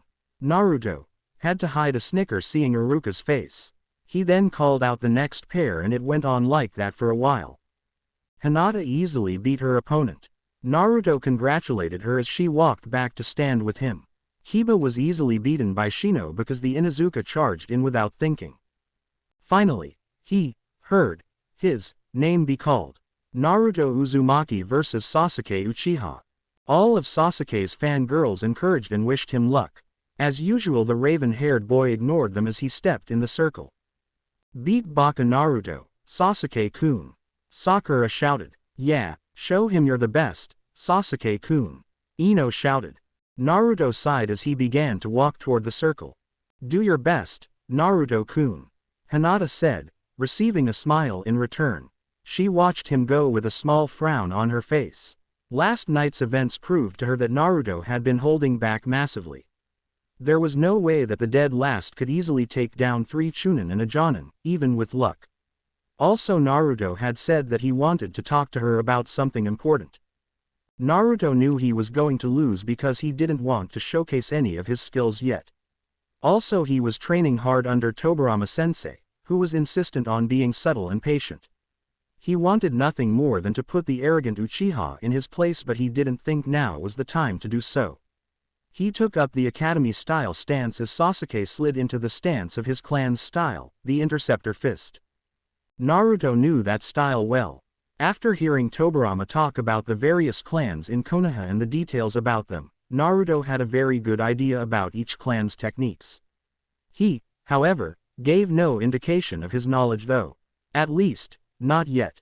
Iruka raised his hand before shouting, Hajime. The two boys faced each other for a moment before Sasuke charged in with his fist cocked back. He was intending to finish the match with one blow and Naruto would openly take the hit. But it didn't happen like that. Time slowed down for a moment and the instincts from his recent battle with the Cloud Ninjas became active. Instead of seeing Sasuke, he saw an enemy Jonin ready to take his head off. His instincts took over his will and in time resumed back to normal. Naruto sidestepped the punch that Sasuke threw at him. The blonde grabbed the other boy's wrist and using his momentum, threw him over his shoulder. Sasuke landed on his back outside the circle and everyone was stunned into silence. Damn it, he thought. Iruka dropped the clipboard in shock as he watched the match. It surprised him that Naruto was able to defeat the top student of the class in record time. Sasuke was in a similar state of surprise as he got back on his feet and turned towards his opponent. Naruto had beaten him effortlessly in one move. There was no way the dead last could have beaten him that easily. Naruto kept his face neutral, but inside he was desperately trying to think of a way to cover up his display of skill. Fortunately, Sakura came up with a plausible reason. That was a fluke. There's no way Sasuke-kun would lose. Sakura shouted. Naruto got lucky. Ino agreed. Yeah, Sasuke-kun can beat the dead last anytime he wants. Soon, most of the class believed the two and decided that it was indeed just a fluke. Sasuke soon recovered his snarky attitude and walked back into the building when Iruka-sensei announced the end of the sparring exercises. Naruto sighed in relief and was grateful for the quick save. Although, not everyone was fooled by the deception. Shikamaru frowned as he observed the blonde boy heading back inside with Hinata. He followed Choji inside while still in deep thought. In all of their sparring matches, Naruto was never able to land a decent hit on Sasuke, much less win against him. Yet only a while ago, he was able to easily defeat the top student in class. Sure, Naruto was smart. That he knew, after many games of shogi which the blonde had won, and he knew Naruto was stronger than he let on, but not strong enough to beat Sasuke. Troublesome, he thought, so that's his real self. After class, Naruto and Hinata decided to head to their usual training grounds for some practice. The place was empty so they had the whole space to themselves. He felt nervous, had brought Hinata here not to train but to explain to her why the villagers treated him like they did. He knew that she was always curious about it but Naruto never gave her a straight answer. Now, he decided that she deserved to know the truth. Naruto was nervous, but had forced himself to face any negative reaction. Still, he was afraid that when Hinata knew that the Kyuubi that attacked the village 10 years ago was sealed inside of him, she would stop being friends with him. Of course, Naruto wouldn't hold it against her if she ran away screaming from him. Nobody wanted to be friends with a monster anyway. He steeled himself and gathered all the courage he had. Flashing through hand signs, he set up a privacy barrier. What was that, Naruto-kun? Privacy barrier. Fuinjutsu is awesome. Naruto joked before he became serious. Hinata, I need to tell you something. Hinata immediately knew something was wrong. Naruto never addressed her with the affectionate chan suffix if it was something important and serious. She looked to her friend and found him with a neutral expression, but fidgeting slightly. A cold feeling of dread crawled up her spine as she waited for Naruto to speak. She envisioned him saying that he didn't want to be friends with her anymore. Her heart ached at the thought and she forced herself to choke down a sob. Well, it's a secret I found out about myself about an incident that happened 9 years ago. It's about why the villagers treated me like an outcast and a monster. Only the Hokage and a few others know about what I'm going to tell you because it's an S-rank secret. Hinata felt a huge amount of relief that Naruto didn't end their friendship like she thought he would, but on the other hand she was curious about what he was going to tell her. She had asked him many times about why the villagers looked at him with hatred and disgust every time he walked past them on the street, but he kept avoiding the topic. She finally gets to know the reason. Hinata, Naruto started slowly. You know about the Kyuubi attack 10 years ago and that the 4th Hokage saved the village by killing it, right? Yes, I remember, although Hinata didn't know why he mentioned it or where he was going with this. The Yondaime died killing the Kyuubi and was hailed as a hero. Naruto nodded but he couldn't meet Hinata's eyes. He took a deep breath. It was now or never. What are you trying to say, Naruto-kun? Hinata, the Yondaime didn't kill the Kyuubi that night. It is impossible to slay a Biju. They can only be sealed. Naruto said. The Yondaime couldn't kill the Kyuubi so he sealed him into a child to prevent further destruction and to ensure the safety of the village. At this point, Hinata had put 2 and 2 together and couldn't believe what she had just been told. She had her hands covering her mouth while tears were running freely down her face. The sadness she felt was overwhelming. Naruto continued, and so the boy became the new Jinchuriki for the Kyuubi. The Sandaime passed a law that forbade anyone to speak or mention it. The Jinchuriki was therefore shunned and hated by the rest of the villagers. He was always alone and only a few people actually treated him like a person. That's why I dreamed of becoming Hokage someday, so that everyone will see that I'm not a monster and be acknowledged as a great ninja. After he finished speaking, Naruto felt a pair of arms wrap around him in a tight embrace. Hinata pressed her face into his chest and sobbed quietly. The boy returned the hug and the two just held each other for a while. Naruto was grateful for her presence and felt as if a huge weight had been lifted off his shoulders. Hinata's sobs subsided a little bit after a few minutes and she just settled for basking in the warmth that her friend provided. She felt angry and sad about how Naruto had been treated all his life for something that was out of his control. She was ashamed of her village for causing her friend so much pain and suffering. And yet, despite his horrible and miserable childhood, Naruto was still able to hold on to his kind and caring nature. Instead of plotting revenge against those who wronged him, he wanted to become a ninja and protect them. Hinata's feelings towards the boy seemed to have deepened even more then.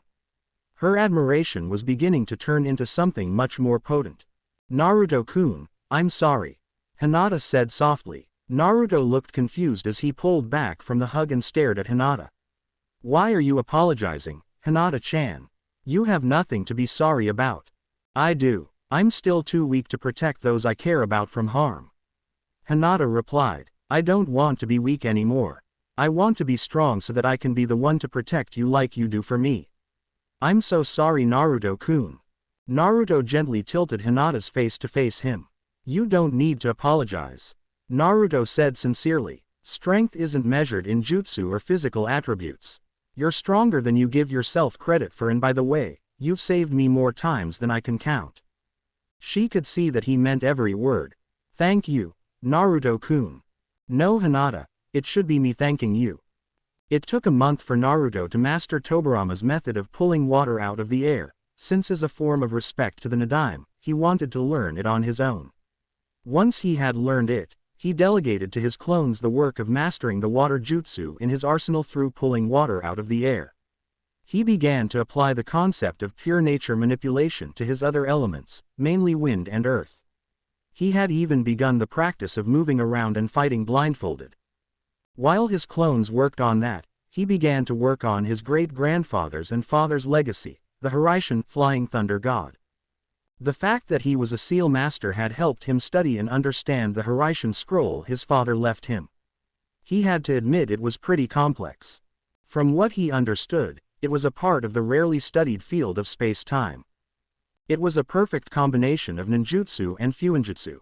His father had left him an astounding amount of chakra theory for him to recreate the jutsu. In summary, it was using fuinjutsu to create a temporary tear in space-time, traveling through it and appearing on the other end near instantly. It relied on the principle of teleportation. Once you enter the tear of space-time, your body is dispersed into millions of particles of chakra that reassembled just before you exited the space-time tear.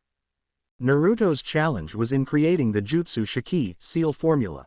Tobirama imprinted his kanji on any kunai he had, and his shiki was completely different from his father's. His father's famous kunai had only 5 kanji on it that he used very successfully. The scroll was enormous, even with his father's improved notes. He had to shorten it, just like his father and great-grandfather did, into 5 or 6 kanji.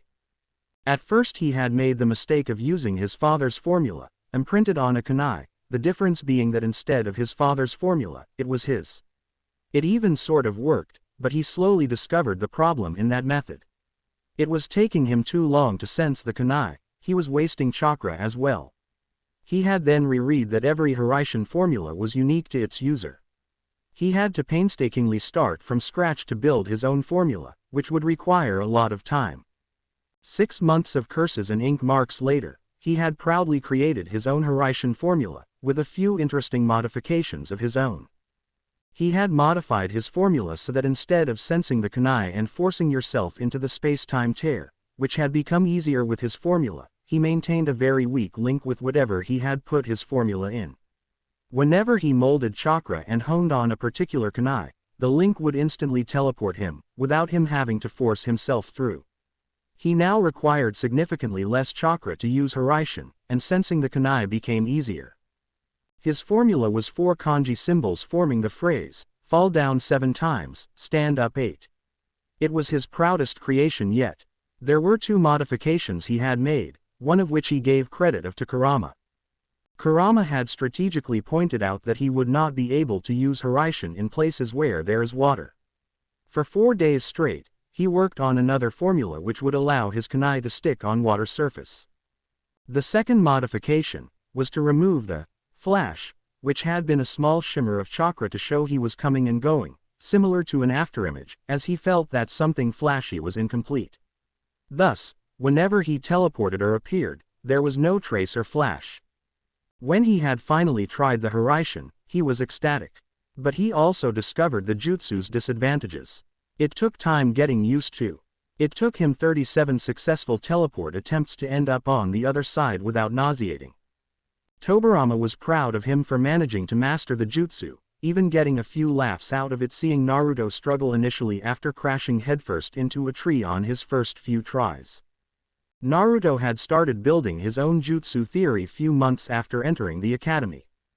It was slow, it required a lot of reading, testing and revisement, but he felt he was truly onto something. While most ninjutsu seemed to be of the elemental variety, it didn't explain the ninpu. The jutsu that were predicated on a specific element.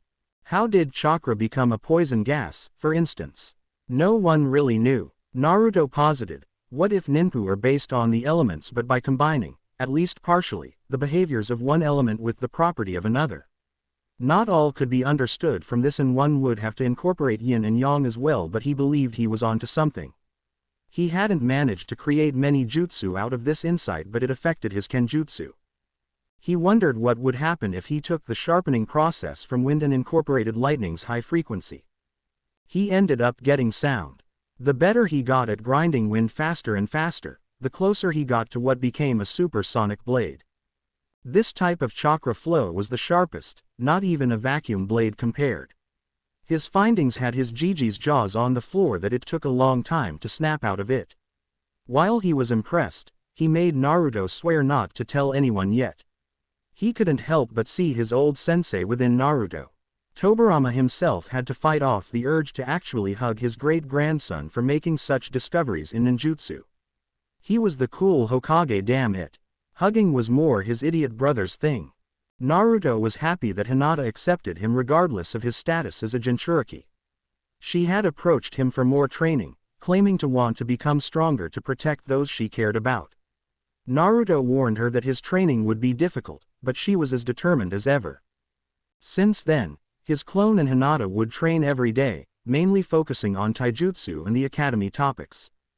Right now, Tobirama stood over the panting form of his great-grandson.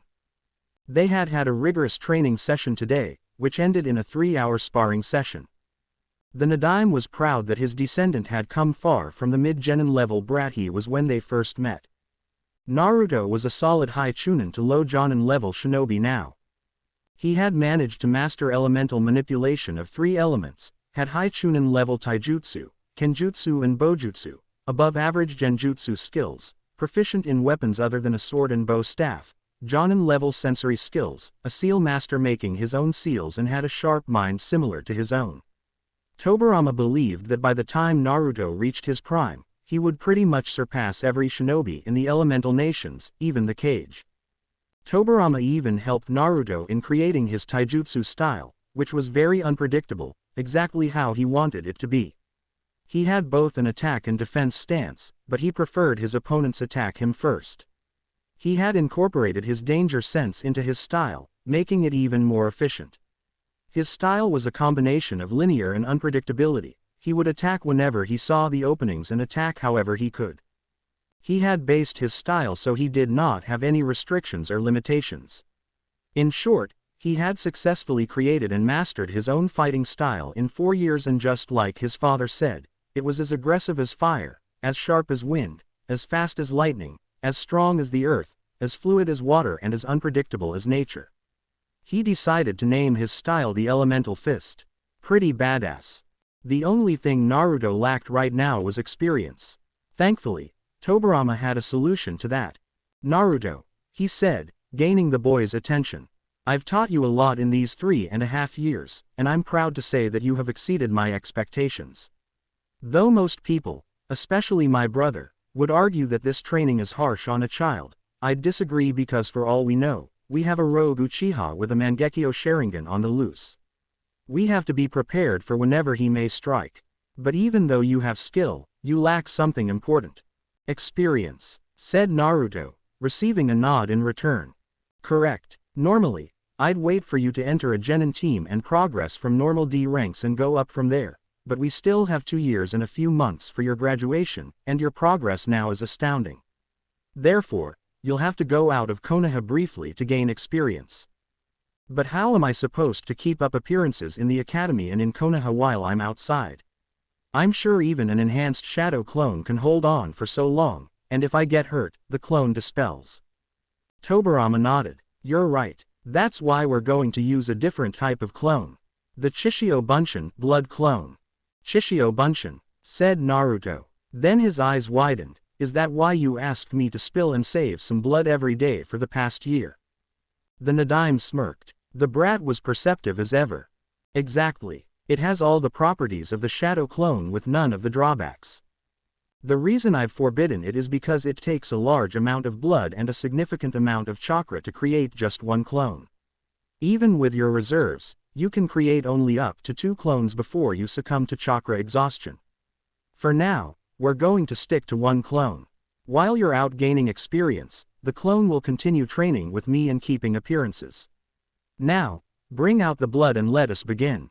Nodding, Naruto took out a scroll and, pushing chakra through it, unsealed a bucket filled with blood. After being shown the hand signs and using his sensory skills to see the amount of chakra used, he repeated the sequence of hand signs until he got them memorized and perfect. Performing the hand seals and putting the required amount of his and Kurama's chakra, he placed his hand into the bucket filled with thick, red blood and thought, "Chishio Bunshin no Jutsu." The blood within the bucket began to bubble, climbing into the air slowly. It looked like a person sticking their hand out of the red liquid. More and more soon came out. The bucket was knocked over as the blood took shape outside of it. 2 legs soon formed.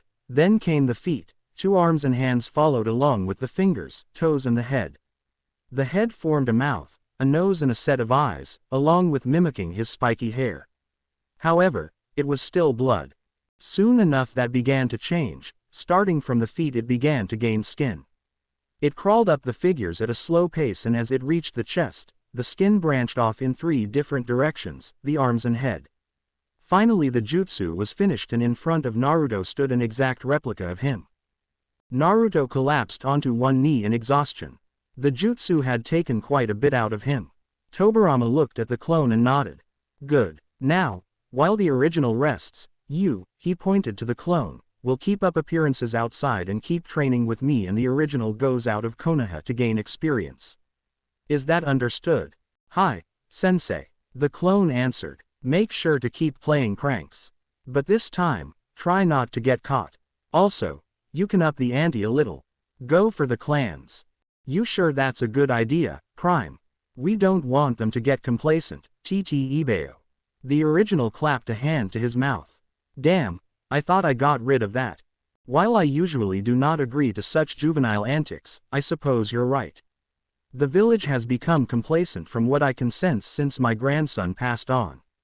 A good wake-up call would be in order.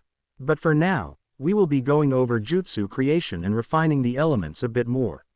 For now, start with increasing your sensory range. Move into the cave and begin. Hi sensei. When the clone disappeared, Tobirama turned to the original. Rest for a week, then head out at night without anyone noticing.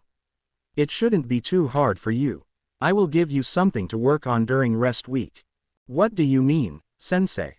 Hold still. It will only take a moment. At that moment, Tobirama made a few hand signs and then blurred in front of Naruto, pressing his index and middle fingers to his forehead. Placing 2 fingers to his own forehead, he uttered. Senju Haijutsu. Kinen Isoku, Senju Hidden Art, Memory Transfer. That was the last thing Naruto heard before he lost consciousness. To be continued. I hope you enjoyed this story. Also remember to subscribe and like this video. See you in the next video.